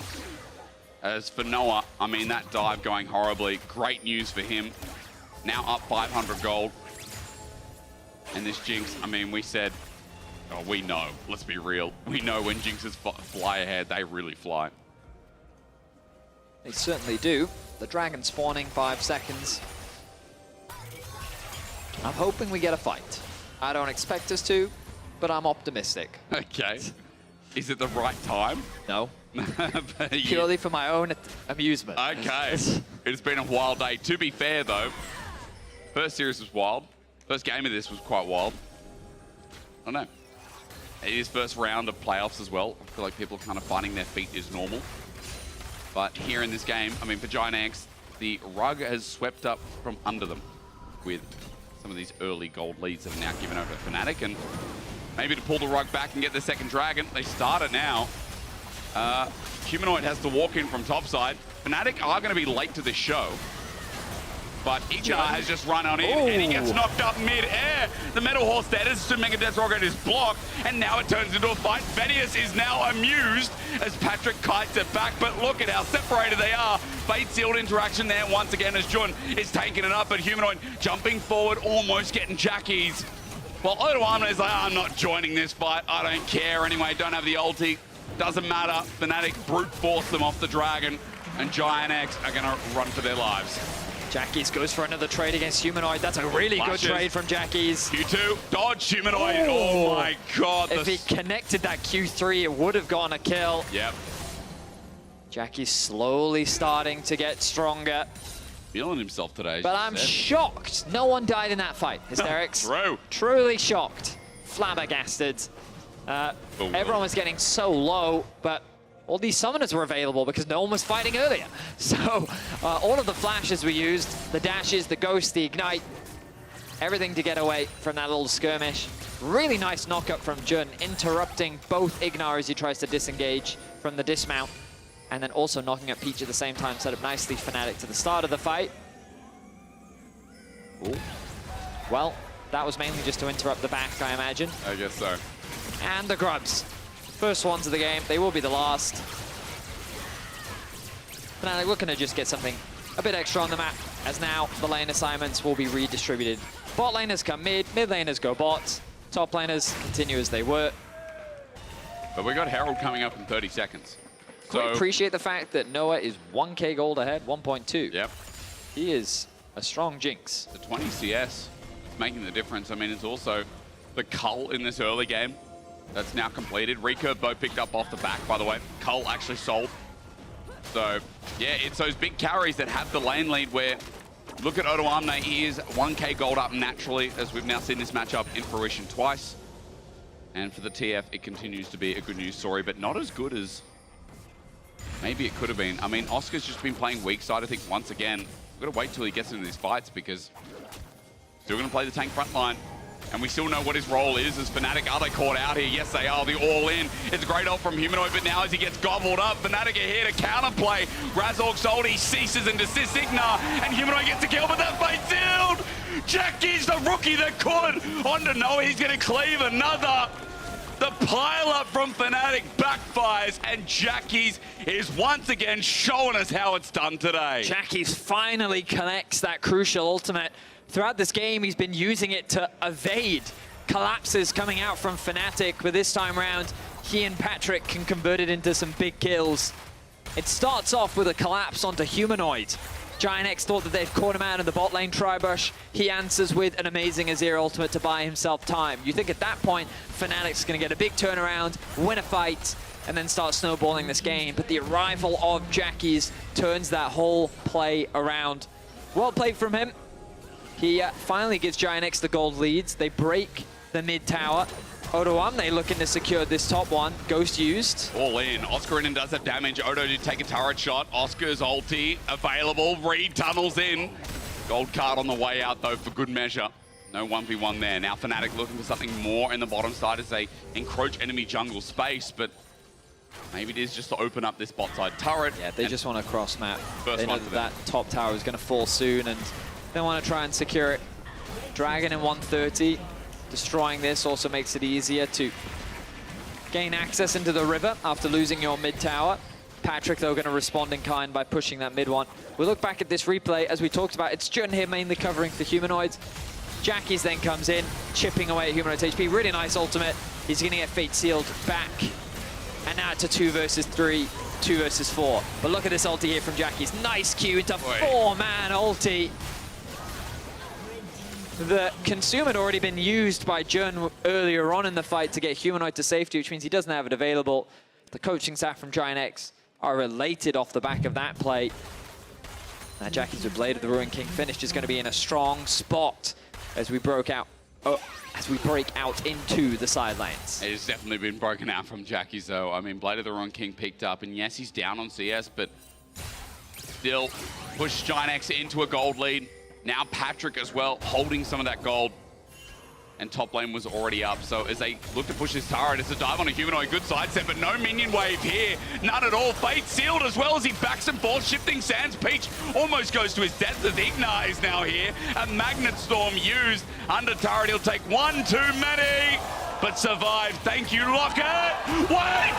2 for the price of 1. No. One of them survives. Ignar dries, and with that trade kill, it's going to be so good for Fnatic in the top side of the map. Nice ulti there from Noah. He got so unlucky that he didn't get 2 kills. A little bit more damage and it would have been enough. But Giant X, they find a dive. They get another kill onto Humanoid. Jackies is able to pick that one up as well. 2-0-2 now on the Yone.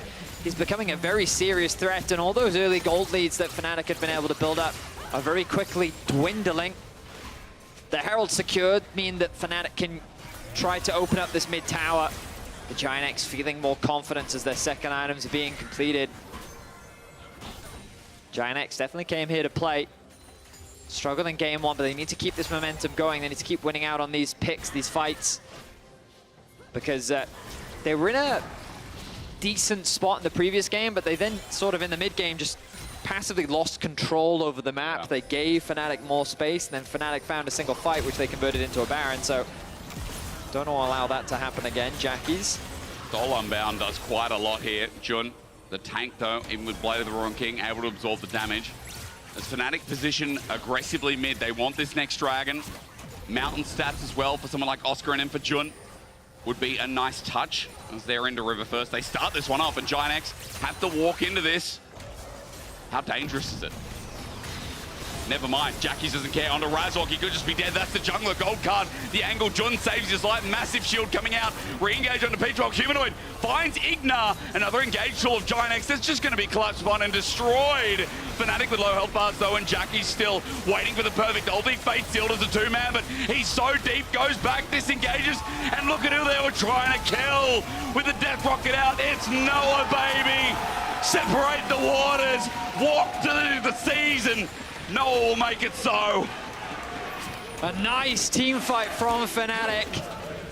The members of Giant X are forced to retreat. He's chasing for more, but he doesn't quite have the damage. He's going to escort this Herald in, who gets another charge.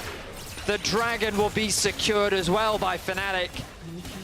The positioning from Noah, the use of the ultimate from Oscar Rinin to lock down Jackies as he's trying to escape with the Fate sealed. We look back at the start of this fight. Nice knock up onto the Vi. The Consume comes through, takes him away to safety. Good initial start. Humanoid, though, forces Ignar out. The ultimate not getting a lot of impact. Easy kill picked up for Fnatic. Then they kind of retreat together. Nice sidestep from Noah to avoid that ultimate onto Jackies, but the ultimate follow from Oscar Rinin. Once that's down, there's just not enough damage left. Odo Omni tries to connect a stun onto the backline.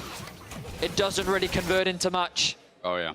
And you kind of look at these team fights and Fnatic just utilizing their range, retreating, playing the fight patiently, giving space for Noah to just free hit as much as possible. And ultimately, it's just a situation where Giant X tried really hard to force the fight into a situation where Fnatic could turn it around in their favor. Now it's Fnatic who reclaimed the gold lead. It's Fnatic who buy that as well. Still hold control on the bottom side. Nothing's changed. I mean, Noah's still holding the gold lead in this game, and this Jinx almost 3 items now too. As we gear up for another fight. This time around the Baron onto Jun. Glacial Prison's going to be used. Zaham Kench, whose grey health means nothing. He's dead. Patrick picks up the killer now front to back for Giant X. But look at this Azir. Look at this Jinx. Even though Giant X have gotten 2 kills, Jackie Fate seals out. Oscar in and now the re-engage, the double Q, Humanoid goes golden, but look again at Noah. I'm still thinking that this fight could be Fnatic's. A reset over to Noah, re-engage, Oscar in and gets excited himself, but look at Noah, look at Noah, look at Noah. He is a one-man army. Some dude above said build a boat, and Noah's like, I got you, man. I'm ready for those floodwaters to come in. I mean, it's still 4 kills for Giant X. It starts with a punish onto Jun, who's just trying to clear a ward in a space that he shouldn't have the right to go into. A great ultimate from Peach locks him up, and it's just target after target. Giant X have the freedom to kill 1 member at a time, and it makes the fight very easy. They start with Jun. Obviously, Noah is a threat on the backline, but then they turn their attention onto Razork. At this point, with the TP coming in, there's an opportunity for Fnatic to maybe turn the fight around, but Jackies create space. They effectively reset the fight, waiting for an opportunity. They force the Zhonya's out from Humanoid, so then he becomes the next target. You're thinking maybe this is where Fnatic can pop off, but now Oscar and Noah are separated. It becomes easy to lock him down. And it really was like the animals walked in one by one, you know? Like, yeah. They didn't have to overcommit. They could just focus down a single target, and all that was left was Noah. And you check the guest list, and Fnatic are like, you know, Noah's like, hang on a minute. Yeah. I already got these animals. They're on my team. Giant X walked in anyway, and look, Gold's dead even. Baron's still there, staring them in the face. No Dragon bot side, so you can see why Giant X are going to do this again. Let's just take stock of what was used, because a lot of ultis up for Fnatic. I'm seeing the same here. Back up here for Giant X. Flash for Humanoid, that's a big one. Noah as well if he gets caught. Jackie's no flash too. And now everything up and available means that this could be a very big barrage of a fight as Fnatic hold mid control for now. And Giant X looks like they're doing partial resets here. They're trying to come back with third items, and I think they will. Yes, they will. Infinity Edge for Patrick is a big one after that last fight. It's a huge item spike, actually. It's a great spot there. You have to imagine Noah's relatively close to that upgrade as well. Surely. But can he reset in time? I mean, it's Baron for Dragon that might end up being the trade. A minute 10 till that comes up. Fnatic can definitely afford to give up this Dragon. They should not look to fight until they have that Infinity Edge, that's for sure. Let's look. Backs are coming through. See if we will pick it up or not. There it is, Infinity Edge. Reminder that that is buffed. Yep. Crit 80 carries feeling good this patch. I think another reason why we're seeing a lot more Zeri priority, more so than last patch. For sure, for sure. Jinx probably going to follow suit there. Azir also going to go back to base. What will Humanoid pick up as the Baron is started off by Giant X? They should know that this is happening. They have vision on Odoamne. If they can get the TP out, which they did, it's already a win for Giant X, so props to them. They now have a TP advantage in favor of Jackie's. He can move off to a side lane. The pressure kind of falls onto Fnatic a little bit here. Oscar gonna face check. But he can do that, can't he? I mean, he's got Steric's Gauge, tanky enough for Odo to do some damage on the side, though. Still significant as, never mind, heals it back up in burrowed form.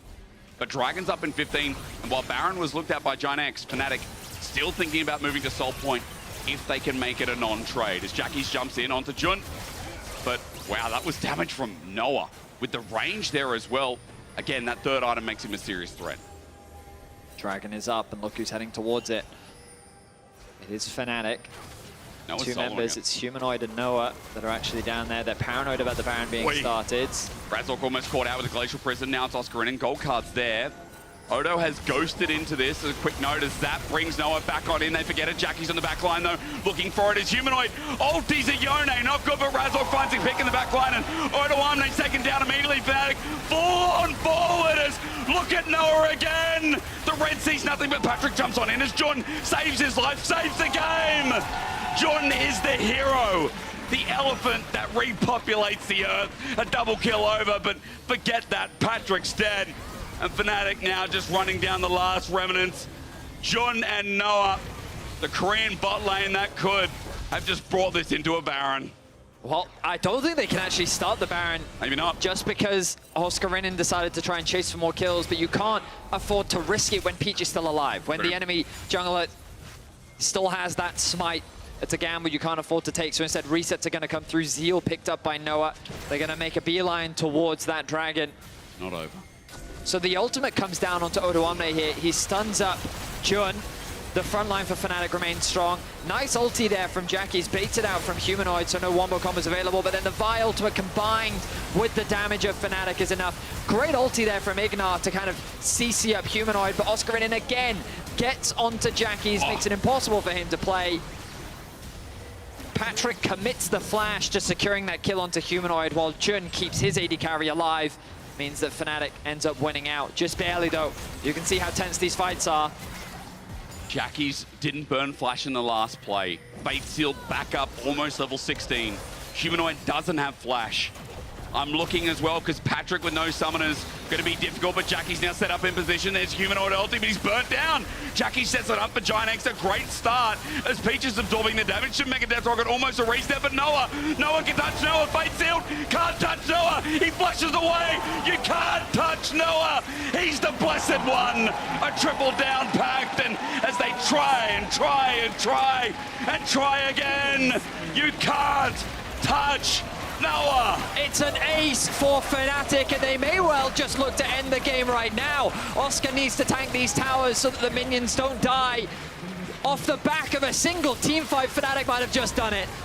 With the tanks in the front line, they don't need the minion wave. It comes in, softens up the turrets, and Giant X tested them, but Fnatic will not be stopped. They'll move to the second round. They'll 2-0, and they'll show us that they want to improve upon their winter placements. They want to go to MSI, and this is how you start. 2-0. An impressive one for sure. It's crazy how that fight ended up playing out. Humanoid dying at the end should cement a team fight victory, but they just didn't quite have enough in the tank to also kill Noah. Yeah.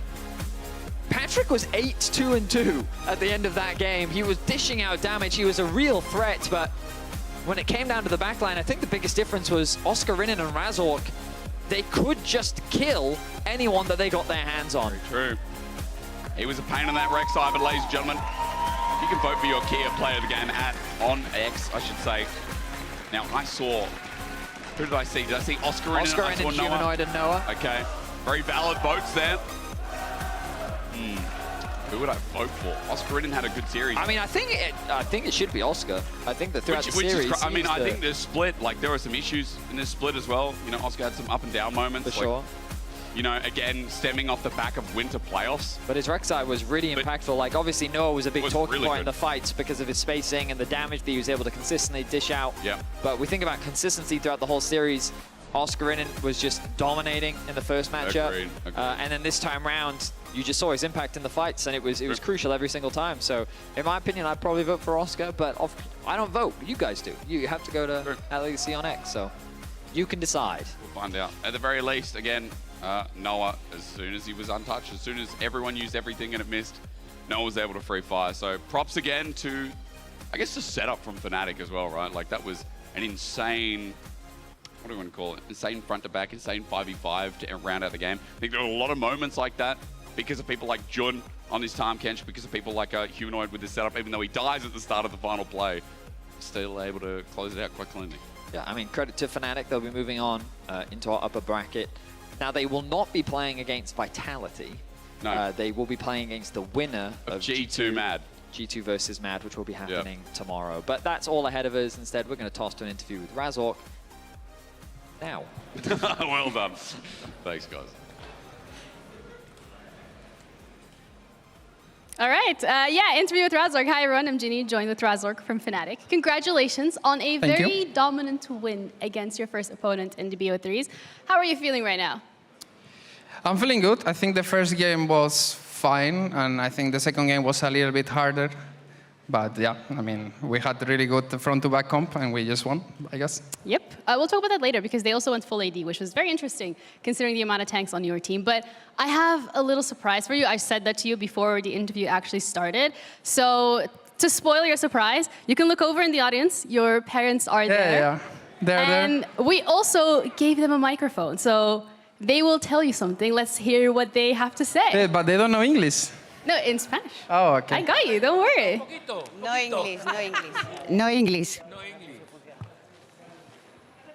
Where? Anything you want to say in Spanish? Ah, que lo diga en español. Ah, vale, es que no inglés. Estoy súper nerviosa. Pues nada, lo único que te podemos decir, hijo, que estamos súper orgullosos de ti, de toda esta trayectoria que has conseguido, con tu lucha y con tu esfuerzo, y que te queremos y que sigas así, y que ojalá consigas esa ansiada copa, levantarla, y todos contigo. Yo también te quiero, muchas gracias, mamá. Iván.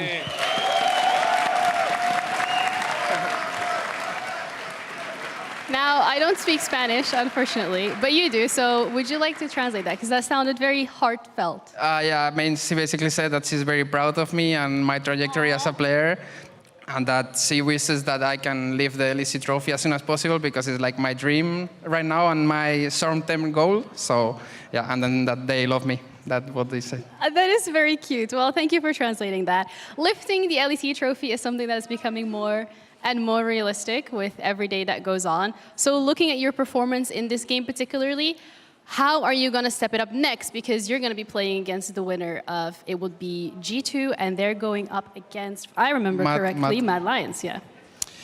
Yeah, I feel like it's a deja vu of last split, right? I feel like the brackets are kind of similar, so it would be great to beat either G2 or Mad to go to the winner bracket finals, and yeah, that would make us our life easier. And I think, I mean, last time we lost 2-1 against G2, it was very heartbreaking. And then 3-2 against Matt, so it was like very close series. So I'm expecting this time to go in our favor. When you're talking about going in your favor, how do you think it's going to be a closer series? Do you think maybe because you guys finished first here in spring, you've been having such dominant performances back-to-back that this could be a clean win? Honestly, I think it depends on us in terms of like how we feel that day, because I feel like we're still a very inconsistent team in terms of stage. I feel like in practice we have improved a lot, and our practice has been much better, and we have like winning like 80% of the scrims. But yeah, in stage I feel like people, my players, and including myself, we are a bit more like nervous and shaky. So it will be down to how we feel that way. But for sure, I think we can beat them. Is there anything, though, that you think you can change then in terms of getting more of that confidence on stage? Is it just repetition, getting it in as much as possible? I mean, probably, yeah, just feeling good that day, not being sick, because this last week we had Noah coughing in the mic for like 20 minutes. It was really... It's ambiance. Yeah, it's impossible to understand anything, but now I guess he's like coughing less, and yeah, hope like we are crispy mechanically that day, and everything will come out smoothly because we are practicing a lot of habits and macro moves and stuff, and I think we are doing pretty decent, yeah. I think pretty decent is a little bit of an understatement. You guys are looking very solid right now in the LEC, and that's something to take away from you guys at all. Looking at the draft, though, today, what was your reaction when you saw how GX was approaching it? Because we're seeing a TF top, we're seeing a full AD composition. What do you think? Well, it felt like they really wanted to deny Marek Brazda with the draft. I feel like they were all the time sending like 3-4 people on mid with the TF ult, and yeah, they chose red side for the second game because they really want to give although the counter pick, I guess. But I mean, it was a bit oppressive in early game because we couldn't really take these 2v2s, 3v3s on mid because they can just TF ult and change that balance. But I think we respected pretty fine, and even though we had really shitty fights, we did fine overall. All right. Well, thank you so much for your time at the interview, and also thanks to your parents for participating. I really appreciate that. We're going to be heading over to PGL with Oscar, so stay for that because Laura is ready to take over. Thank you. Hello, I am ready. We're all ready here for PGL Dagda. Thank you for joining us. And Oscar, thank you for joining us as well. Yeah, thank you. Congrats on taking GX 2-0. Was it the expectations you had coming in today? Because we had Healy giving us a prediction. I'm throwing him under the bus here. But he said that I actually think GX is going to win. They've been playing pretty great so far. I mean, I expected us to go 2-0 today. Okay. I think when we play well, we should be minimum top 2, probably with G2. Yeah. So, yeah, I think we are one of the best, so we should win against GX. I think they are playing better for sure. At the end of the split, they were ramping up a bit, but I think it was not enough. I think they are not playing well enough, so yeah. That's a really polite way of saying it. But you've been dominating the second game, especially. Razork was saying kind of a slow start for game 1, game 2. You sped it up, but I feel like you had the right composition to do so. Front and back is back in League of Legends. What do you think of this shift in the meta? Yeah, for sure, front to back is back. Yeah. With Jinx and Seri being really OP, Varus on hit, like I think the ADCs are really OP. And also, like, champions like Orianna, Asir, Jarvan, like, these champions are all really OP, so front to back is for sure really back. And with it, I would say that tanks on top are kind of back too. Yeah? I played 2 today, so yeah, I think if you play well these comps in playoffs, it's gonna be really OP. Dagda, we set up Fnatic as one of the most dominant team we have in the LEC right now. Would you agree with this statement based on today's games and their beginning of the journey in playoff? Yeah, I mean, very, very clean games, especially the way they were able to, game 1, shut down a lot of the pressure that was coming towards Humanoid. Yeah. And then also just the team fighting in general was spectacular. You, in particular, on the Rek'Sai, every time they went into a team fight, you would just murder the back line, make sure they had a miserable time. So I think it was just down to clean team fighting, good execution. And I think that was one of the things that I wanted to ask you about was like, how did you find that from game 1, and even Razork talked about in the interview, ton of pressure towards Humanoid in the mid lane.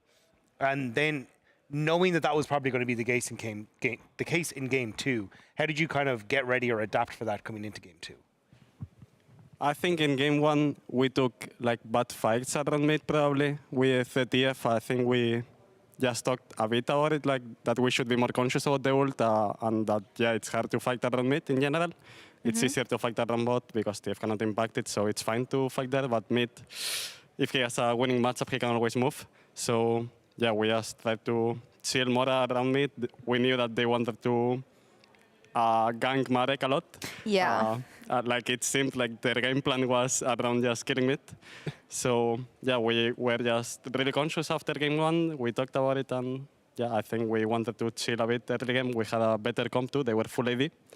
And it was easy, I guess. I mean, you clearly saw the game plan from GX here. Just focus on Marek, focus on the mid lane, and this gave a boulevard for the rest of the lanes. And here I want to attract your attention to the bot lane, especially.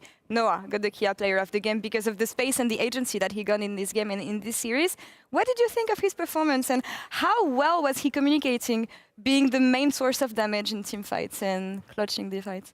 Noah always wants people around him if he is playing this kind of champions front to back, so he's always calling to people to peel him, to be in front, to have front lane, and he's just shot calling kind of the fight well.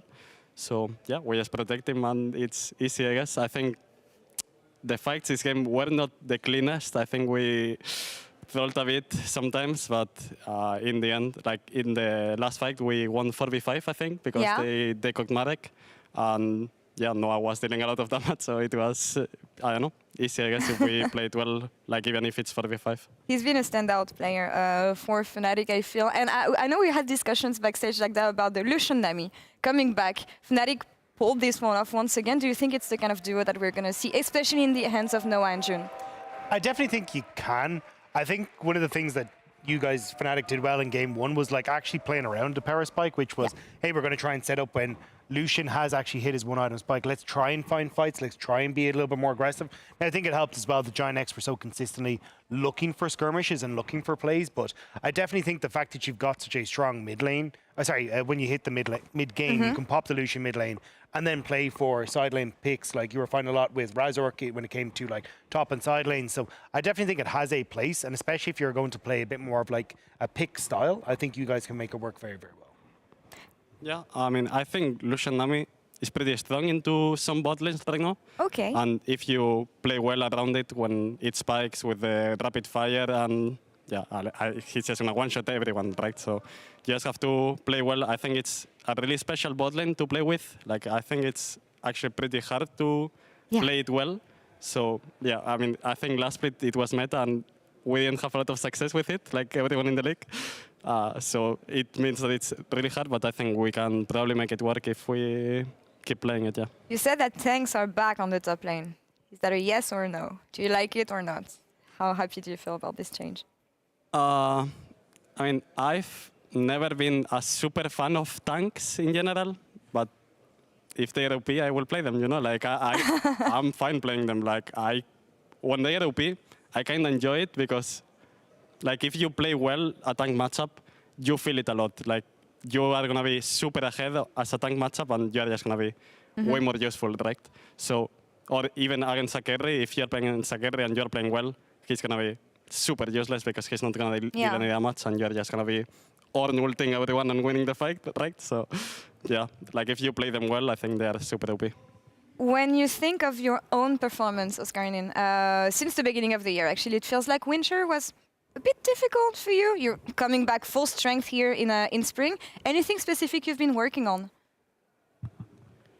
I think I had some issues, like personal and a bit in game too. Like, it was a mix of everything, and I couldn't really play at my best. I think last split was probably a bit bad by me, for sure.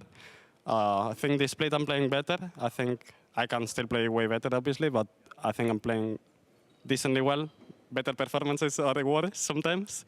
But I think in playoffs I'm going to show a better Oscar. So, I'm going to try to 1v9 against playoffs. I think recovering and being aware of this is what matters. And you showed it today. And for me, I don't know, I have high hopes for Fnatic in this split, Dagda, when you think of what they could achieve. How far do you see them go, and what are the areas of progress that you would like to see them implement, for instance? Honestly, I think today kind of gave me a lot of recourse to like look back at how I envisioned Fnatic. Yeah. Because I think with Azir gone, right, there was a lot of, hey, we're going to look for Talia, we're going to play for side lane picks, and we still saw a lot of that in game 1. But I think coming into game 2, the fact you were able to play such a well-orchestrated team fight and set up well around objectives and stuff like that, not that I think you were bad at it before, but it was just like, I think it was you were more comfortable playing 4 picks on sides versus the team fight. And I think coming in with like yourself playing on the Rex side and stuff like that, I think it was great. So it kind of feels like Fnatic, for me, have kind of struck more of a, hey, we're an all-round team. And it is going to be very, very difficult to try and shut that down. So honestly, I wouldn't be surprised, as you say, if Fnatic keeps playing as well as they do, top 2. Yeah. Like I mean, you can see he's definitely going all the way to the finals. Let's take a look at the brackets then and see who they could be facing off against as they will be playing tomorrow. We're going to have MDK versus G2 and TH versus BDS. I'm going to start with TH BDS with you, Dagda, because it's like opposite trajectories for this team. BDS, keeping the same team, don't look the same at all as they were in winter. Heretics, on the other hand, replaced 2 members, and they're on the rise right now. Yeah, but Azir's back. Oh, so no, therefore, yeah. Nuke Sorry. gets a massive buff, right? I think he's like a 65% win rate over the course of his career. Like, it's such a big win for them, and the fact that they want to play for team fights around dragons and stuff is great. So I definitely think that's going to be a massive buff for BDS. But I think if you take that out of the equation, I think Jankos and Trimby have been playing fantastically together, and I think it could be an issue then for them to try and shut that down in the early game. I'm looking at Nuke and I'm looking at Labrov to be key performers in this series if they want to try and take control here. And on the other side of the bracket, G2 versus MDK, your potential opponents. I feel like G2 has been doing a bit of trolling on the last week of the regular season. And on the side of MDK, for me, it's not the same story as in winter. People underestimated them, I feel like, and they fell off a bit, barely making it to playoffs. They had to fight for their spot. How do you see this match going compared to spring finals? Because it was actually spring finals. I think G2 would do a bit of trolling, right? But I think every team that could be top 1 did a bit of trolling, like Heretics, us, and them completely trolled. So it's fine. Like, I think it's the typical shit week that everyone has. So it's fine. I think Mad Lions were not playing as well, but I think in the end of the split, they were playing way better. Yeah. So I'm not sure how it's going to go. I'm going to predict like a 2-1 for G2, I would say. But I think it's going to be close, but I think G2 should win. And get the rematch against them. And we know how this one went in best of 1 last time for you guys. So yeah, hopefully the next leg. Oscar, thank you so much for joining us tonight. Thank you. And yeah, enjoy your rest for the rest of the weekend. We'll see you next time. And Dagda, thank you so much as well. And as we close out the day here in the LEC, over in the LCS, their finals weekend has just started with C9 facing off Team Liquid. And we have a special guest telling you why you cannot miss this. See you tomorrow. Welcome, Europeans. You're here to watch the LCS. Great choice, but maybe you're wondering why. What's the best reason? Well, because no one wants to watch SK Gaming vs Vitality, of course. And also, me, Sven. I'm here all weekend, so you have no excuse not to watch. Who better to accompany you on this journey? From EU to NA, and the same person seeing it all from both sides. Sven is everything you need. I'm Support King, and I'm here to support your viewing of the LCS. Not just a great support, by the way, I've also been a top tier AD carry in 2 different regions. I can carry you all the way to the LCS finals from the comfort of your own home, or the seats of the Riot Games Arena. Tune in now for your best viewing experience. Choose Sven. I'm a pro player, I'm a caster, I'm an analyst, I host podcasts, I can do it all and more. So what are you waiting for? So LCS has arrived. You're welcome. All right. Not bad. Thank you. No ulti available, of course. Nor for Photon either. That's going to be a route down onto Dos, and it interrupts the charm too. Good pick. Dos can't get out, and BDO secures the kill. But I think they're just going to get it. Now they see. I mean, where's the damage at 3K? Atlas. Steal! He does! Keeps Vitality nice and strong. How crazy is it that, again, early game gold lead for Vitality through that top side. Elite steps too far forward to the turret. Exit kick. Nice. No flash, I think. No, nice. Let's go photon. 6. My god. This was a little bit harder than I thought it would be. And with a trade onto Hilly with a low health bar. Exit kick flushes, but Hilly's out. Doesn't burn his own now. For the permafrost, for the double. But it's a trade-off. And once again, Vitality are going to be happy to have a Fed chase. Give him a triple and 4-0 start for the video. Right in the Oriana, but you better Good job, fuck good job, off. good job, good job. Hughes, okay. There we go. Wait, where's he going? Backdooring. Running onto the Nexus. Niski trying to stop it. Shove him in, but he flushes away. Photon's got it. He's got it.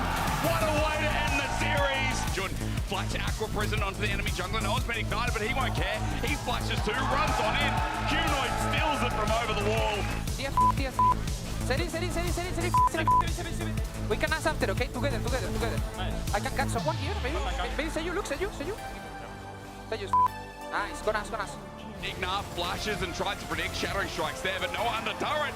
Might have a return. The Jinx damage out of nowhere, and then Fnatic finds that. Had the ult. Ulti sidestepped. Marek again. Ulti's out. Fate Seal does get him though, and after the soul unbound. What the f are you guys doing? Look at me. Nice. Nice. Still coming. Jinx is Thomas 1 HP here. Oh my god, that's my Jackies, baby. Good job, guys. Wasn't the cleanest. Nice one, GG.